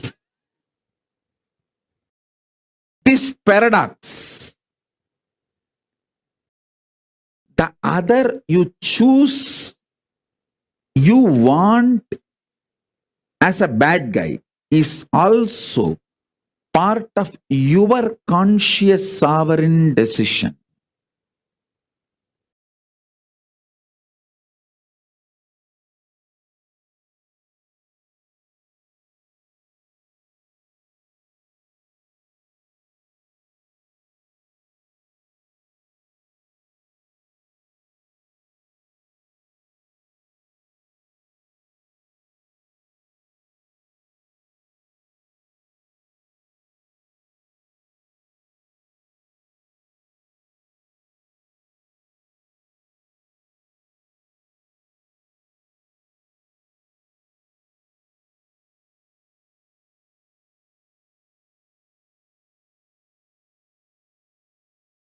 Paramashiva, creation of sustenance, creation of destruction, creation of delusion, creation of liberation, maintenance dimension getting created, maintenance of maintenance, maintenance of destruction dimension, maintenance of delusion dimension, maintenance of liberation dimension, then destructive dimension getting created, the destructive dimension getting maintained, the destructive dimension getting destroyed, the destructive dimension getting deluded, the destructive dimension getting liberated, then the delusion dimension getting created, the delusion dimension getting maintained, the delusion dimension getting destroyed, the delusion dimension getting deluded, and the delusion dimension getting liberated, and liberation dimension getting created, the liberation dimension getting maintained, the liberation dimension getting destroyed, the liberation dimension getting deluded, the liberation dimension getting liberated. These 25 heads of Paramashiva. Contemplate how in each of these dimensions you are manifesting your life. How you yourself enjoy many times your own delusions knowing it is delusion. Multiple times you enjoy your delusion knowing it is delusion.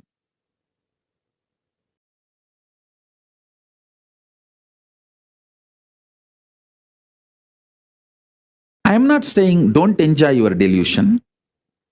I am not saying enjoy your delusion. I am only saying know it that it is you, so that your conscious sovereignty is not damaged by your actions. Your existence should not be damaged by your actions.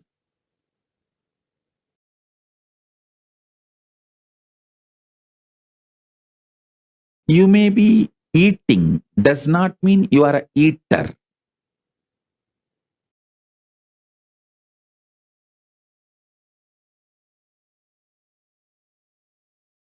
You may not be eating, does not mean you are a nirahari.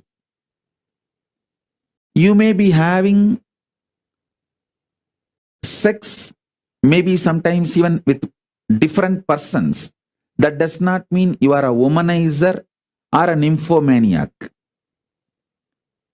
I am not saying go and be a womanizer. I am not saying do this or don't do this. All I am trying to tell you is the actions does not damage your existence. Your conscious sovereignty is independent of all your delusions put together.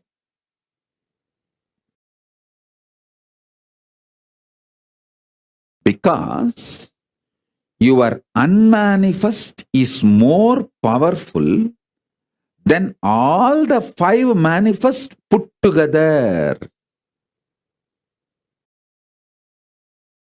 Your creation, maintenance, delusion, destruction, liberation, all 5 put together is only 25% of you. 75% of you is your unmanifest. I am giving you kind of this percentage for you to understand. In reality, 99.999999% of you is unmanifest. Only the 0.0000001% is the manifest. In that manifest is a 5 manifestation. Like if in your cell, even if your cell, if you thoroughly analyze, 99.99999% is vacuum, unmanifest. Only the 0.0000001% is the manifest. In that manifest, 1/5 is creation, 1/5 is sustenance, 1/5 is destruction, 1/5 is delusion, 1/5 is liberation. So,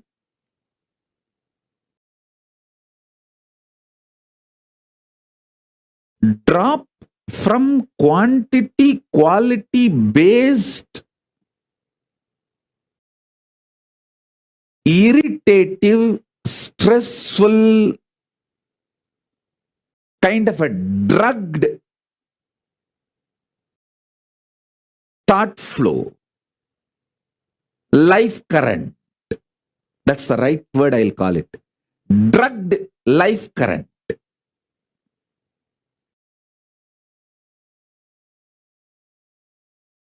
Drop from that. Come to this conscious sovereignty. And you don't need to expect you should experience conscious sovereignty within this 1 hour of satsang. I will make that happen. You don't get stressed. You listen to every word I am uttering and try to cognize. That's enough.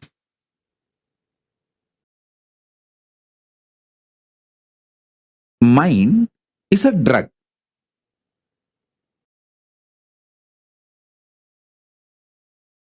It's not chain. The word chain gives kind of a solid experience perception. It is not worthy to be called as chain. It's only alcohol. Tomorrow morning, its effect will not be there on you. That kind of a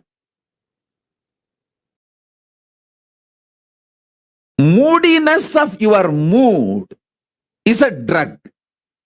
Drug's impact on you is moodiness of your mood.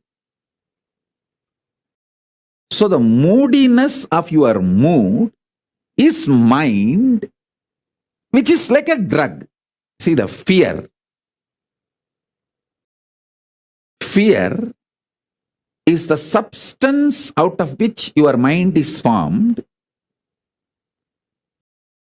That substance, fear itself, is moodiness of your mood. It is not even the permanent mood. When the lust comes, the fear just disappears because it is only moodiness of your moods. as I said, delusion is only one dimension of the 5 dimensions. So the fear is just a moodiness of your mood.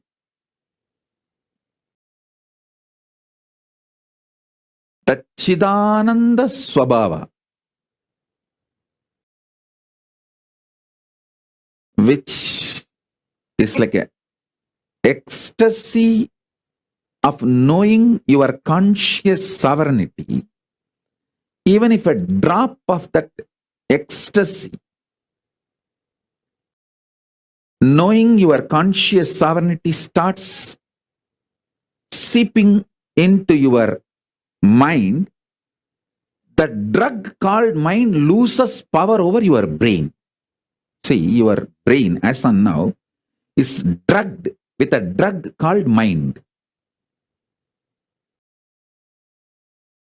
Even one drop of nectar, dose of Chidananda Swabhava Amrita, if you know your conscious sovereignty even in one dimension, hey, yes.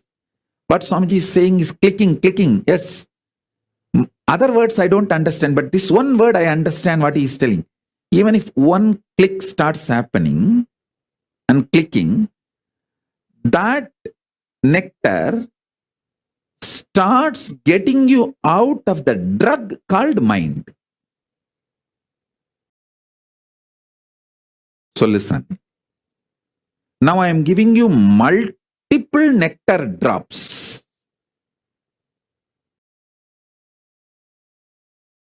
Anyone works on you is enough. You will start cherishing the conscious sovereignty, which I sincerely want all of you to manifest by Guru Purnima. By Guru Purnima, I want all of you to have the conscious sovereignty, because by this whole Chaturmasya, I want all of you to enjoy this conscious sovereignty and manifest powers. Powers of the unmanifest, Paramashiva, the source of you. Listen.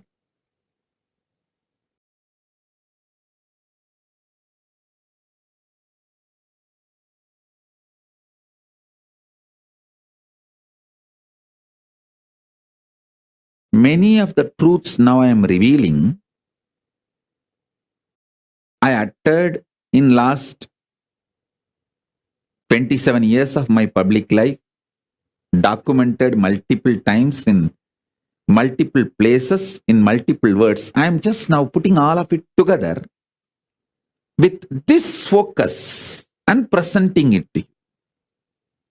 See, whatever I am sharing is basically from the revelations Paramashiva revealed in Vedas and Agamas. Last 27 years of my public life, whatever I was sharing, from what I inherited from my gurus, now I am compiling with a focus of you experiencing conscious sovereignty. I want you to catch the glimpse of conscious sovereignty. Vishoka, tell your mom to attend the session. Vishoka, get your mom to attend the session.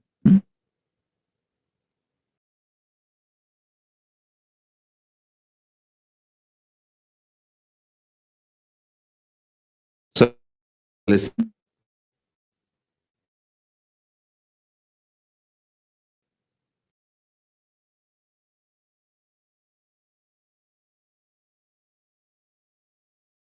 First, stop hating, stop getting powerless about anything in your life.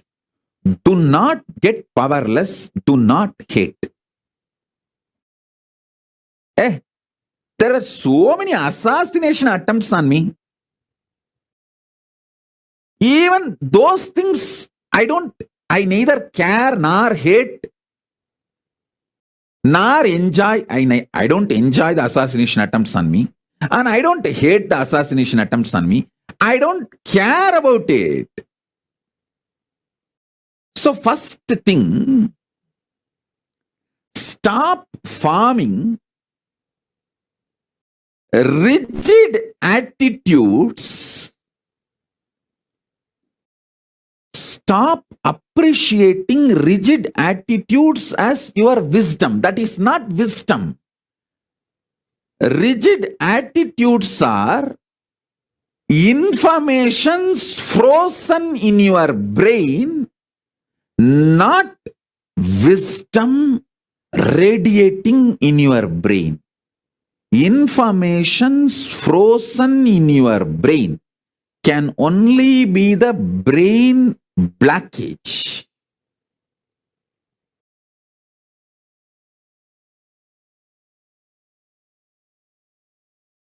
You call that blood clot, like that brain clot. It's only the brain clot.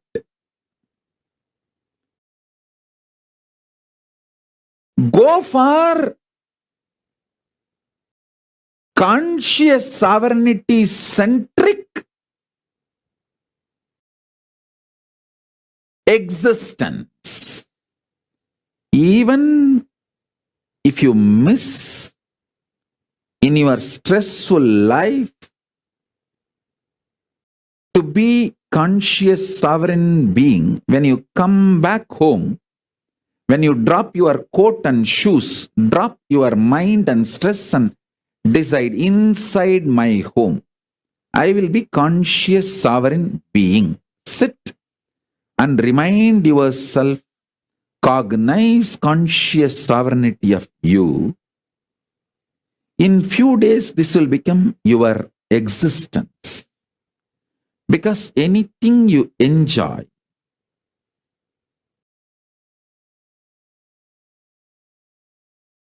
anything you entertain, you become that becomes you.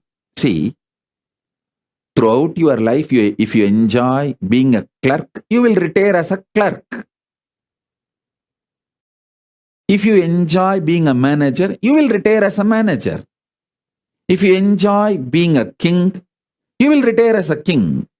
What you enjoy, you will manifest. Do not tell me, oh, I enjoy being a king, but I am not getting opportunity. No, life is too big. And even if you are struggling, no, I really want to be a king, but I am not getting opportunity, then okay, entertain with that. You are engaging with that. Engage with that delusion. It's okay. But know it, you are engaging with that delusion. Listen.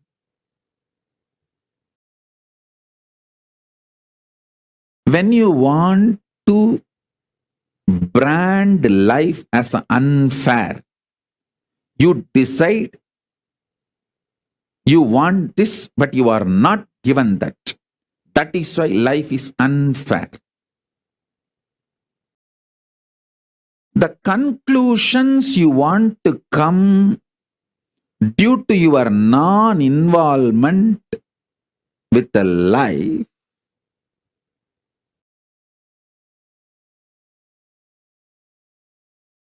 is the real delusions.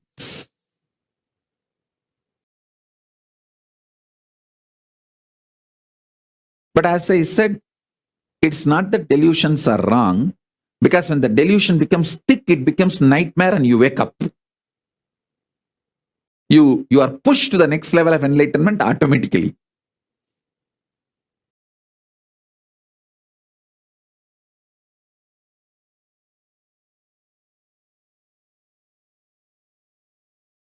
Engaging.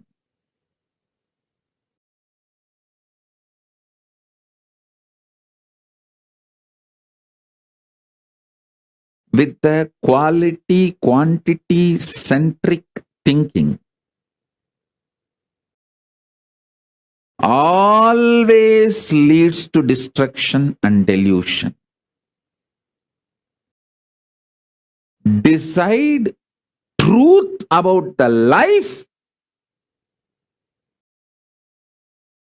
is the goal of your life. I tell you, first Be genius. What is the meaning of genius? Search for the truth is the center of life. From that, make six-pack body. From that, make billions of dollars. From that, make all the relationships you want. From that, manifest all the powers you want. Create what you want. Enjoy what you want. Celebrate what you want. Destroy what you don't want. Be deluded when you want. Be liberated when you want. But centered on your conscious sovereignty. Listen. People who search for the truth in the field they have chosen in their life, they become genius.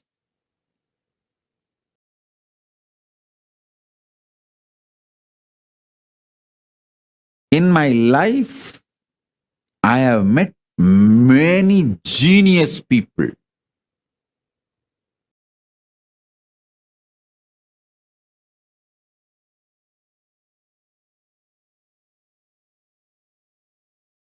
In Tiruvannamalai alone, I have met at least 50 genius people. Genius means extraordinary genius because their whole focus is about the truth of life. From the truth, whatever they want to manifest, they can manifest, and they manifested that what they need and lived it. I tell you, Annamalai Swamigal had only 2 loin cloth and 2 towel his whole life. But I have not seen a more richer person than him. In my life, I have not seen anybody else richer than Annamalai Swamigal because he manifested the 2 kaupin and 2 towel from his conscious sovereignty. His decision to exist on the truth of life is a genius, I tell you.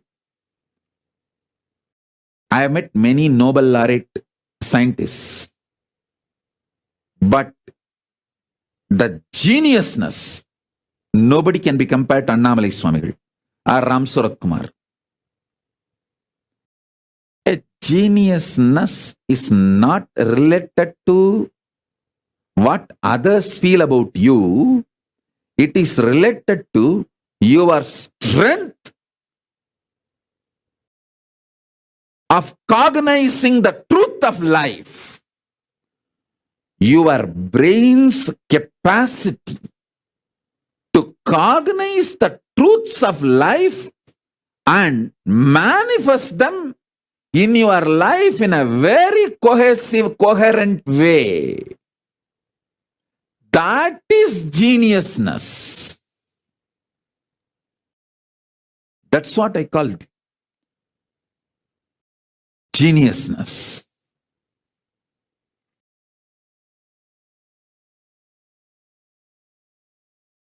Neither Annamalai Swami will want 3rd kaupin, nor he would have accepted even if people forced it on him.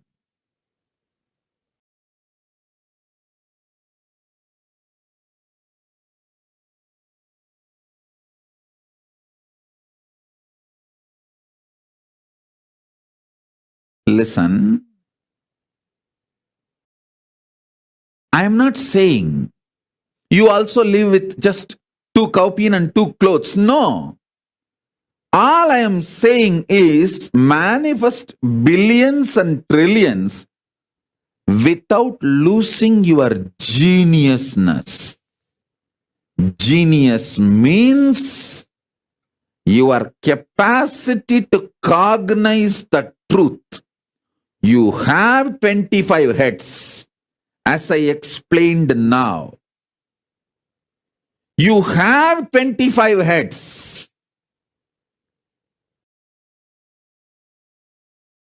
If you want, I'll repeat. I'll repeat for the sake of people who joined now. Creating creation. Maintaining creation. Destroying creation. Deluding creation. Liberating creation. Maintenance being created. Maintenance being maintained.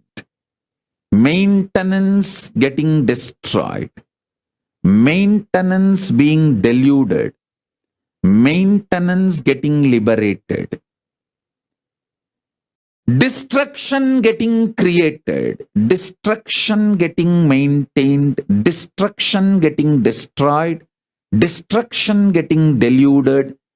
Destruction getting liberated. Delusion getting created, delusion getting maintained, delusion getting destroyed, delusion getting deluded, delusion getting liberated.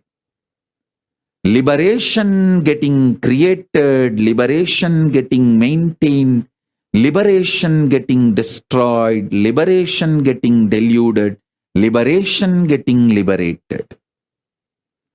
This 25 phase, FACE and PHASE, phase of Paramashiva, you have it.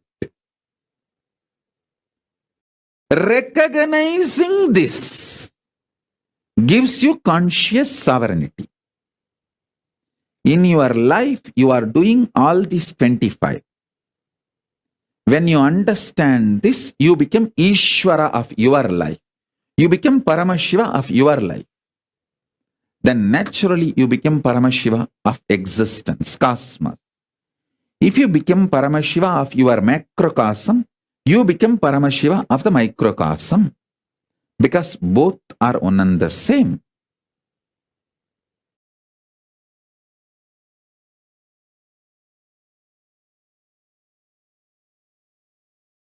Ability to cognize this is geniusness. Geniusness is not just stealing some theories here and there. Listen, the so-called modern civilization mostly built on stolen money and stolen theories from Hindus of India. Instead of India, I'll use the word Bharat. Because the Bharat is from Himalayas to Malaysia, from Gandhar to Gadaram. The whole thing is Bharat. India means you will feel only that small area, but Bharat. The modern day civilization mostly built on stolen wealth and stolen ideas of Himalayas, from Himalayas to Setu and Gandhar to Gadaram, Bharat. From Bharat, the knowledge, ideas, principles and wealth stolen. Out of this only, the modern day civilization is built. Only thing is, they stole our parts of it. They did not fully steal. That is why the whole mess. Geniusness is not about stealing some concept, principles and rebranding, rewording in your name and getting Nobel Prize or this prize, that award, that recognition, this recognition. Geniusness is ability to cognize. You are doing this 25 in your life.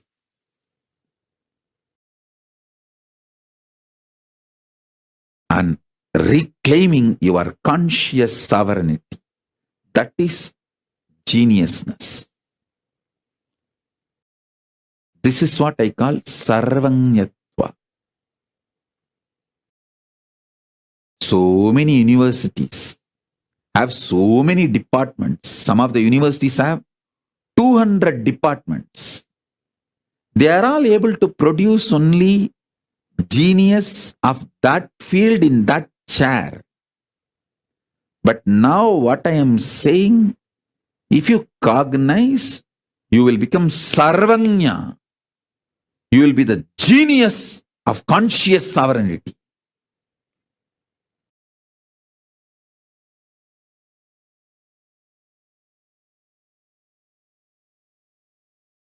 Spend little time on cognizing this. Nothing wrong. That will be the best worthy time in your life. See how you are creating creation in your life, how you are maintaining creation in your life, how you manifest a cell, and how you sustain that cell, how you destroy that cell, how you put that cell into delusion, means different usage, and how you liberate that cell. Once for all, you free it. And that becomes part of your larger existence, unmanifest form. How you are playing all these 25 dimensions of you, cognize. These 25 phases and paces.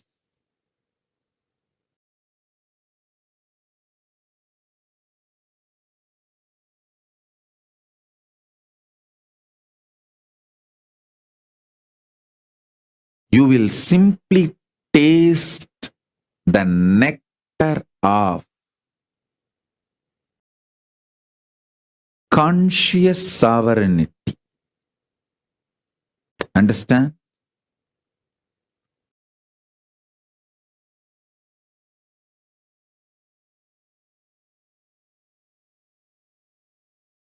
This quantum initiation to happen between Paramashiva, me, you, all three of us.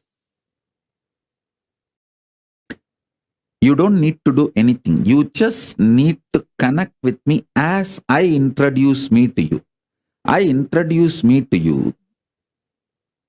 I am Paramashiva, fully manifesting conscious sovereignty of Paramashiva with all its dimensions. Unmanifest and manifest and more.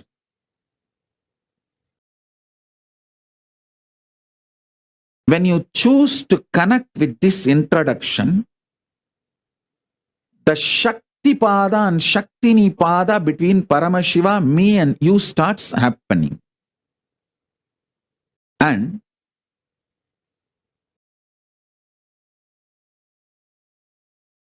with this mood, relaxed, sit with a cup of coffee, hot chocolate or tea. Listen to these revelations.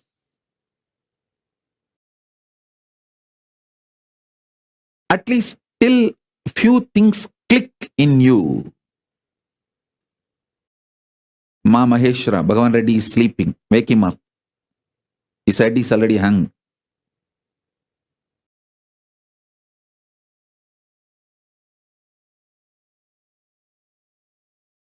Listen, listen.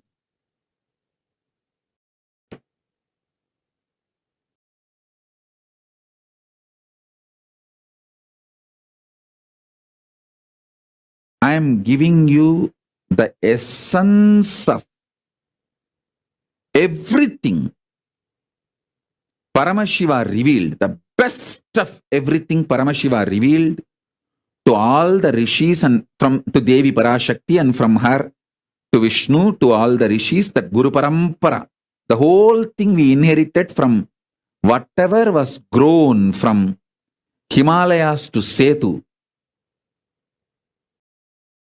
and Gandhar to Gadaram.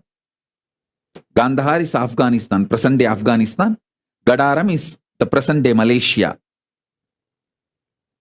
Afghanistan to Malaysia.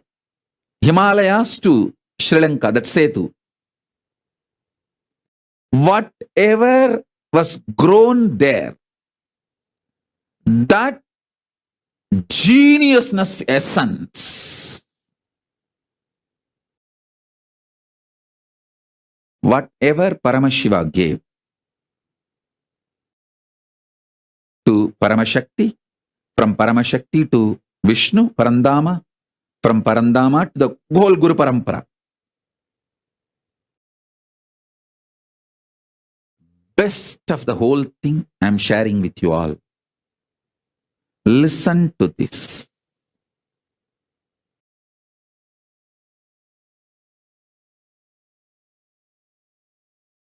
Ultimately,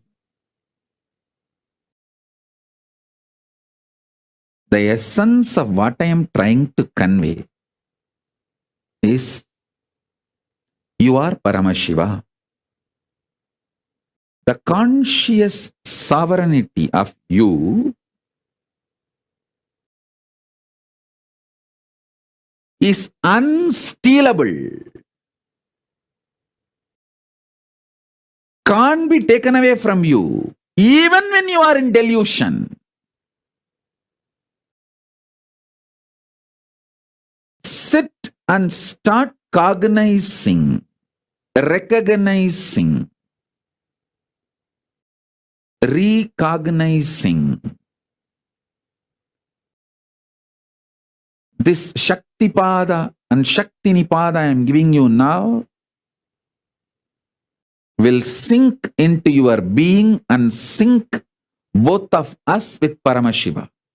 Paramashiva, me, you, all three of us will be in sync.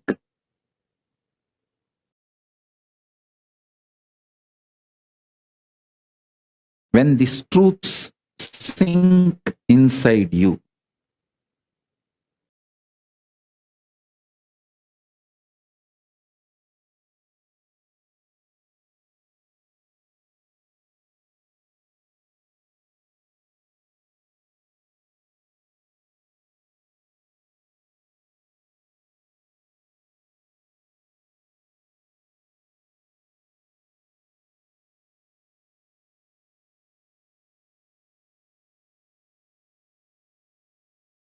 do it like a homework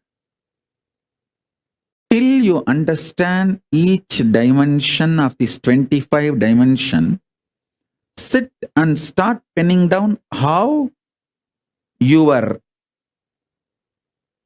conscious sovereignty is working in that dimension. How you delude your own delusion.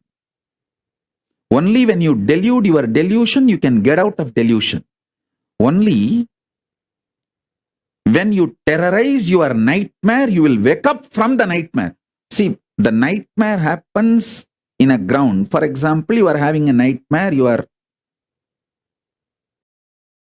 running to escape from tiger and snake, and you are running in the wild forest. This is the nightmare. But you send a earthquake to your nightmare and shake your very nightmare itself. Then you realize, oh God, you never went to that forest and the whole thing is a delusion. You wake up. So you delude even your delusion. It means you have a capacity to delude your delusion. You can give an earthquake to the forest in which you are running to save your life.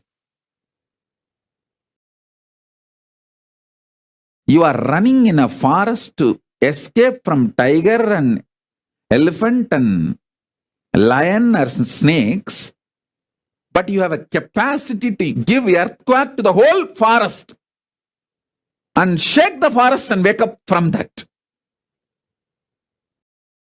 I am giving you one example. But you can see in multiple levels how you are capable of deluding your delusion itself and liberating yourself from your delusions. look into small examples of your life and start working on it. Listen, when Arjuna decided to connect with Krishna as Krishna introduces himself, Krishna says, I am everything.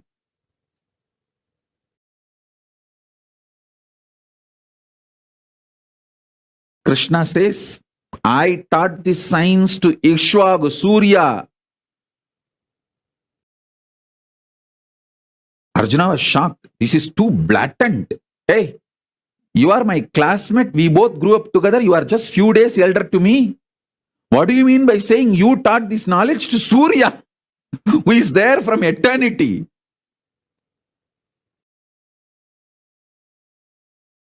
Arjuna even asks openly. Then Krishna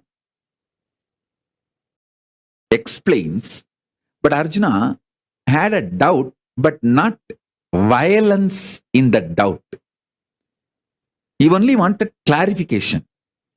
So the moment Krishna clarified, Arjuna decided to connect as Krishna introduces himself, not as the Krishna abusers introduced Krishna, or as he himself has perceived Krishna. See, Krishna and Arjuna grew up together. They were classmates, all mates. They enjoyed life together. It was such a sweet relationship.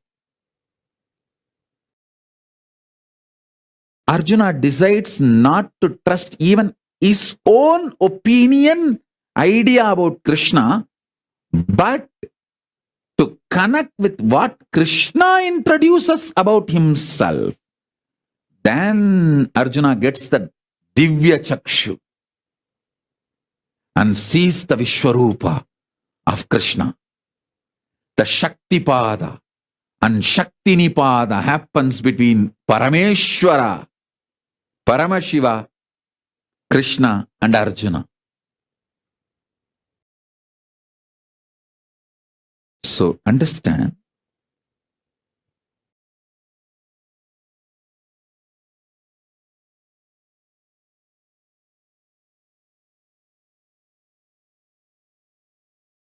this knowledge will make you real genius. Seeking the truth intensely makes you genius, not just some award, reward, theory, somebody accepting you. It is the intense commitment to discover the truth, ability to cognize the truth in your brain.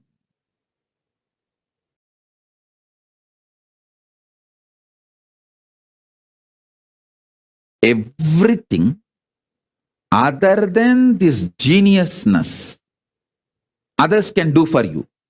Money, others can earn for you. Clothes, others can get for you. Food, others can get for you. Everything others can get for you. But the seeking of the truth, only you have to do for yourself. Becoming genius, only you have to do for yourself. Nobody else can do it for you. I can give you Shaktipada and Shaktinipada. Make this Shaktipada and Shaktinipada happen between Paramashiva, me and you. I can do that. But deciding to cognize that conscious sovereignty, only you can do it for you. Decide to be genius.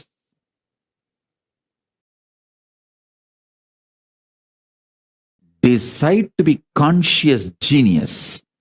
Decide to have conscious sovereignty. Decide to grasp how you are doing all these 25 in your life. till you catch it, sit and pen down, think through. This will make you most practical. I tell you, most of your stupid decisions are because of delusion.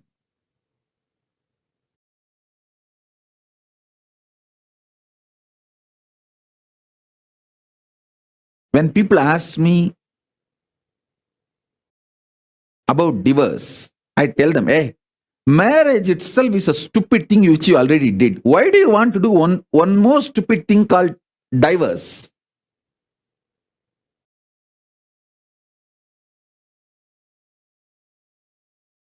It's all over. Just go through and work on your conscious sovereignty. So you can make not only your marriage, your whole life work. Doing the marriage out of stupidity is the crime, and doing the divorce without getting out of the stupidity is a bigger crime. If you have done the marriage out of stupidity, get out of stupidity, not getting out of the marriage. Getting out of the marriage is not solution. Get out of the stupidity.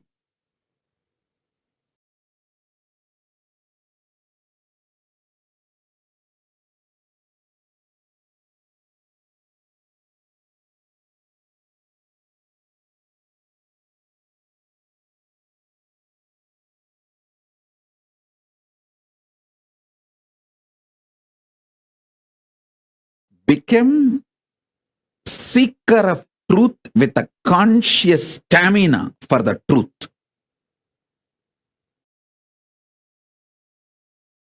Seeker for the conscious sovereignty with a stamina. You will become genius, and your practical life will become most beautiful. I am not talking some otherworldly.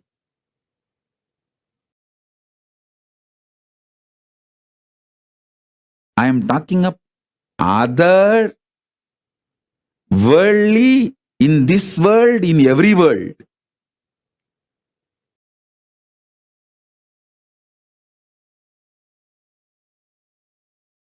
This conscious sovereignty truth, swalpamapyasya dharmasya trayate mahato bhayat. Even if you start cognizing even little bit, so much fear will be destroyed, so much bad things will leave you. You will become so good to yourself and to others and to the whole world.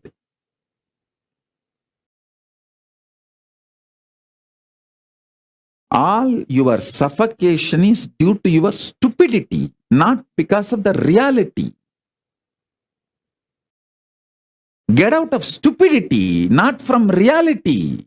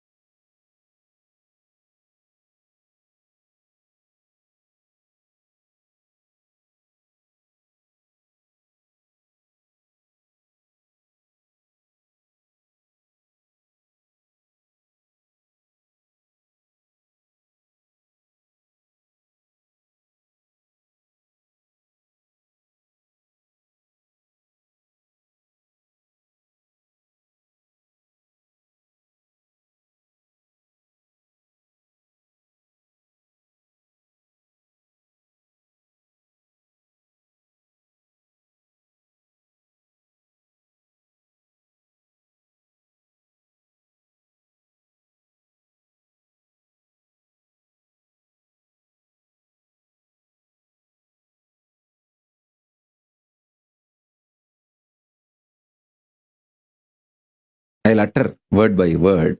I'm just trying to reveal layer by layer.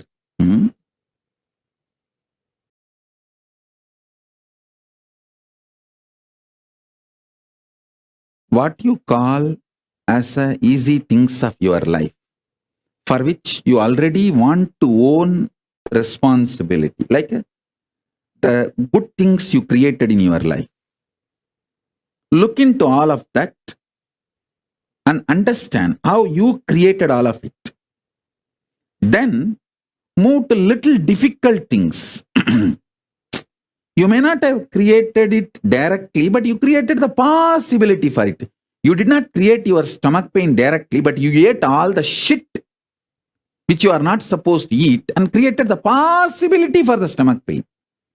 So move to those kind of things and start understanding. Then move to your pain points. You literally deny, no, I did not create this. This was forced upon me by my enemies. And then you even have some stupid things. People dare to tell, this was forced upon me by God himself. As if bum loose. Paityam. Paityam.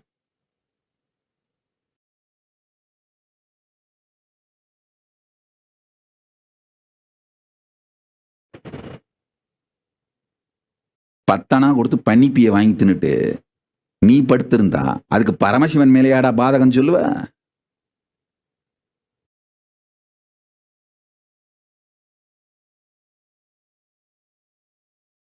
சட்டி என்ன கொதிக்குதுன்னு சத்தமில்லாம நெருப்புல குதிச்சானு.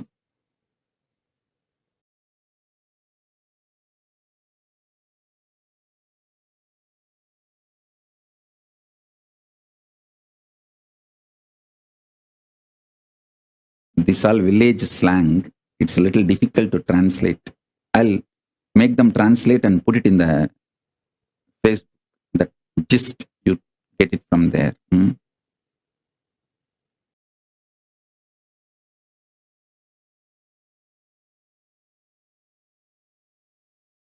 Listen.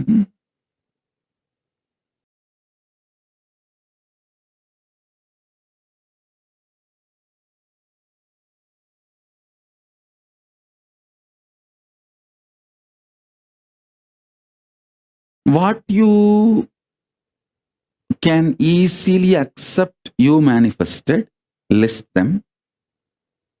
What you easily don't accept, you manifest them. You manifested it, list them. What you feel very difficult to accept that you manifested, what you don't want to accept at all, you manifested, just see. And how your delusion, destruction, all this is involved in every step.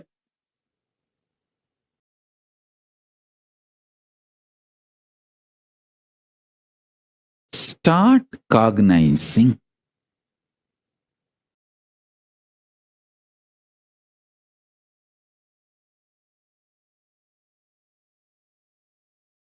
I think I am not yet done. I am going to continue.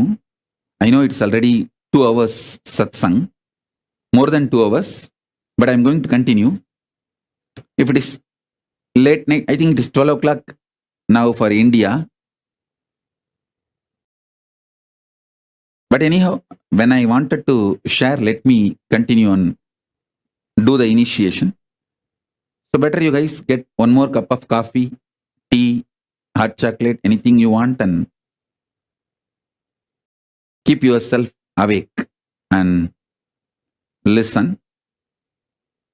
Get the initiation, because now the initiation is happening.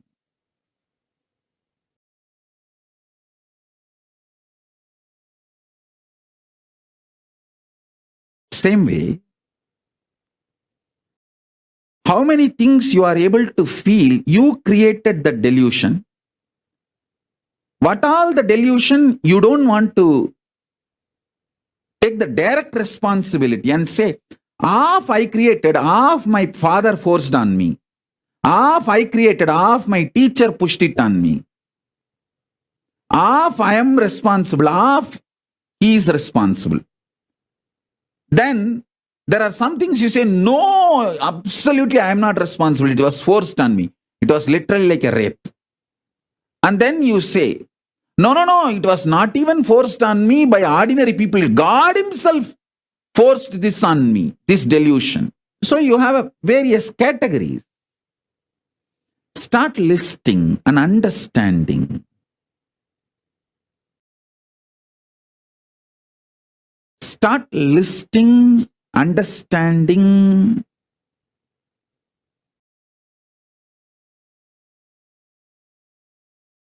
the creation dimensions,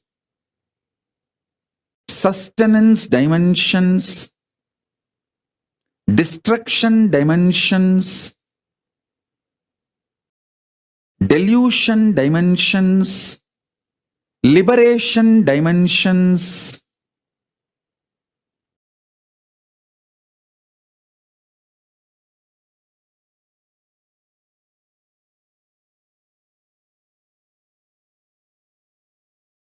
each of these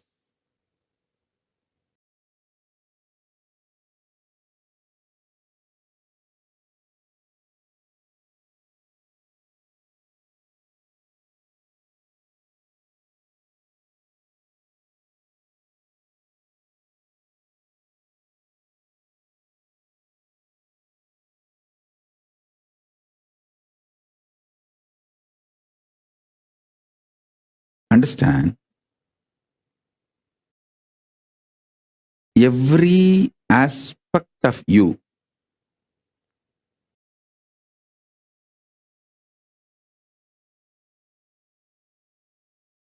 listen. Every aspect of you understand.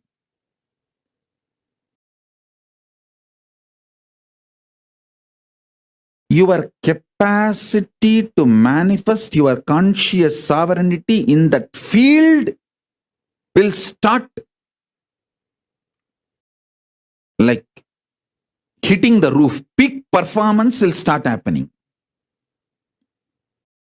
I'll give you the example of food. The field of food, if you understand how you generate food patterns, you sustain food patterns, you destroy food patterns, and you struggle with the food patterns out of delusion, and how you liberate yourself from the food patterns. If you understand, in that field you will become genius. Maheshwara, where is Bhagavan Reddy? Missing again? Get him. I'll wait till he comes. He's gone to sleep? No, pour coffee on him and get him. Not on his head, pour in his mouth. Give him coffee and get him. Ma Supraja, get Bhagavan Reddy. Bhagavan Reddy has come back. So let me start. Listen. Hey Supraja, give him coffee. I tell you,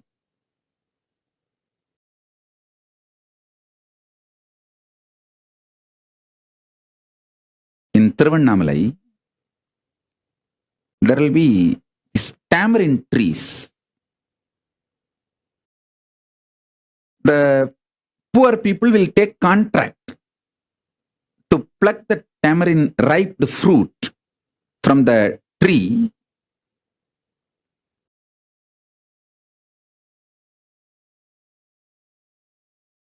One day, one person who took that contract came to my guru, Raghupati Yogi, and complained that he has to get so much of labor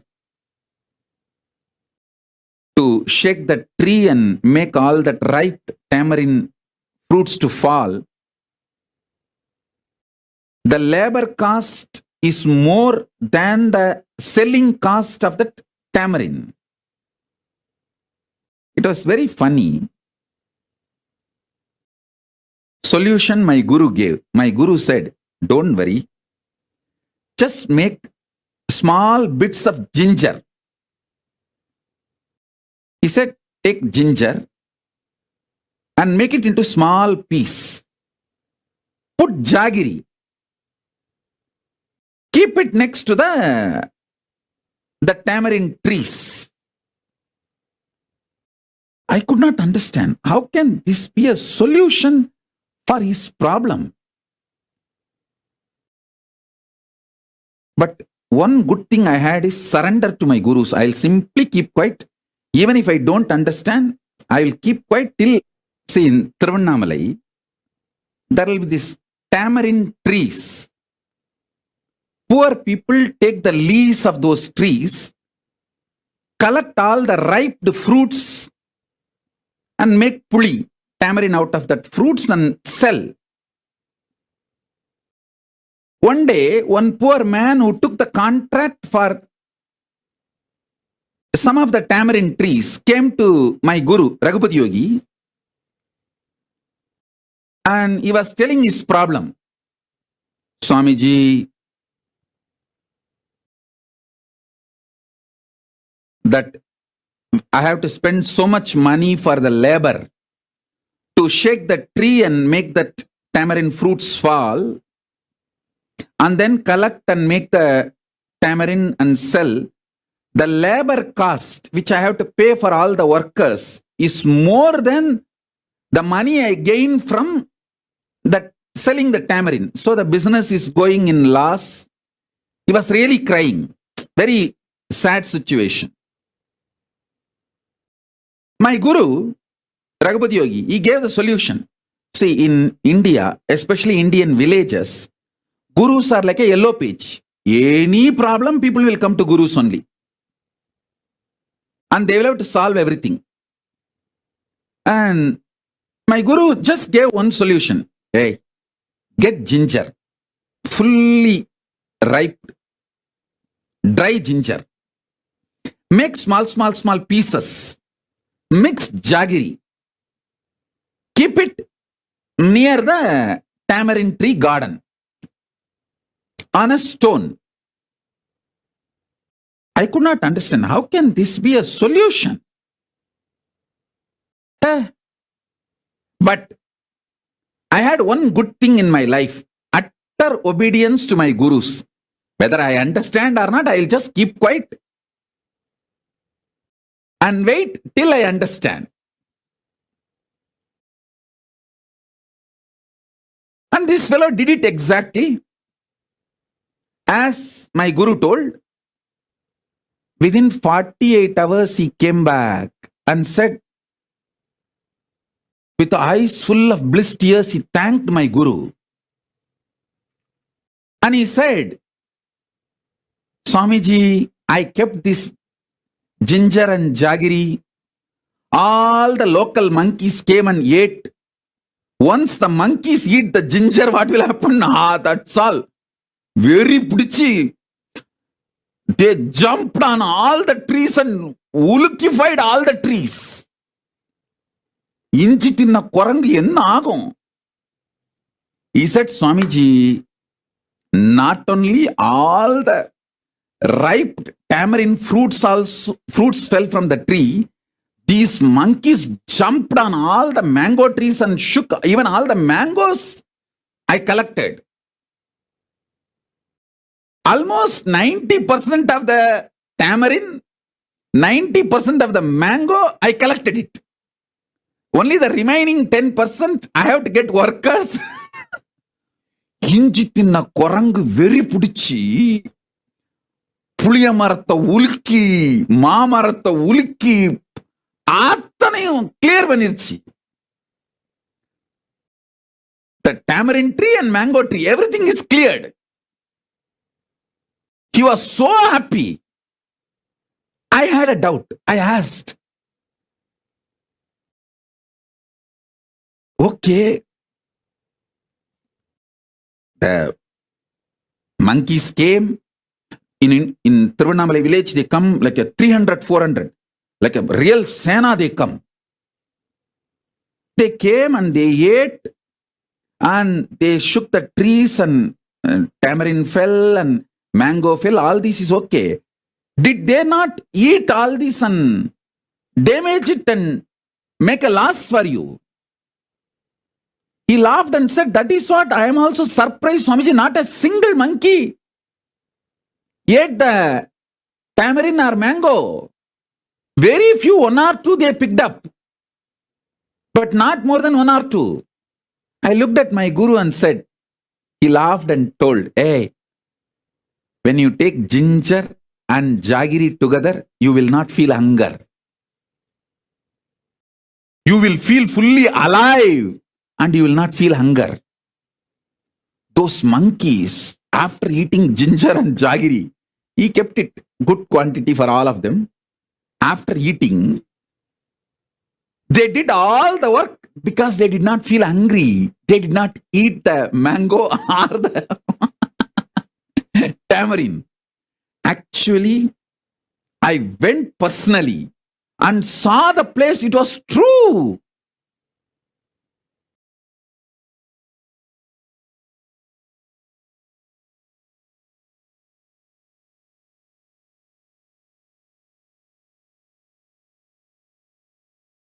I gave this example to tell Supraja, feed Bhagavan Reddy with coffee or hot chocolate so that he will sit. Even ginger tea is good.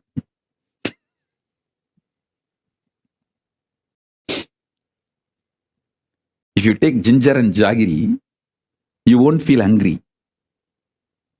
With less food, you will feel full.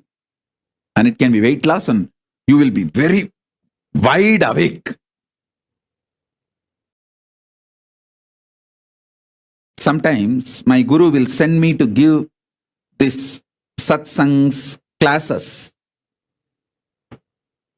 If I am feeling tired or lazy to go, I will tell, oh, I am feeling sleepy. If I go now also, I will speak only for 10 minutes. Can I go tomorrow? Can we make the class tomorrow? All he will do is only one thing. He will just take little karslangani and apply it on my upper palate. And all that pitta and kapha will come out. I'll go and sit and talk for 3 hours, 4 hours. Because no tiredness. Pitta and kapha in the body is responsible for tiredness. Once he will put that and send me, I am also like a monkey fed with ginger and sugar. And I will go on and on and on and explain everything I am supposed to explain and come back after 3 hours or 4 hours giving satsang. I think my karsalangani on the upper palate is working.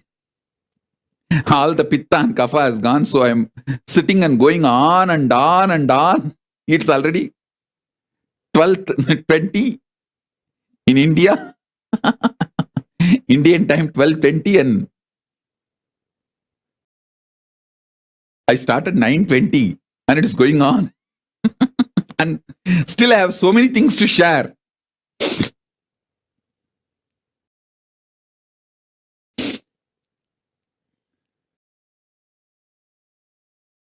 Come on. Let me start now.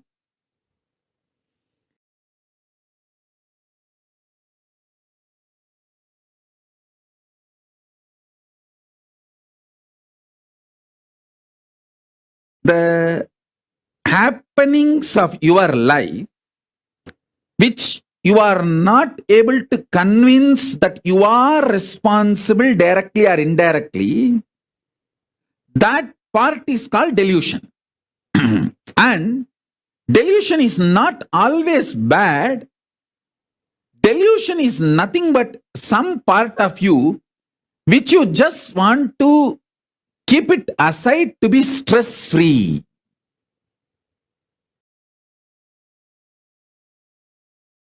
If you understand, you are responsible even for your delusion, you will not feel bad to take responsibility for your delusion. Listen. This is what I call layers of problems.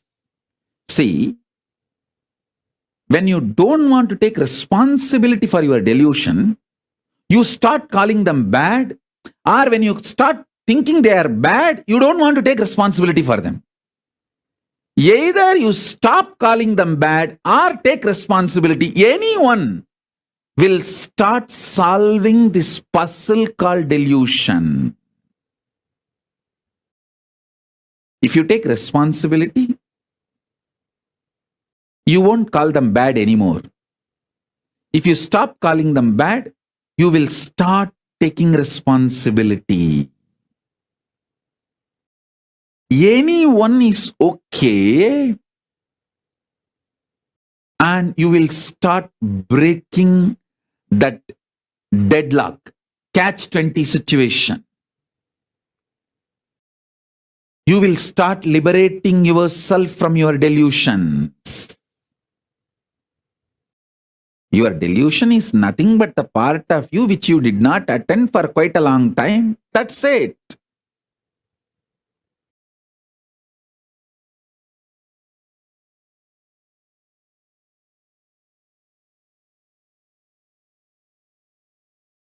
Sometimes it is also change of taste. See, all the time you can't be taking sweet. You may want little spicy, gongura chutney also. You may want little chili, that spicy things also. That's all is the life. And nothing wrong to go for spicy. The layers and layers. If you start peeling, you will simply realize and reclaim your conscious sovereignty. You will understand how the Guru graces you with the Shakti Pada and Shakti Nipada, and how this virtuous circle of you, me, Paramashiva, all three, vibrating in the same frequency and oneness. The more and more pain points in you melts down, more and more you, me, Paramashiva, all three start vibrating in the same frequency of oneness. I can call it Paramadvaita, Shuddhadvaita.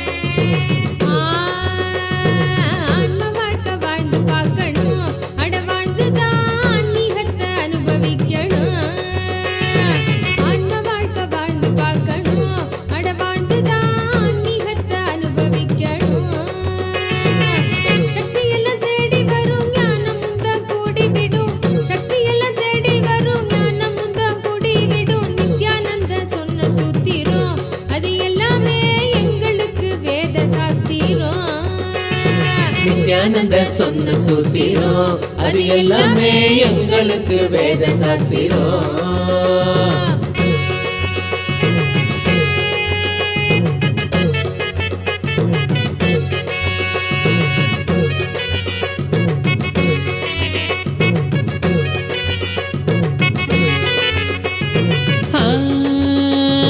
பக்தியுடன் பாடிடும் பிரார்த்தனையும் சோஸ்திரம் நித்யனவன் காலடியில் கொண்டு நம்ம சேர்த்திடும். பக்தியுடன் பாடிடும் பிரார்த்தனையும் சோத்திரம் நித்யனவன் காலடியில் கொண்டு நம்ம சேர்த்திடும்.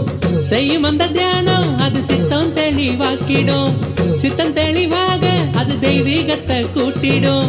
செய்யும் அந்த தியானம் அது சித்தம் தெளிவாக்கிடும். சித்தம் தெளிவாக அது தெய்வீகத்தை கூட்டிடும். சக்தியெல்லாம் தேடி வரும் ஞானமும் தான் கூடிவிடும்.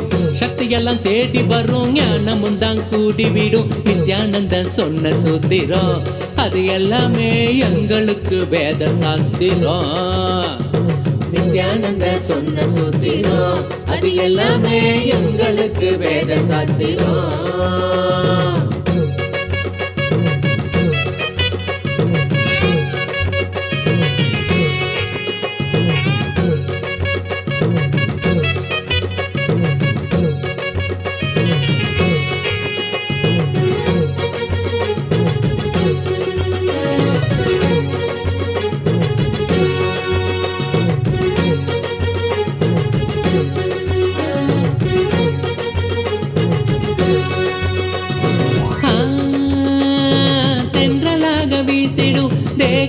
சிலிர்த்திடும் சொந்தமாக்க எண்ணிவிட சேர்ந்திடாம ஓடிடும். தென்றலாக வீசிடும் தேகந்தா சிலிர்த்திடும் சொந்தமாக்க எண்ணிவிட சேர்ந்திடாம ஓடிடும். கைகளும் துறக்க அது கனிவுடனே நிறைஞ்சிடும். இதயத்துக்குள்ள இனிதாக வரும் ஆனந்தம். கைகளும் துறக்க அது கனிவுடனே நிறைஞ்சிடும். இதயத்துக்குள்ள இனிதாக வரும் ஆனந்தம். சக்தியெல்லாம் தேடி வரும் ஞானமும் தான் கூடிவிடும். சக்தியெல்லாம் தேடி வரும் ஞானமும் தான் கூடிவிடும். நித்யானந்த சொன்ன சூத்திரம் அது எல்லாமே எங்களுக்கு வேத சாஸ்திரம். நித்யானந்த சொன்ன சூத்திரம் அது எல்லாமே எங்களுக்கு வேத சாஸ்திரம்.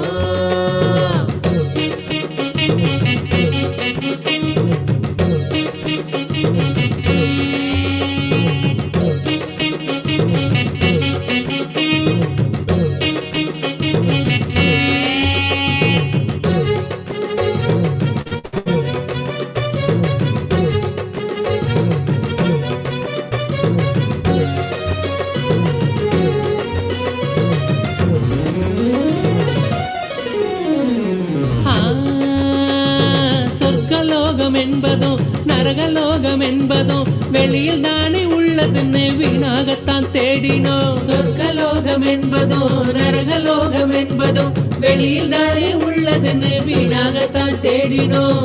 கொண்ட எண்ணம் தானே அந்த நிலைய நமக்கு காட்டிடும். எண்ணம் தெளிவாக மன சொர்க்க வாழ்வை கண்டிடும். கொண்ட எண்ணம் தானே அந்த நிலைய நமக்கு காட்டிடும். எண்ணம் தெளிவாக மன சொர்க்க வாழ்வை கண்டிடும். சக்தி எல்லாம் தேடி வரும் ஞானமும் தான் கூடிவிடும். சக்தி எல்லாம் தேடி வரும் ஞானமும் தான் கூடிவிடும். நித்யானந்தன் சொன்ன சூத்திரம் அது எல்லாமே எங்களுக்கு வேத சாஸ்திரம். நித்யானந்த சொன்ன சூத்திரம் அது எல்லாமே எங்களுக்கு வேத சாஸ்திரம்.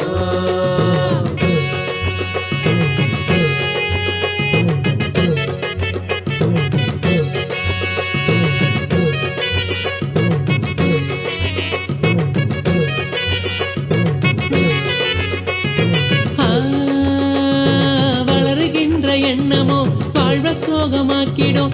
ஆழ்ந்து செயல் செய்ய அது மாயமா மறைஞ்சிடும். வளருகின்ற எண்ணமோ வாழ்வ சோகமாக்கிடும். ஆழ்ந்து செயல் செய்ய அது மாயமா மறைஞ்சிடும். மீண்டும் உருவாகும் அந்த சக்தி தன்னை தீர்த்திடும். எண்ணம் மறைந்தோட அது ஆன்மீகத்தில் சேர்த்திடும். மீண்டும் உருவாகும் அந்த சக்தி தன்னை தீர்த்திடும். எண்ணம் மறைந்தோட அது ஆன்மீகத்தில் சேர்த்திடும். சக்தி எல்லாம் தேடி வரும் ஞானமும் தான் கூடிவிடும். சக்தி எல்லாம் தேடி வரும் ஞானமும் தான் கூடிவிடும். நித்யானந்தன் சொன்ன சூத்திரம் அது எல்லாமே எங்களுக்கு வேத சாஸ்திரம். நித்யானந்த சொன்ன சூத்திரம் அது எல்லாமே எங்களுக்கு வேத சாஸ்திரம்.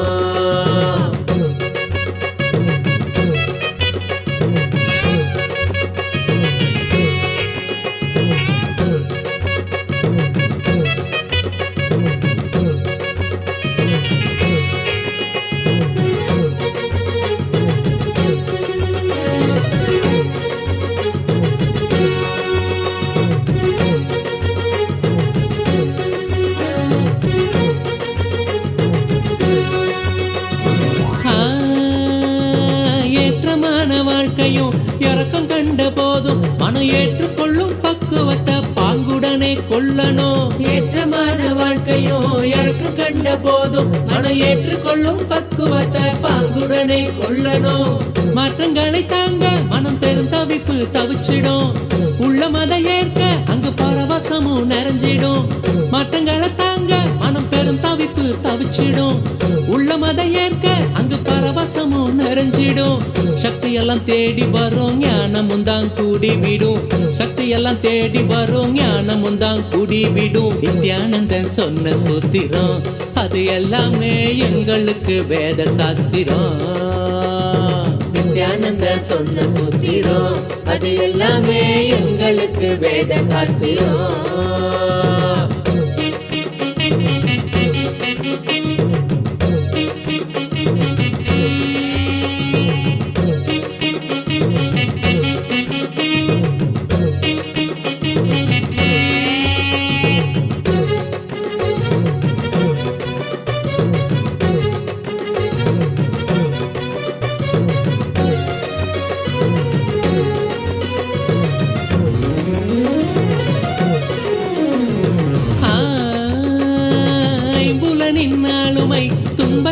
சேர்க்கும் குரு நித்யனி நம்பு அது ஆனந்தத்தை ஈர்க்கும்.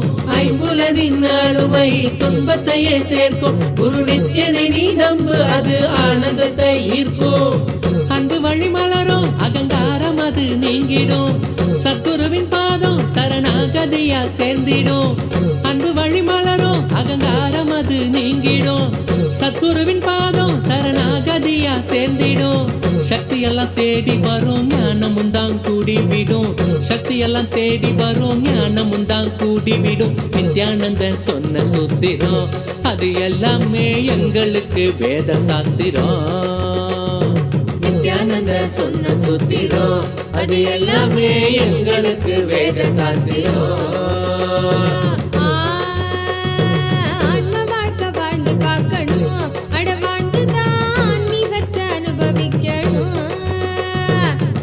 வாழ்க்கை வாழ்ந்து பார்க்கணும். அட வாழ்ந்துதான் ஆன்மீகத்தை அனுபவிக்கணும். சக்தி எல்லாம் தேடி வரும் ஞானமும் தான் கூடி விடும். சக்தி எல்லாம் தேடி வரும் ஞானமும் தான் கூடி விடும். நித்யானந்த சொன்ன சூத்திரம் அது எல்லாமே எங்களுக்கு வேத சாஸ்திரம். நித்யானந்த சொன்ன சூத்திரம் அது எல்லாமே எங்களுக்கு வேத சாஸ்திரம்.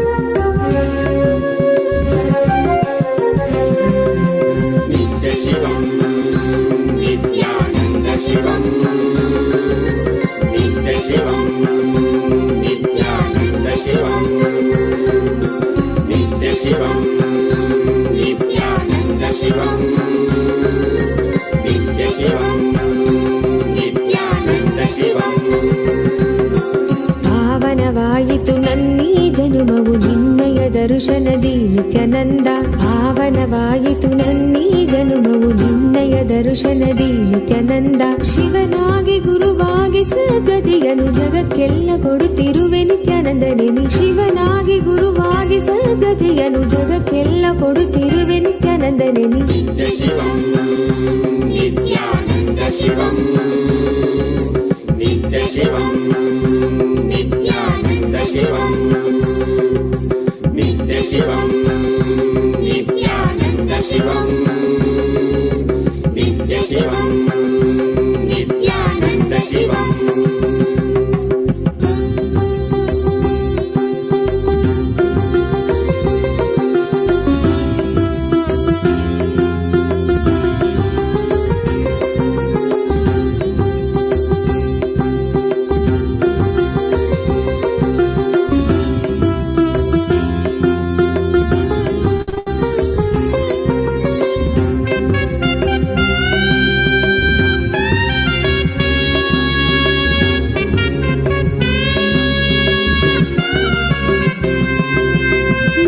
ಶಿವನಾಗಿ ನೀ ದೇವಿಗೆ ಇಂದಿದ್ದೆ ಜ್ಞಾನವ.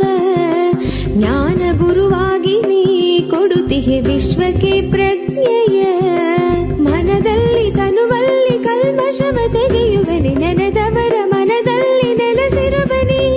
ಮನದಲ್ಲಿ ತನುವಲ್ಲಿ ಕಲ್ಮಶವ ತೆಗೆಯುವನಿ ನೆನೆದವರ ಮನದಲ್ಲಿ ನೆಲೆಸಿರುವನಿ. ಜೀವನ್ಮುಕ್ತನಾಗಿ ಬಾಳುವಂತ ಕಲೆಯನ್ನೇ ಕಲಿಸಿದಂತ ನಿತ್ಯಾನಂದನಿ.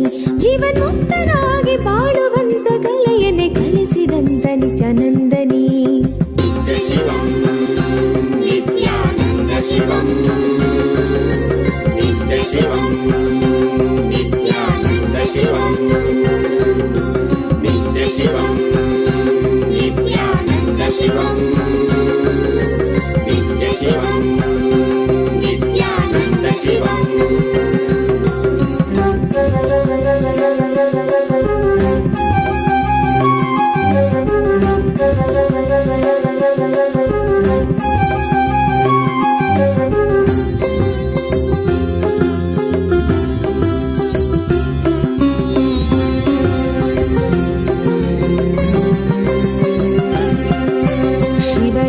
ಕಾಲವೇ ನಿತ್ಯ ಜಪವನ್ನು ಮಾಡಲು ವರವನ್ನು ನೀಡಿ ನೀನು ಅನುಗ್ರಹ ಸುರಿವೆ ನಿತ್ಯನೇ ನೀ.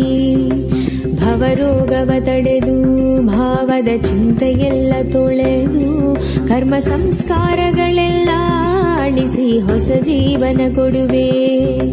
ಪಾವನವೇ ನಾಡಿದು ನಿನ್ನ ಪಾದಗಳ ಸ್ಪರ್ಶದಿ. ಪಾವನವೇ ಬೀಡಿದು ನಿನ್ನ ಕಲ್ಪತರು ದರ್ಶನದಿ. ಶರಣಂಬನು ನಿತ್ಯೇಶನೇ ನಿನ್ನ ಶರಣಂಬನು ಆನಂದನೇ. ಶರಣಂಬನು ನಿತ್ಯೇಶನೇ ನಿನ್ನ ಶರಣಂಬನು ಆನಂದನೇ. ನಿತ್ಯಾನಂದ ಶಿವಂ ನಿತ್ಯ ಶಿವಂ ನಿತ್ಯಾನಂದ ಶಿವಂ ನಿತ್ಯ ಶಿವಂ ನಿತ್ಯಾನಂದ ಶಿವಂ ನಿತ್ಯ ಶಿವಂ ನಿತ್ಯಾನಂದ ಶಿವಂ ನಿತ್ಯ ಶಿವಂ ನಿತ್ಯಾನಂದ ಶಿವಂ ನಿತ್ಯ ಶಿವಂ ನಿತ್ಯಾನಂದ ಶಿವಂ ನಿತ್ಯ ಶಿವಂ ನಿತ್ಯಾನಂದ ಶಿವಂ ನಿತ್ಯ ಶಿವಂ ನಿತ್ಯಾನಂದ ಶಿವಂ.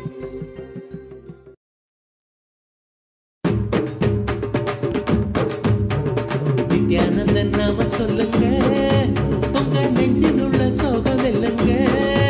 நித்திய நண்பு கொண்டு நம்மையே ஞான மாற்றம் தன்னிலே செல்ல சொல்லியே கரு தள்ளி தந்ததே. சக்திக்கெல்லாம் சக்தி தானுங்க, அத பாங்குடனே பாட்டில் கேளுங்க. சக்திக்கெல்லாம் சக்தி தானுங்க, அத பாங்குடனே பாட்டில் கேளுங்க. நித்யானந்தன் நாம சொல்லுங்க, உங்க நெஞ்சில் உள்ள சோகம் வெல்லுங்க.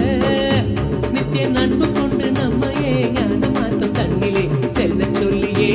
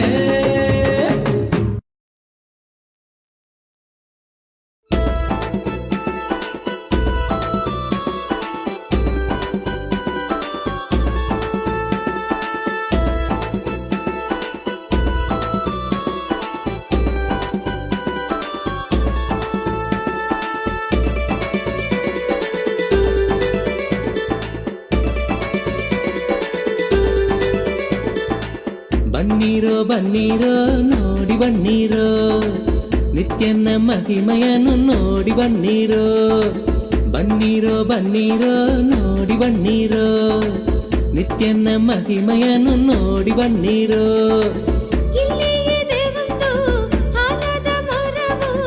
ಬೆಟ್ಟದೆಯ ಬಳಿ ನಿತ್ಯ ಪುರಿಯೋ ಬೆಟ್ಟದೆಯ ಬಳಿ ನಿತ್ಯ ಪುರಿಯೋ ಬನ್ನಿರೋ ಬನ್ನಿರೋ ನೋಡಿ ಬನ್ನಿರೋ ನಿತ್ಯನ ಮಹಿಮೆಯನ್ನು ನೋಡಿ ಬನ್ನಿರೋ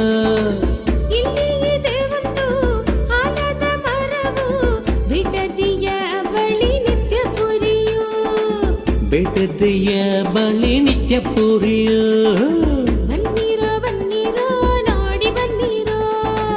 ನಿತ್ಯನ ಮಹಿಮೆಯನ್ನು ನೋಡಿ ಬನ್ನಿರೋ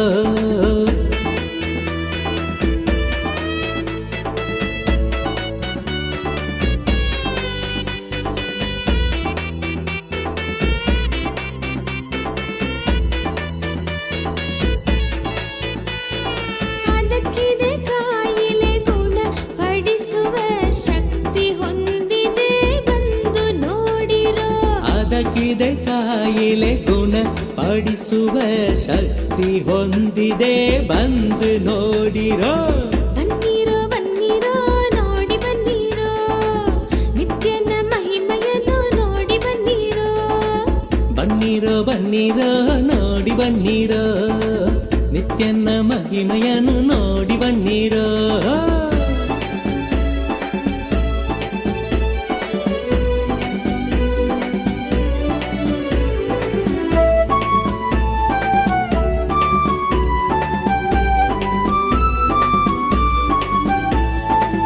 ಮುಂದೆ ಇದೆ ಒಂದು ಆನಂದೇಶ್ವರನ ಮುಂದೆ ಇದೆ ಒಂದು ಆನಂದೇಶ್ವರನ ಆನಂದೇಶ್ವರಿಯ ದೇವಾಲಯವು ಆನಂದೇಶ್ವರಿಯ ದೇವಾಲಯವು ಬನ್ನಿರೋ ಬನ್ನಿರೋ ನೋಡಿ ಬನ್ನಿರೋ ನಿತ್ಯನ ಮಹಿಮೆಯನ್ನು ನೋಡಿ ಬನ್ನಿರೋ ಇಲ್ಲಿ ಇದೆ ಒಂದು ಆಲದ ಮರವು ಬಿಡದಿಯ ಬಳಿ ನಿತ್ಯ ಪುರಿಯು ಬಿಡದಿಯ ಬಳಿ ನಿತ್ಯ ಪುರಿಯು ಬನ್ನಿರೋ ಬನ್ನಿರೋ ನೋಡಿ ಬನ್ನಿರೋ ನಿತ್ಯನ ಮಹಿಮೆಯನ್ನು ನೋಡಿ ಬನ್ನಿರೋ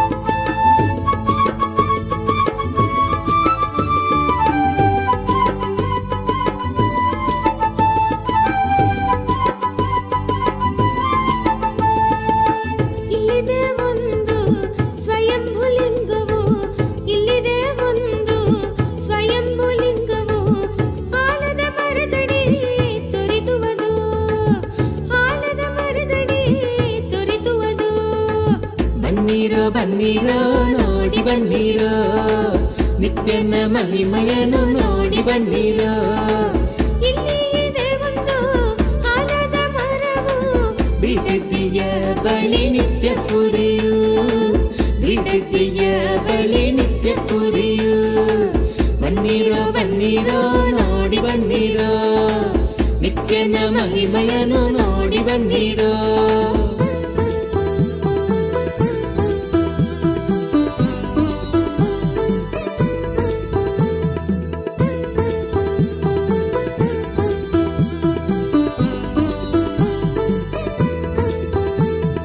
ಹಿಂದೆ ವರವ ಪಡೆಯಿರಿ ಬಂದು ಭಾಗ್ಯವಂತರಾಗಿ ಬಾಳಿ ಜೀವನದಿ ಹಿಂದೆ ವರವ ಪಡೆಯಿರಿ ಬಂದು ಭಾಗ್ಯವಂತರಾಗಿ ಬಾಳಿ ಜೀವನದಿ ಬನ್ನಿರೋ ಬನ್ನಿರೋ ನೋಡಿ ಬನ್ನಿರೋ ನಿತ್ಯನ ಮಹಿಮೆಯನ್ನು ನೋಡಿ ಬನ್ನಿರೋ ಇಲ್ಲಿ ಇದೆ ಒಂದು ಆಲದ ಮರವು ಬಿಡದಿಯ ಬಳಿ ನಿತ್ಯ ಪುರಿಯು ಬಿಡದಿಯ ಬಳಿ ನಿತ್ಯ ಪುರಿಯು ಬನ್ನಿರೋ ಬನ್ನಿರೋ ನೋಡಿ ಬನ್ನಿರೋ ನಿತ್ಯನ ಮಹಿಮೆಯನ್ನು ನೋಡಿ ಬನ್ನಿರೋ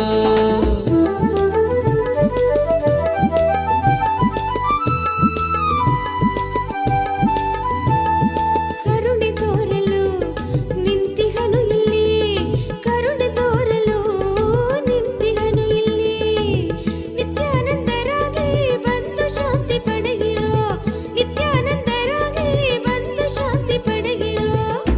ಬನ್ನಿರೋ ಬನ್ನಿರೋ ನೋಡಿ ಬನ್ನಿರೋ ನಿತ್ಯನ ಮಹಿಮೆಯನ್ನು ನೋಡಿ ಬನ್ನಿರೋ ಬನ್ನಿರೋ ಬನ್ನಿರೋ ನೋಡಿ ಬನ್ನಿರೋ ನಿತ್ಯನ ಮಹಿಮೆಯನ್ನು ನೋಡಿ ಬನ್ನಿರೋ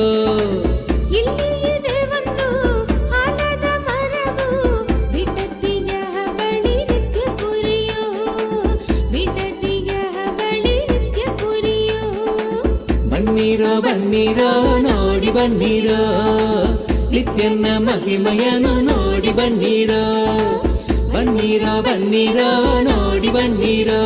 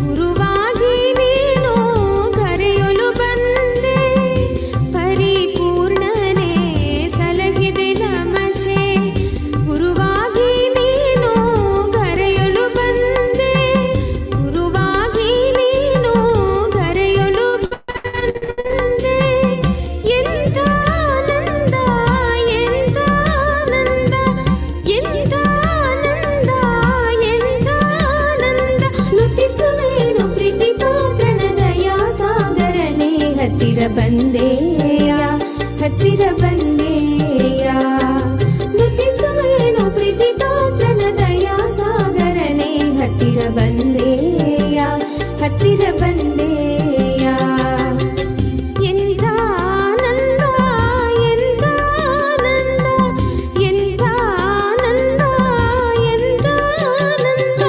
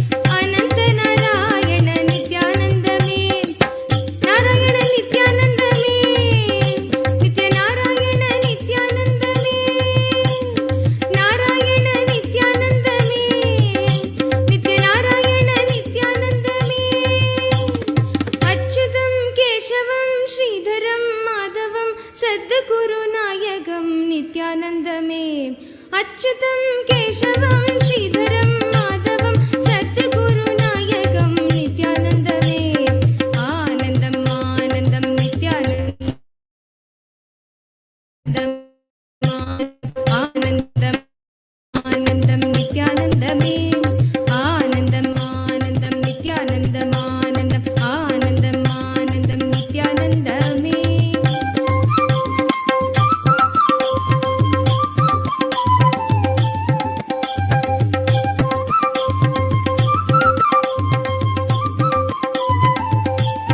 अल्लाह तू ईश्वर तू नानक तू जो राष्ट्र महावीर बुद्ध तू नित्यानंद में अल्लाह तू ईश्वर तू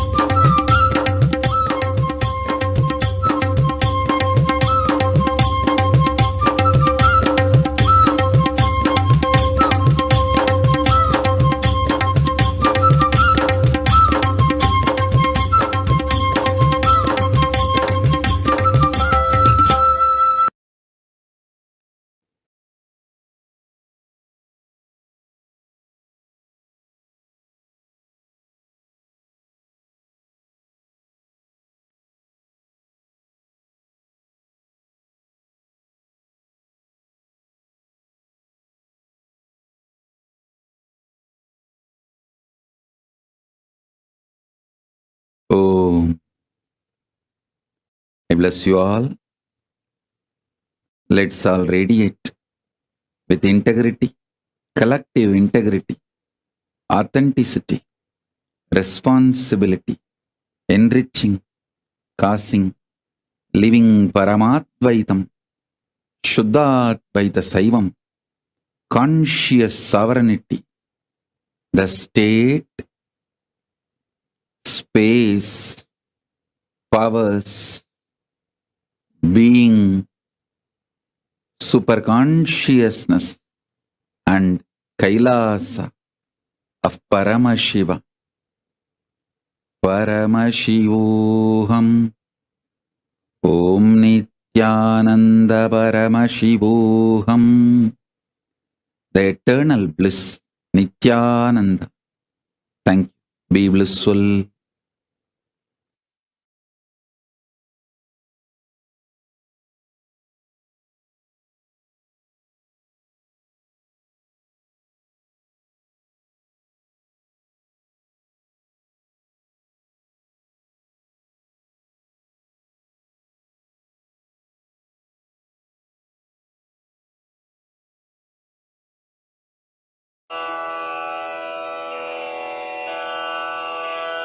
श्रीकैलासोन्नतद्वादशान्तश्यामलापीठारूढा श्रीमीनाक्षिसुन्दरेश्वरा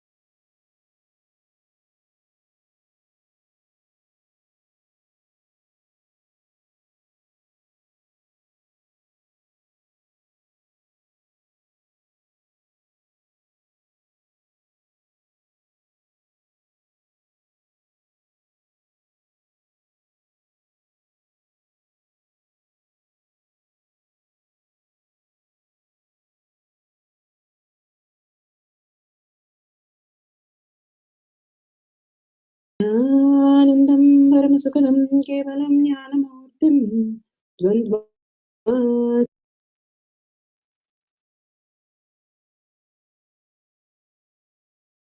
गगनसदृशं तत्त्वमस्यादिलक्ष्यम् एकं नित्यममि. Let's go through the disclaimers.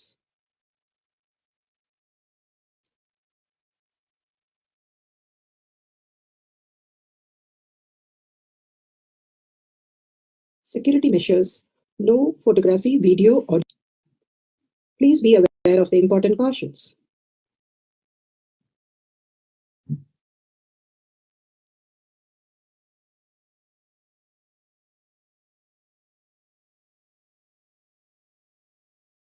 What is PA manifestation? All the 25 states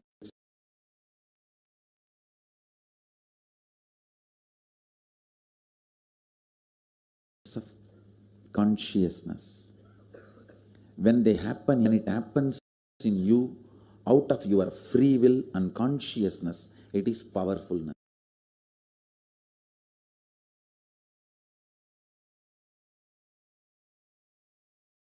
That's all. All into dream. It is powerlessness. When you decide to dream, it is powerfulness. In your whole being and doing, manifest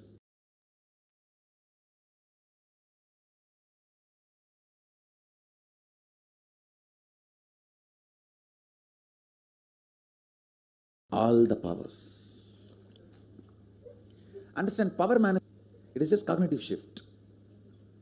It's not work. Work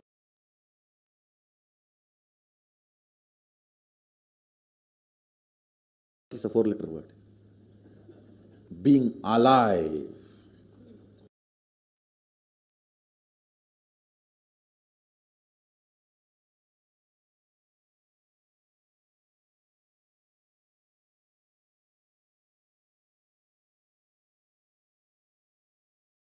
Mind to the thoughtless space, consciousness, conscious sovereignty as our reality.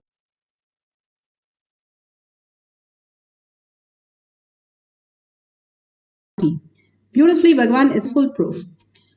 The pramanas, the evidences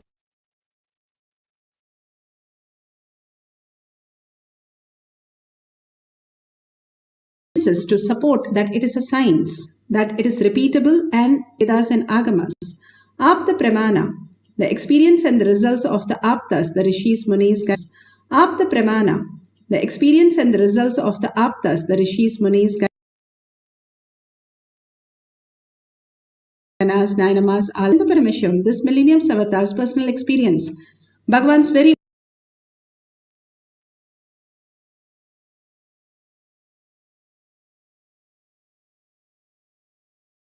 own Leelas.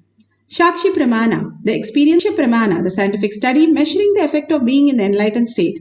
Beautifully, the thoughtless space that everybody experiences, the effect of being in the enlightened state. Beautifully, the thoughtless space that everybody experiences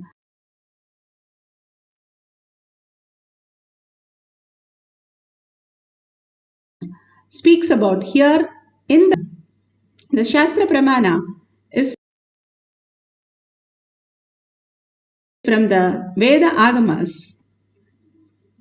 Spandakari. So beautiful, Bhagavan.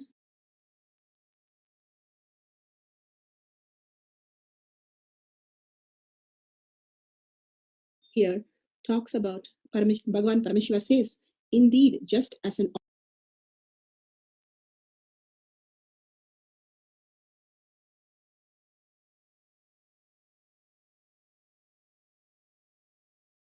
येन यत्र यथा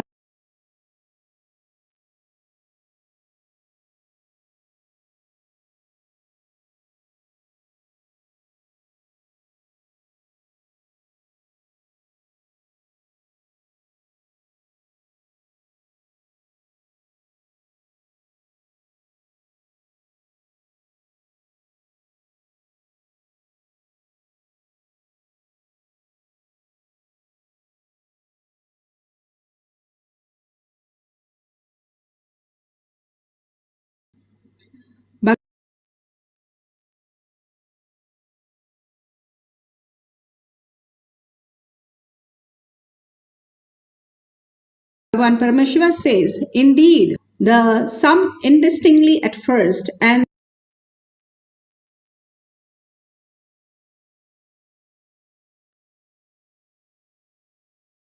and seen this indistinctly at first, and then appears visual power. Bhagavan Parameshwara beautifully says how we are experiencing the reality.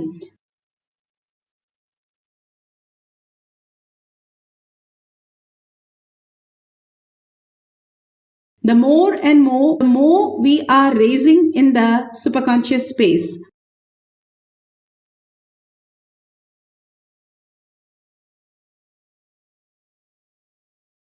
the more we understand the higher science. There's a big which is tied and to a rope, and some food is kept on it. The bird goes and sits on it. It just topples down and it's hanging upside down. But the bird thinks if I leave it the twig, I would fall and die. But there is no history of bird falling down and dying if it is staying upside down. It might flutter a few minutes into a different state, but it will balance and it will start flying. But the bird never leaves it till the man who tied it comes all the way, and then he catches the bird and goes.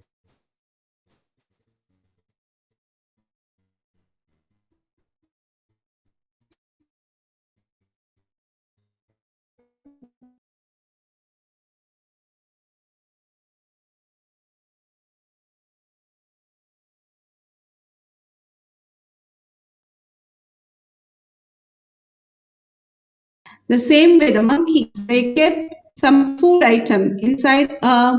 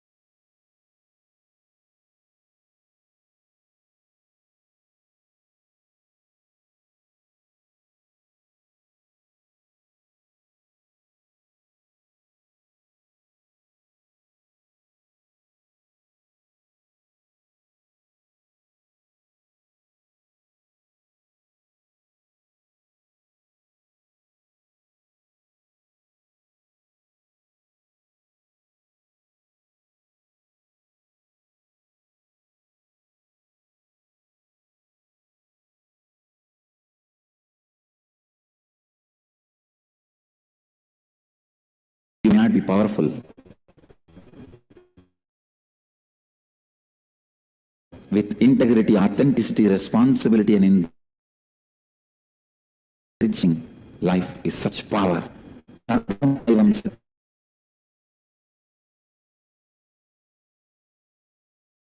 To make body happy and written just for one.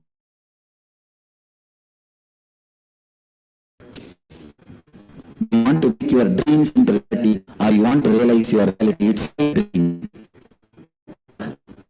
Both your Kundalini needs to be awakened. Whether you want to make your dreams into reality or realize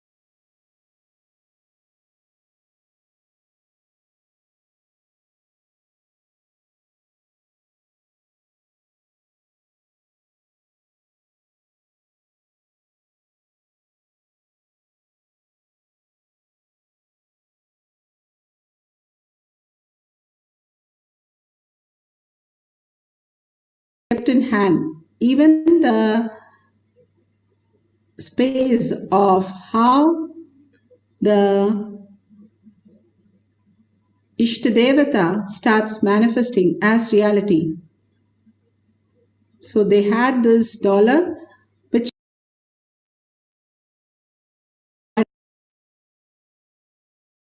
to the another hand. All these greater signs is possible.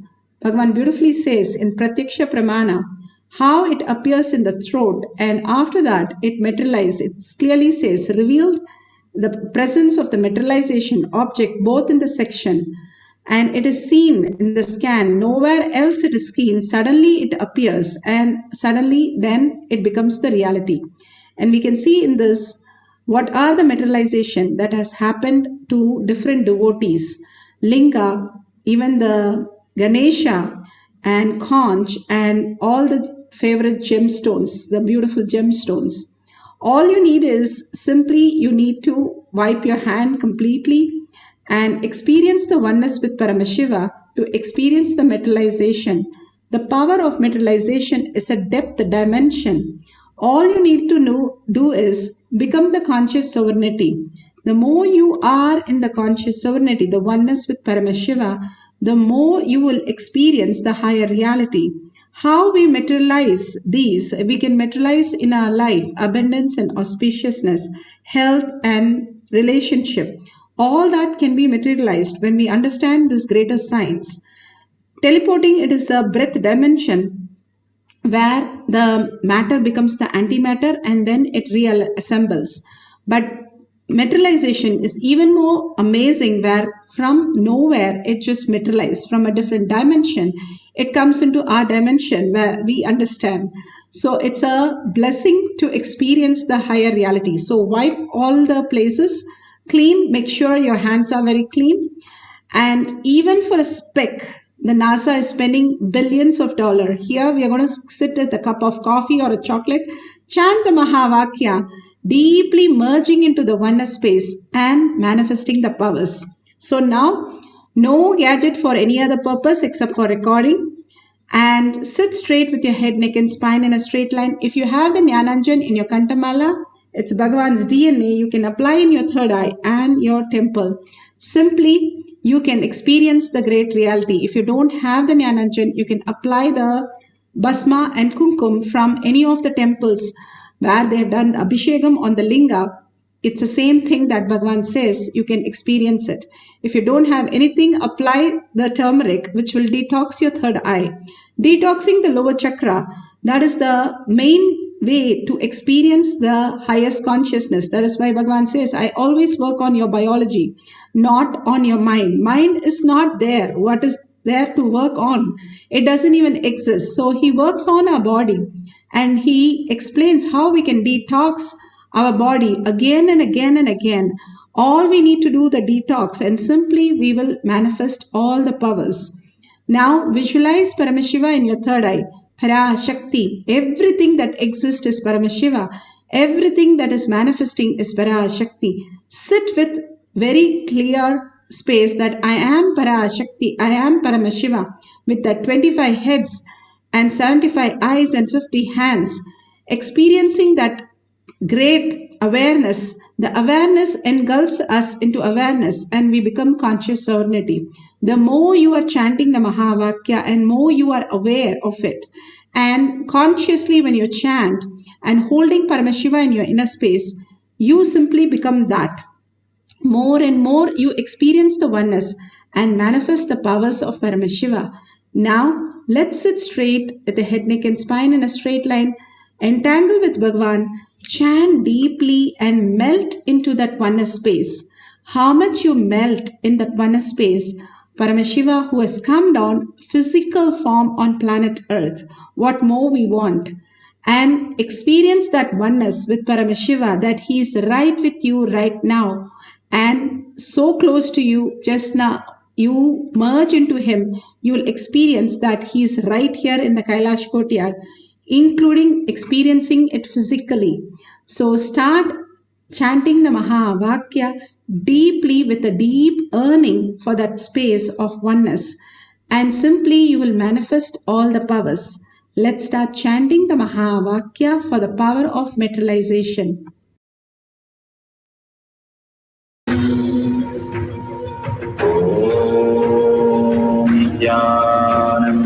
Paramashivam.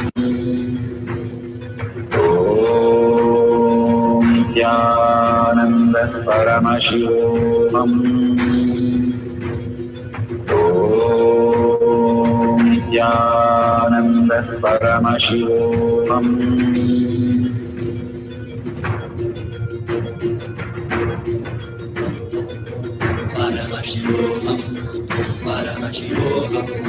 Let Paramashiva's third eye manifest in all our third eyes. Let the Amrita pour, let the Varni open up, manifest in all of us.